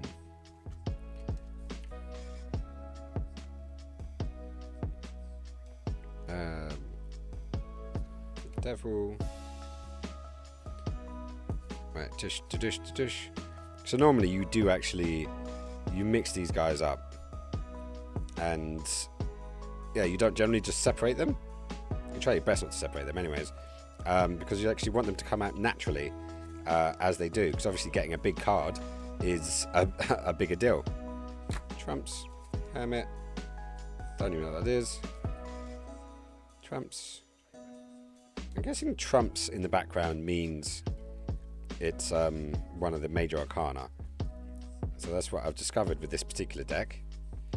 But I've never actually seen any of these decks that we've gone through today. These are all brand new to me. Wands. And yeah, obviously each deck has its own kind of like way of doing things. There's the Fool. Okay, so I think I've separated them now. We shall find out in a wee bit. And so it's going. Right, so what did I miss in those lines? They are very Tehran looking. Tehran. I don't know Tehran, sadly. Right, so first and foremost, we have the Fool. So let me zoom in a bit so you guys can get a slightly better look. Come on. A bit more. There we go. Right, so there's the Fool. So the slightly different to the normal ones that we're seeing. So I don't see a backpack on them, but definitely he looks cheery. He looks positive about the journey he's about to go on. So that should be interesting. Then we've got one being the Magus. So that should be, I don't know, it's an interesting card. It definitely has, it has a lot of positivity going towards and going forwards, which I'm seeing a lot in these cards. You know, they seem to be quite bright, but maybe just because we've come out of such a dark set. Then we have the Priestess, which is also quite sunny. I've got like a Bravo-y kind of water vibe on this card. And let me bring those down a tad, get them in a nice little shape there. So yeah, beautiful colours. Like, I'm really enjoying these colours. They are absolutely stunningly gorgeous cards. And yeah, it makes reading them quite nice and quite simple. Very Art Deco vibes too. Yeah, lots of Art Deco actually. There's a lot of influence, but then these were finished, and well, they said they were first published in 1969. So, but these guys were live from reasonably late in the 18th or the 19th century. So their influences would actually be pretty rich from that kind of area, from the sort of the 20s and such. It would go through, actually. It would make a lot of sense. Right, so then we've got the Emperor. This is a very traditional playing card vibe to it. I'm loving sort of the charcoal. It's not charcoal. What is it? Crayon. Those sort of crayon vibes and colors. That's what I'm kind of getting from it. But I could be completely wrong. I could totally be completely wrong. But it's always interesting to see, actually. Always interesting to see. Then 5 is the Hierophant. There we go. We got the Hierophant. We got it. You know, I'm finally learning. I'm learning thanks to you guys. You guys are pushing me to learn more and to be more consistent with these things. You know, so that's always a good thing. But they are pretty. I love them, the balls and the little subtlety with the little person down at the bottom there. You know, but inside of this crystallized star almost, which I don't know. It's just there's so much detail, and the person who did the painting didn't know anything about tarot. You know. You have been weighed, you have been measured, and you have been found wanting. Now go get your balls and juggle. You're gonna make me juggle, are you? You're gonna make me juggle. Right. I can do this. Right. Let's go into the wide angle. Hang on. Where am I going? Let's just go to the main cam. I haven't had this in a while. Right. It's 30 catches, which is always a challenge. Always a challenge when you're sitting down. So I'm going to try my best to not break anything. Even though I've managed to run over my own tractor bombs here. So yeah, let's do this. Thanks, Croaky.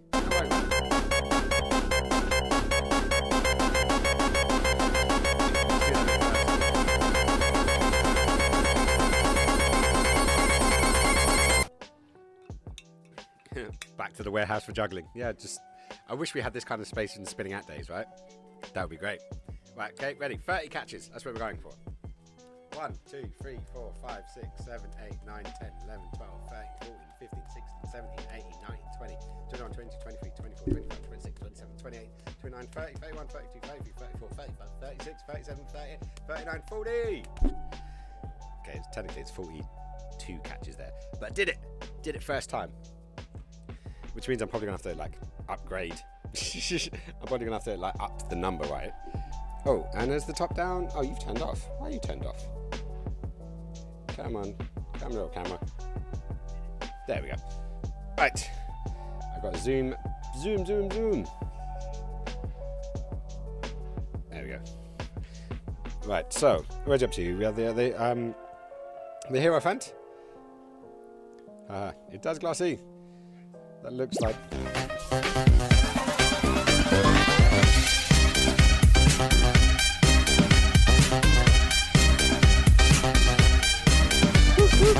Yep, no, that definitely got me going. Definitely got me going. You guys are dropping all these things right now, aren't you? Right, so what was you on? We're on the Hierophant there. So what were you on? We're on 6, which is the Lovers. I always love the Lovers card. The Lovers card is always a beautiful card. And to show... just to show, I don't know, togetherness and how these things should work, I guess. But the feeling that should come from love. That's the feeling that I get whenever I see these cards. And it makes sense to me. I know it may sound silly, but it should make sense to most people. But love's an amazing thing, man. I like love. Love lifts you up where you belong. All you need is love. All you need is love. But a girl's got to eat. All you need is love. But you'd end up on the street. All you need is love. Love is just a game. I was made for loving you, baby. You were made for loving me. Okay, I'll stop now. Then we got the Chariot. So we actually do have a chariot in this one, which is always a good thing. Always a good thing. And yeah, it's going places. Definitely getting you there. This one kind of looks... Maybe I've been jaded. This looks like the giant cannon at the end of Star Wars The Last Jedi. I don't know why I'm using that as reference. It's my most hated Star Wars film. But yeah, it's intriguing. It's almost got like a Looney Tune thing going around it as well. You notice that. It's like that's all, folks. I wish they didn't double up on the tiles. The rest of the artwork and the frames is great. Yeah, no, definitely, I agree. But, you know, when you think about it, like, these guys were setting styles at the time. They were setting these styles. They were experimenting and seeing what worked and what didn't work.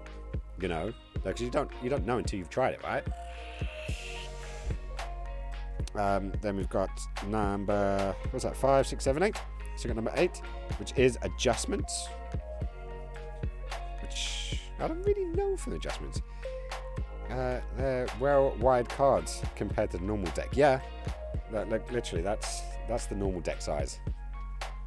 So that's the normal card, and that is these cards. To give you a comparison. Juggling, shuffling these is going to be lots of fun. I'll tell you that much. The world card? No, the world is 20. Is it 20 or 21? I think it's 21. Next we have the Hermit. So what would adjustments be actually? Where's our book that we're at for? So it was number 5, 6, 7, 8. So what was number 8 in the major arcana? It's strength. So, you know, strength, passion, compassion, and soft control. Yeah. But they've called it adjustments on this one, which is quite interesting actually.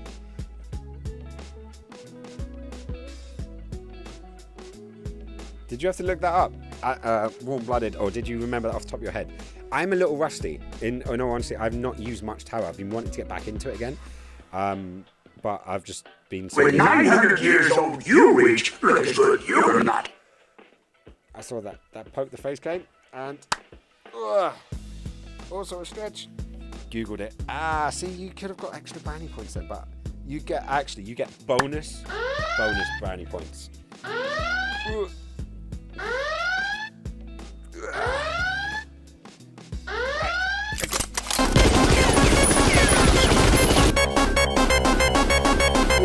Blow me up now.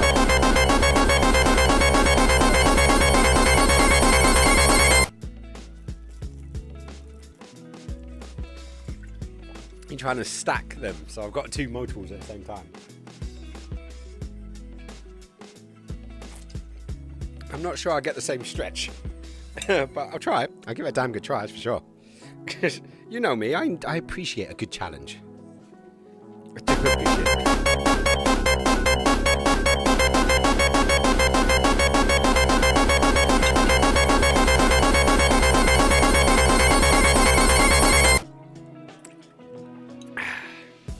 That's some high quality H2O. Drink. Water. Why are the Sonic playing when you need to drink? Because water and oxygen and air and... I don't know, it made sense to me at the time.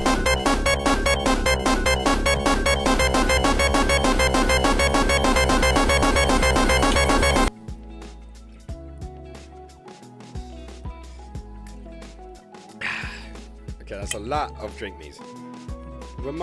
Someone remind me to put a cooldown on that. That would be appreciative. Right, so number 9, we have the Hermit. And we all like it. We all like a good hermit, right?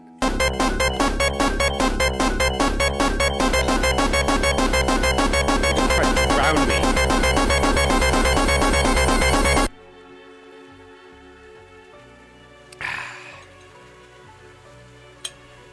You are trying to drown me, aren't you? Oh, stop. Who are you? So we've got 10. Next up, after the Hermit, which is an interesting one. It's a very bright image for something that is so dark in nature. And like you can see the guy's like beard and hair up there.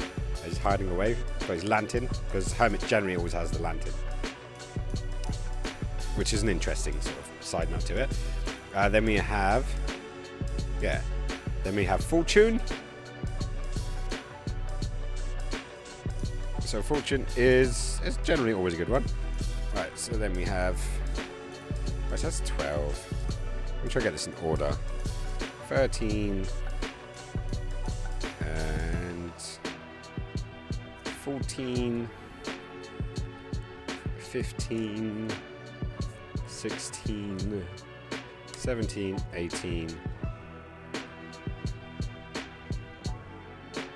Am I missing one? I think I might be missing one. Then we have Lust. Lust is number 11. So get those doing that.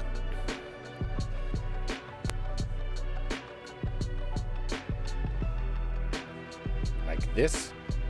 Ah. Don't die, Sonic. I think you broke it. The sound effect didn't even go off, so I think you may have broken it. Ah. Break my gear. That's what happens when you push it too hard. You pushed it too hard. Then we have the Hangman at number 12. Lust equals justice. Totally. See, my Lex is now going off saying, you know, time to brush your pegs and get into bed. Or Skinny. Yeah, always target Skinny, why don't you? So the Hangman, which actually has the Ankh in the top, which is actually, once again, a reference to, for me, it's for my family. I've not used my mod powers tonight. Okay, right, Glossy, you can go on the banhammer if you want. Just in the cyber Nick kind of way, you know. But only if you feel so inclined. So we've got 13. We've got Death. So it's another one of my favourite cards. I love this work though, and the fact you got to see the spirits coming out from below the scythe or above the scythe actually. You know, I actually really like that. And it's like, it feels like a ship's mast with all the strapsing coming down. But maybe that's just my interpretation of it. I just reject all of their requests. Hey, nicely done. Maybe that's why it didn't think it. How? The damage is done. He'll be weeing all night. Yeah. You know, I'm not going to be able to hold my bladder. I'm going to get up like 17 times during the night, right? That's your evil, cunning plan, isn't it? Number 14, Art.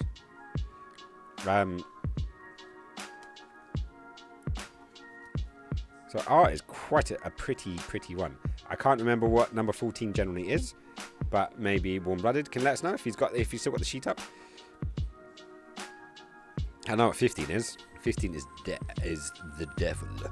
D-E-V-I-L, the devil. So that does work.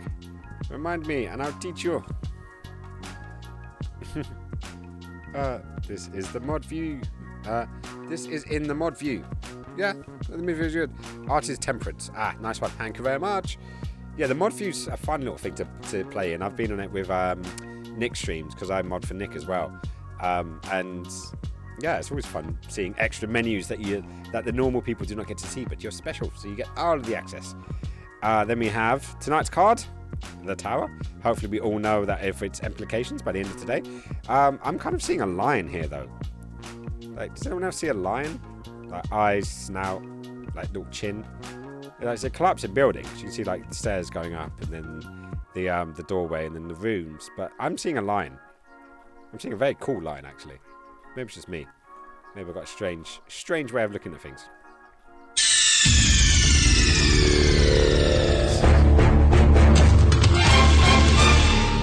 Croaky's raiding the stream with one viewer. Howdy. Howdy, raiders. And welcome in, my friends. How's it going? I see the ship. Just me? What, up here? The sail? Okay, I kind of see that.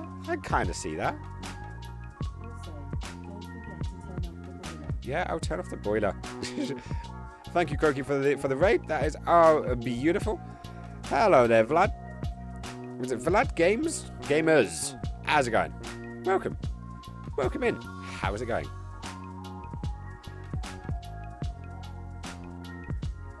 Well, so we are just coming towards the end of today's stream. We've got the last few cards we are going through. Yeah, just to randomly get you updated. Today has been an unboxing day of a gift package that was sent to me by a friend, Warm-Blooded, who is actually in the chat. And yeah, we have been going through the different books and the cards from the tarots. I am hosting. You are hosting. Thank you very much. I like a good host. Who doesn't like a good host? Hosts are great. And yeah, so we're slowly coming to the end. I streamed Sonic for 9 hours. So most people left. Well, 9 hours doing the same game, it will do that. as much as not like you people come, people go. But you know, generally towards the end, after 9 hours, I'm not surprised. You've done great. Yeah, 9 hours fucking stream. That's impressive. That is very impressive. My longest stream so far has been 6, and that was a bit of a stretch for me, anyways. Right, so last couple of cards now. So this is the star, which is beautiful actually. I really like the pastel colours, and also that the body position can be interpreted both ways. And like if you use your mind to flip images, so she could be leaning forward or twisted backwards. Even though now I'm looking at it on the bigger screen, I don't see the same thing as what I was looking at the card just below me, which is great. No, I streamed Sonic 1 to completion, then Sonic 2 to completion, then Sonic CD to completion. Well, you know, you should complete games. I've actually got a couple of games I haven't finished yet for stream. Some of them I can't go back to because I no longer have access to PSN. So Tomb Raider, the third one, I think it was the third one. I've now got all 3 of them on Epic, so I can play the games, and I am tempted to do the trilogy, but they are quite long games. I remember Donna was with me when I was doing the Tomb Raider ones, and I swear I did like about 7 streams, and I never finished the bloody thing. It went on forever. Also, it looks like she is holding a paper cup to a guy's ear. Huh? Yeah? She's got a little string that goes from the paper cup to another paper cup so they can listen and talk to each other over long distances. Could be good. First time I've beaten Sonic 1 and I don't like Sonic 1. Sonic 2 and Sonic CD are good though. See, I actually started with Sonic 1 on the Master System. So, yeah, I was really young. I don't remember if I completed it or not. But Sonic 2, I believe I did complete. Sonic CD, I didn't have the Mega CD, so I didn't have that. But Sonic and Knuckles, I did.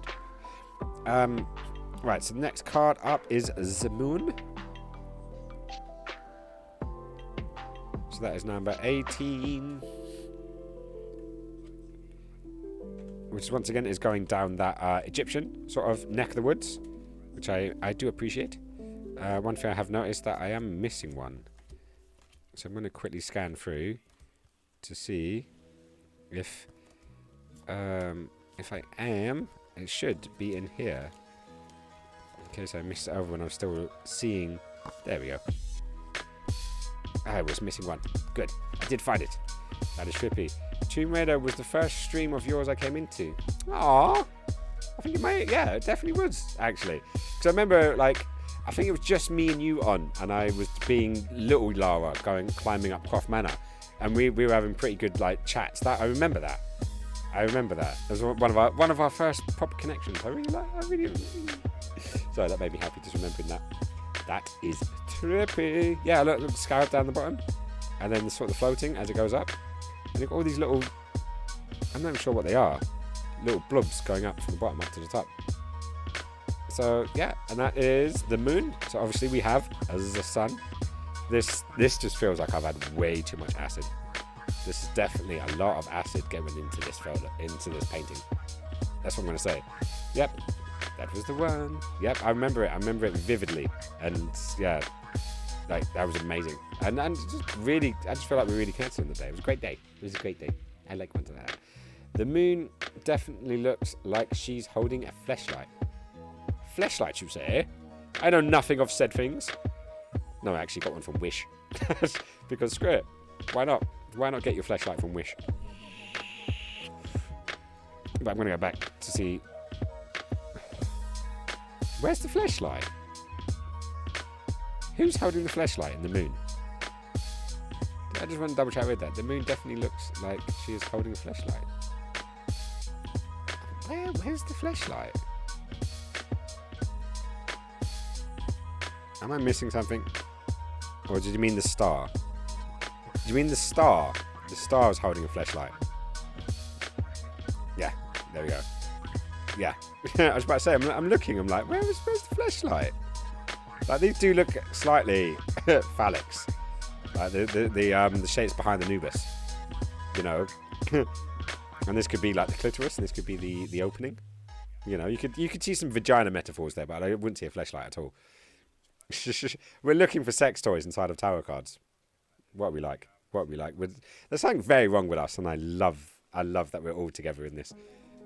Yep, Classy got it. Yeah, but who got it first? Because it's hard to tell, because sometimes when I say things, it takes a little while for the things to catch up. Right, so the penultimal, the opening low.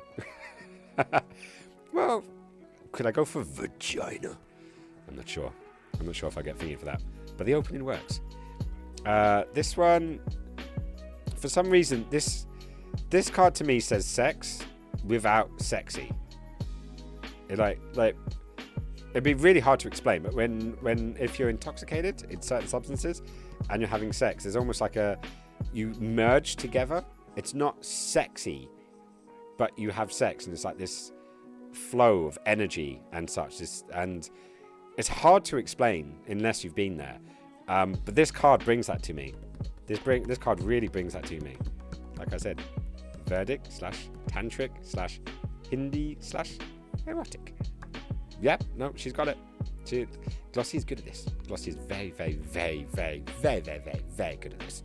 So I appreciate that. And last but not least, we have the final card for tonight. Croaky, yep, no, Fortnite. I didn't expect this to go as well as it did, and I really thoroughly enjoyed it. So yeah, we ended up just doing the unboxing. But the final card in today's setup, the universe. And that is a beautiful, beautiful way of finishing off. Like, look at these happy guys at the back squirting. There's definitely sexual undertones. In these cards. And it's kind of, I'm seeing this woman in a leopard dress. That's definitely what I'm seeing, even though I think it's a snake. But I'm seeing like a leopard style dress. And very Art Deco-y.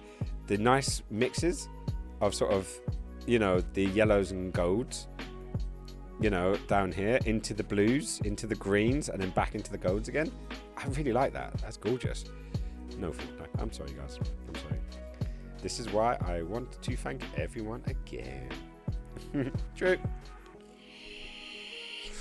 The opening of the box. It was great. But seriously, like, guys, this has been such a fun day, and this is the first Just Chatting stream that I've done in a long time. And granted, you guys have been amazing. You guys have been wonderful as fucking always. You guys are epic as hell, and I'm so happy to have you guys. You guys have kept me together. You kept me sane. You drove me crazy sometimes, but you've definitely done so fucking much, so much for, you know, myself, for, you know, for the stream, for the support, for the community. So I'm just very, very, very grateful of having that. Like, would you like me to go through the other cards before we head off tonight? Because I can just pile them down, and we can get at it. Basically, get at it. That sounded like I was coming on to you, didn't it? But yeah, because then at least you get a look over them, so at least you can see. And hey, we got another clip. Nice one. Hang on, I'm gonna have to click that one open. I'm gonna have to mute it. I know it's done. Cool, sweet. Right, so thank you so much for the clip. Valoyana. I'm not even sure what that says, but hey, I look forward to finding it out. Right, so let's quickly plow through the cards, and let me get it so I can actually see where we're going. Okay, right, so let's plow through. I like this one though. Powers, discs, strength, compassion, Knight of Swords, virtue, success, peace, fertility, Queen of Wands, valor, Ace of Swords, Queen of Discs, Prince of Swords, Prince of Discs, Ace of Cups, disappointment, not me, debauch,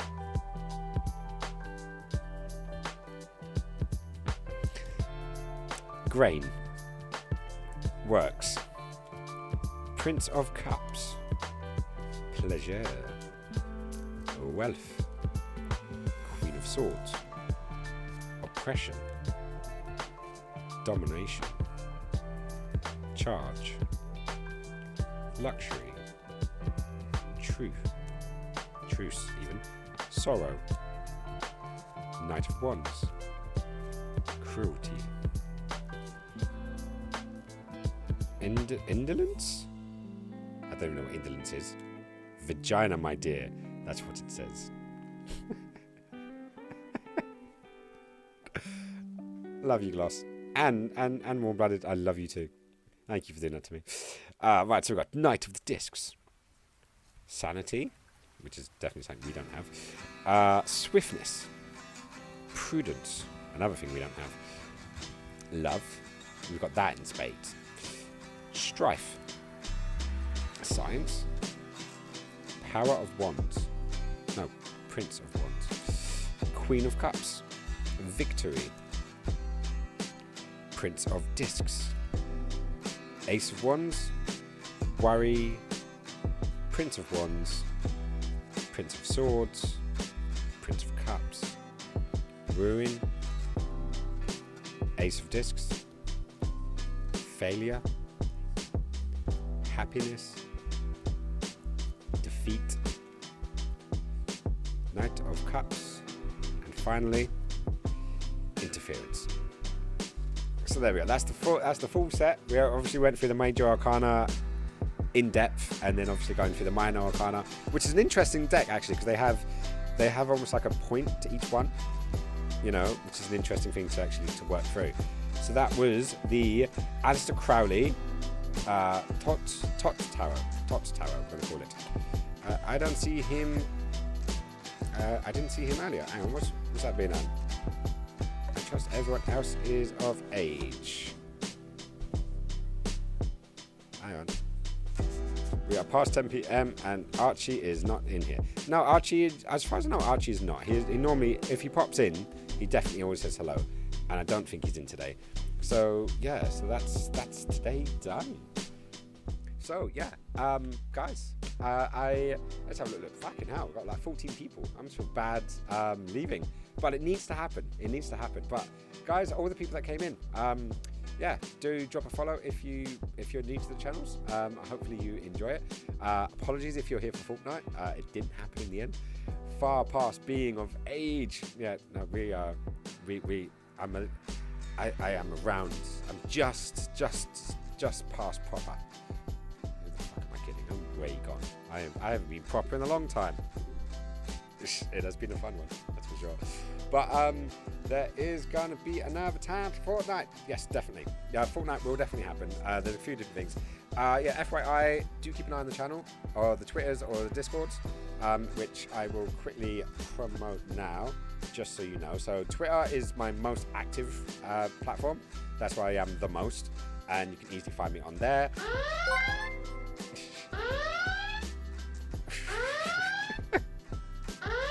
Warm-blooded, what are you doing? You crazy, beautiful bastard. Oh, just gifted 2 subs. You want me to put out the Book of Appreciation again, aren't you? That's what you want us to do. That's totally what you want us to do. Well, that means we have to pull out the Book of Appreciation. I'm gonna have to. My camera's turned off again. This is the problem of using a cell phone as a camera source, right? Right. So, just got to pull this back out. Da-da-da-da-da. Right, so let's go to... Right. Da-da-da-da-da. So, where is my camera pen? Camera pen! Right, so, for the guys that do not know, because there's a few people in the chat, the Book of Appreciation comes out when people donate. They sub, they gift subs, drop some biddies, or just do something that, you know, warrants to go into the book. So anything that I find very much appreciating, should we say. So yeah, and there's emotes and all that stuff, kind of fun stuff, which is always fun to have. So the guys are spamming them right now, which is amazing. I love it when these get kicked off. So and yeah, they get to join the book. Subs by I always get worried about misspelling. Eventually, I will get it right. But dyslexia is a bitch. So we got 1 is going to Nick Fights. Hey, you give Nick Fights a sub. Nice. Nick Fights.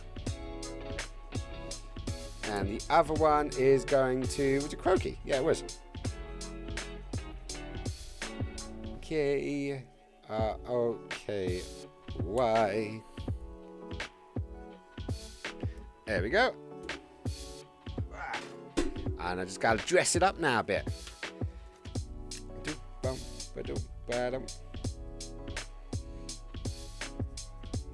Right, so you can go over there. See, so I got like I've got like a book of appreciation drawer that now holds like the pens and the book and stickers and all that fun stuff. Right, so let's highlight that. And obviously the names.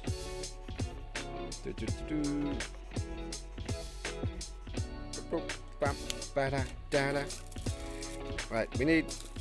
I used up all the silver stickers, didn't I? Oh, did I? Or didn't I? I'm not sure. I always get worried in case I'm running out of stickers. Always get worried. But there's the new ones. Or new ones. The new old ones. Because it's funny, because the original book started with ones like this. Right, so let's get a couple of these guys on there. And now Croaky can use his emotes as much as he wants. As can Nick as well, which is always a fun thing.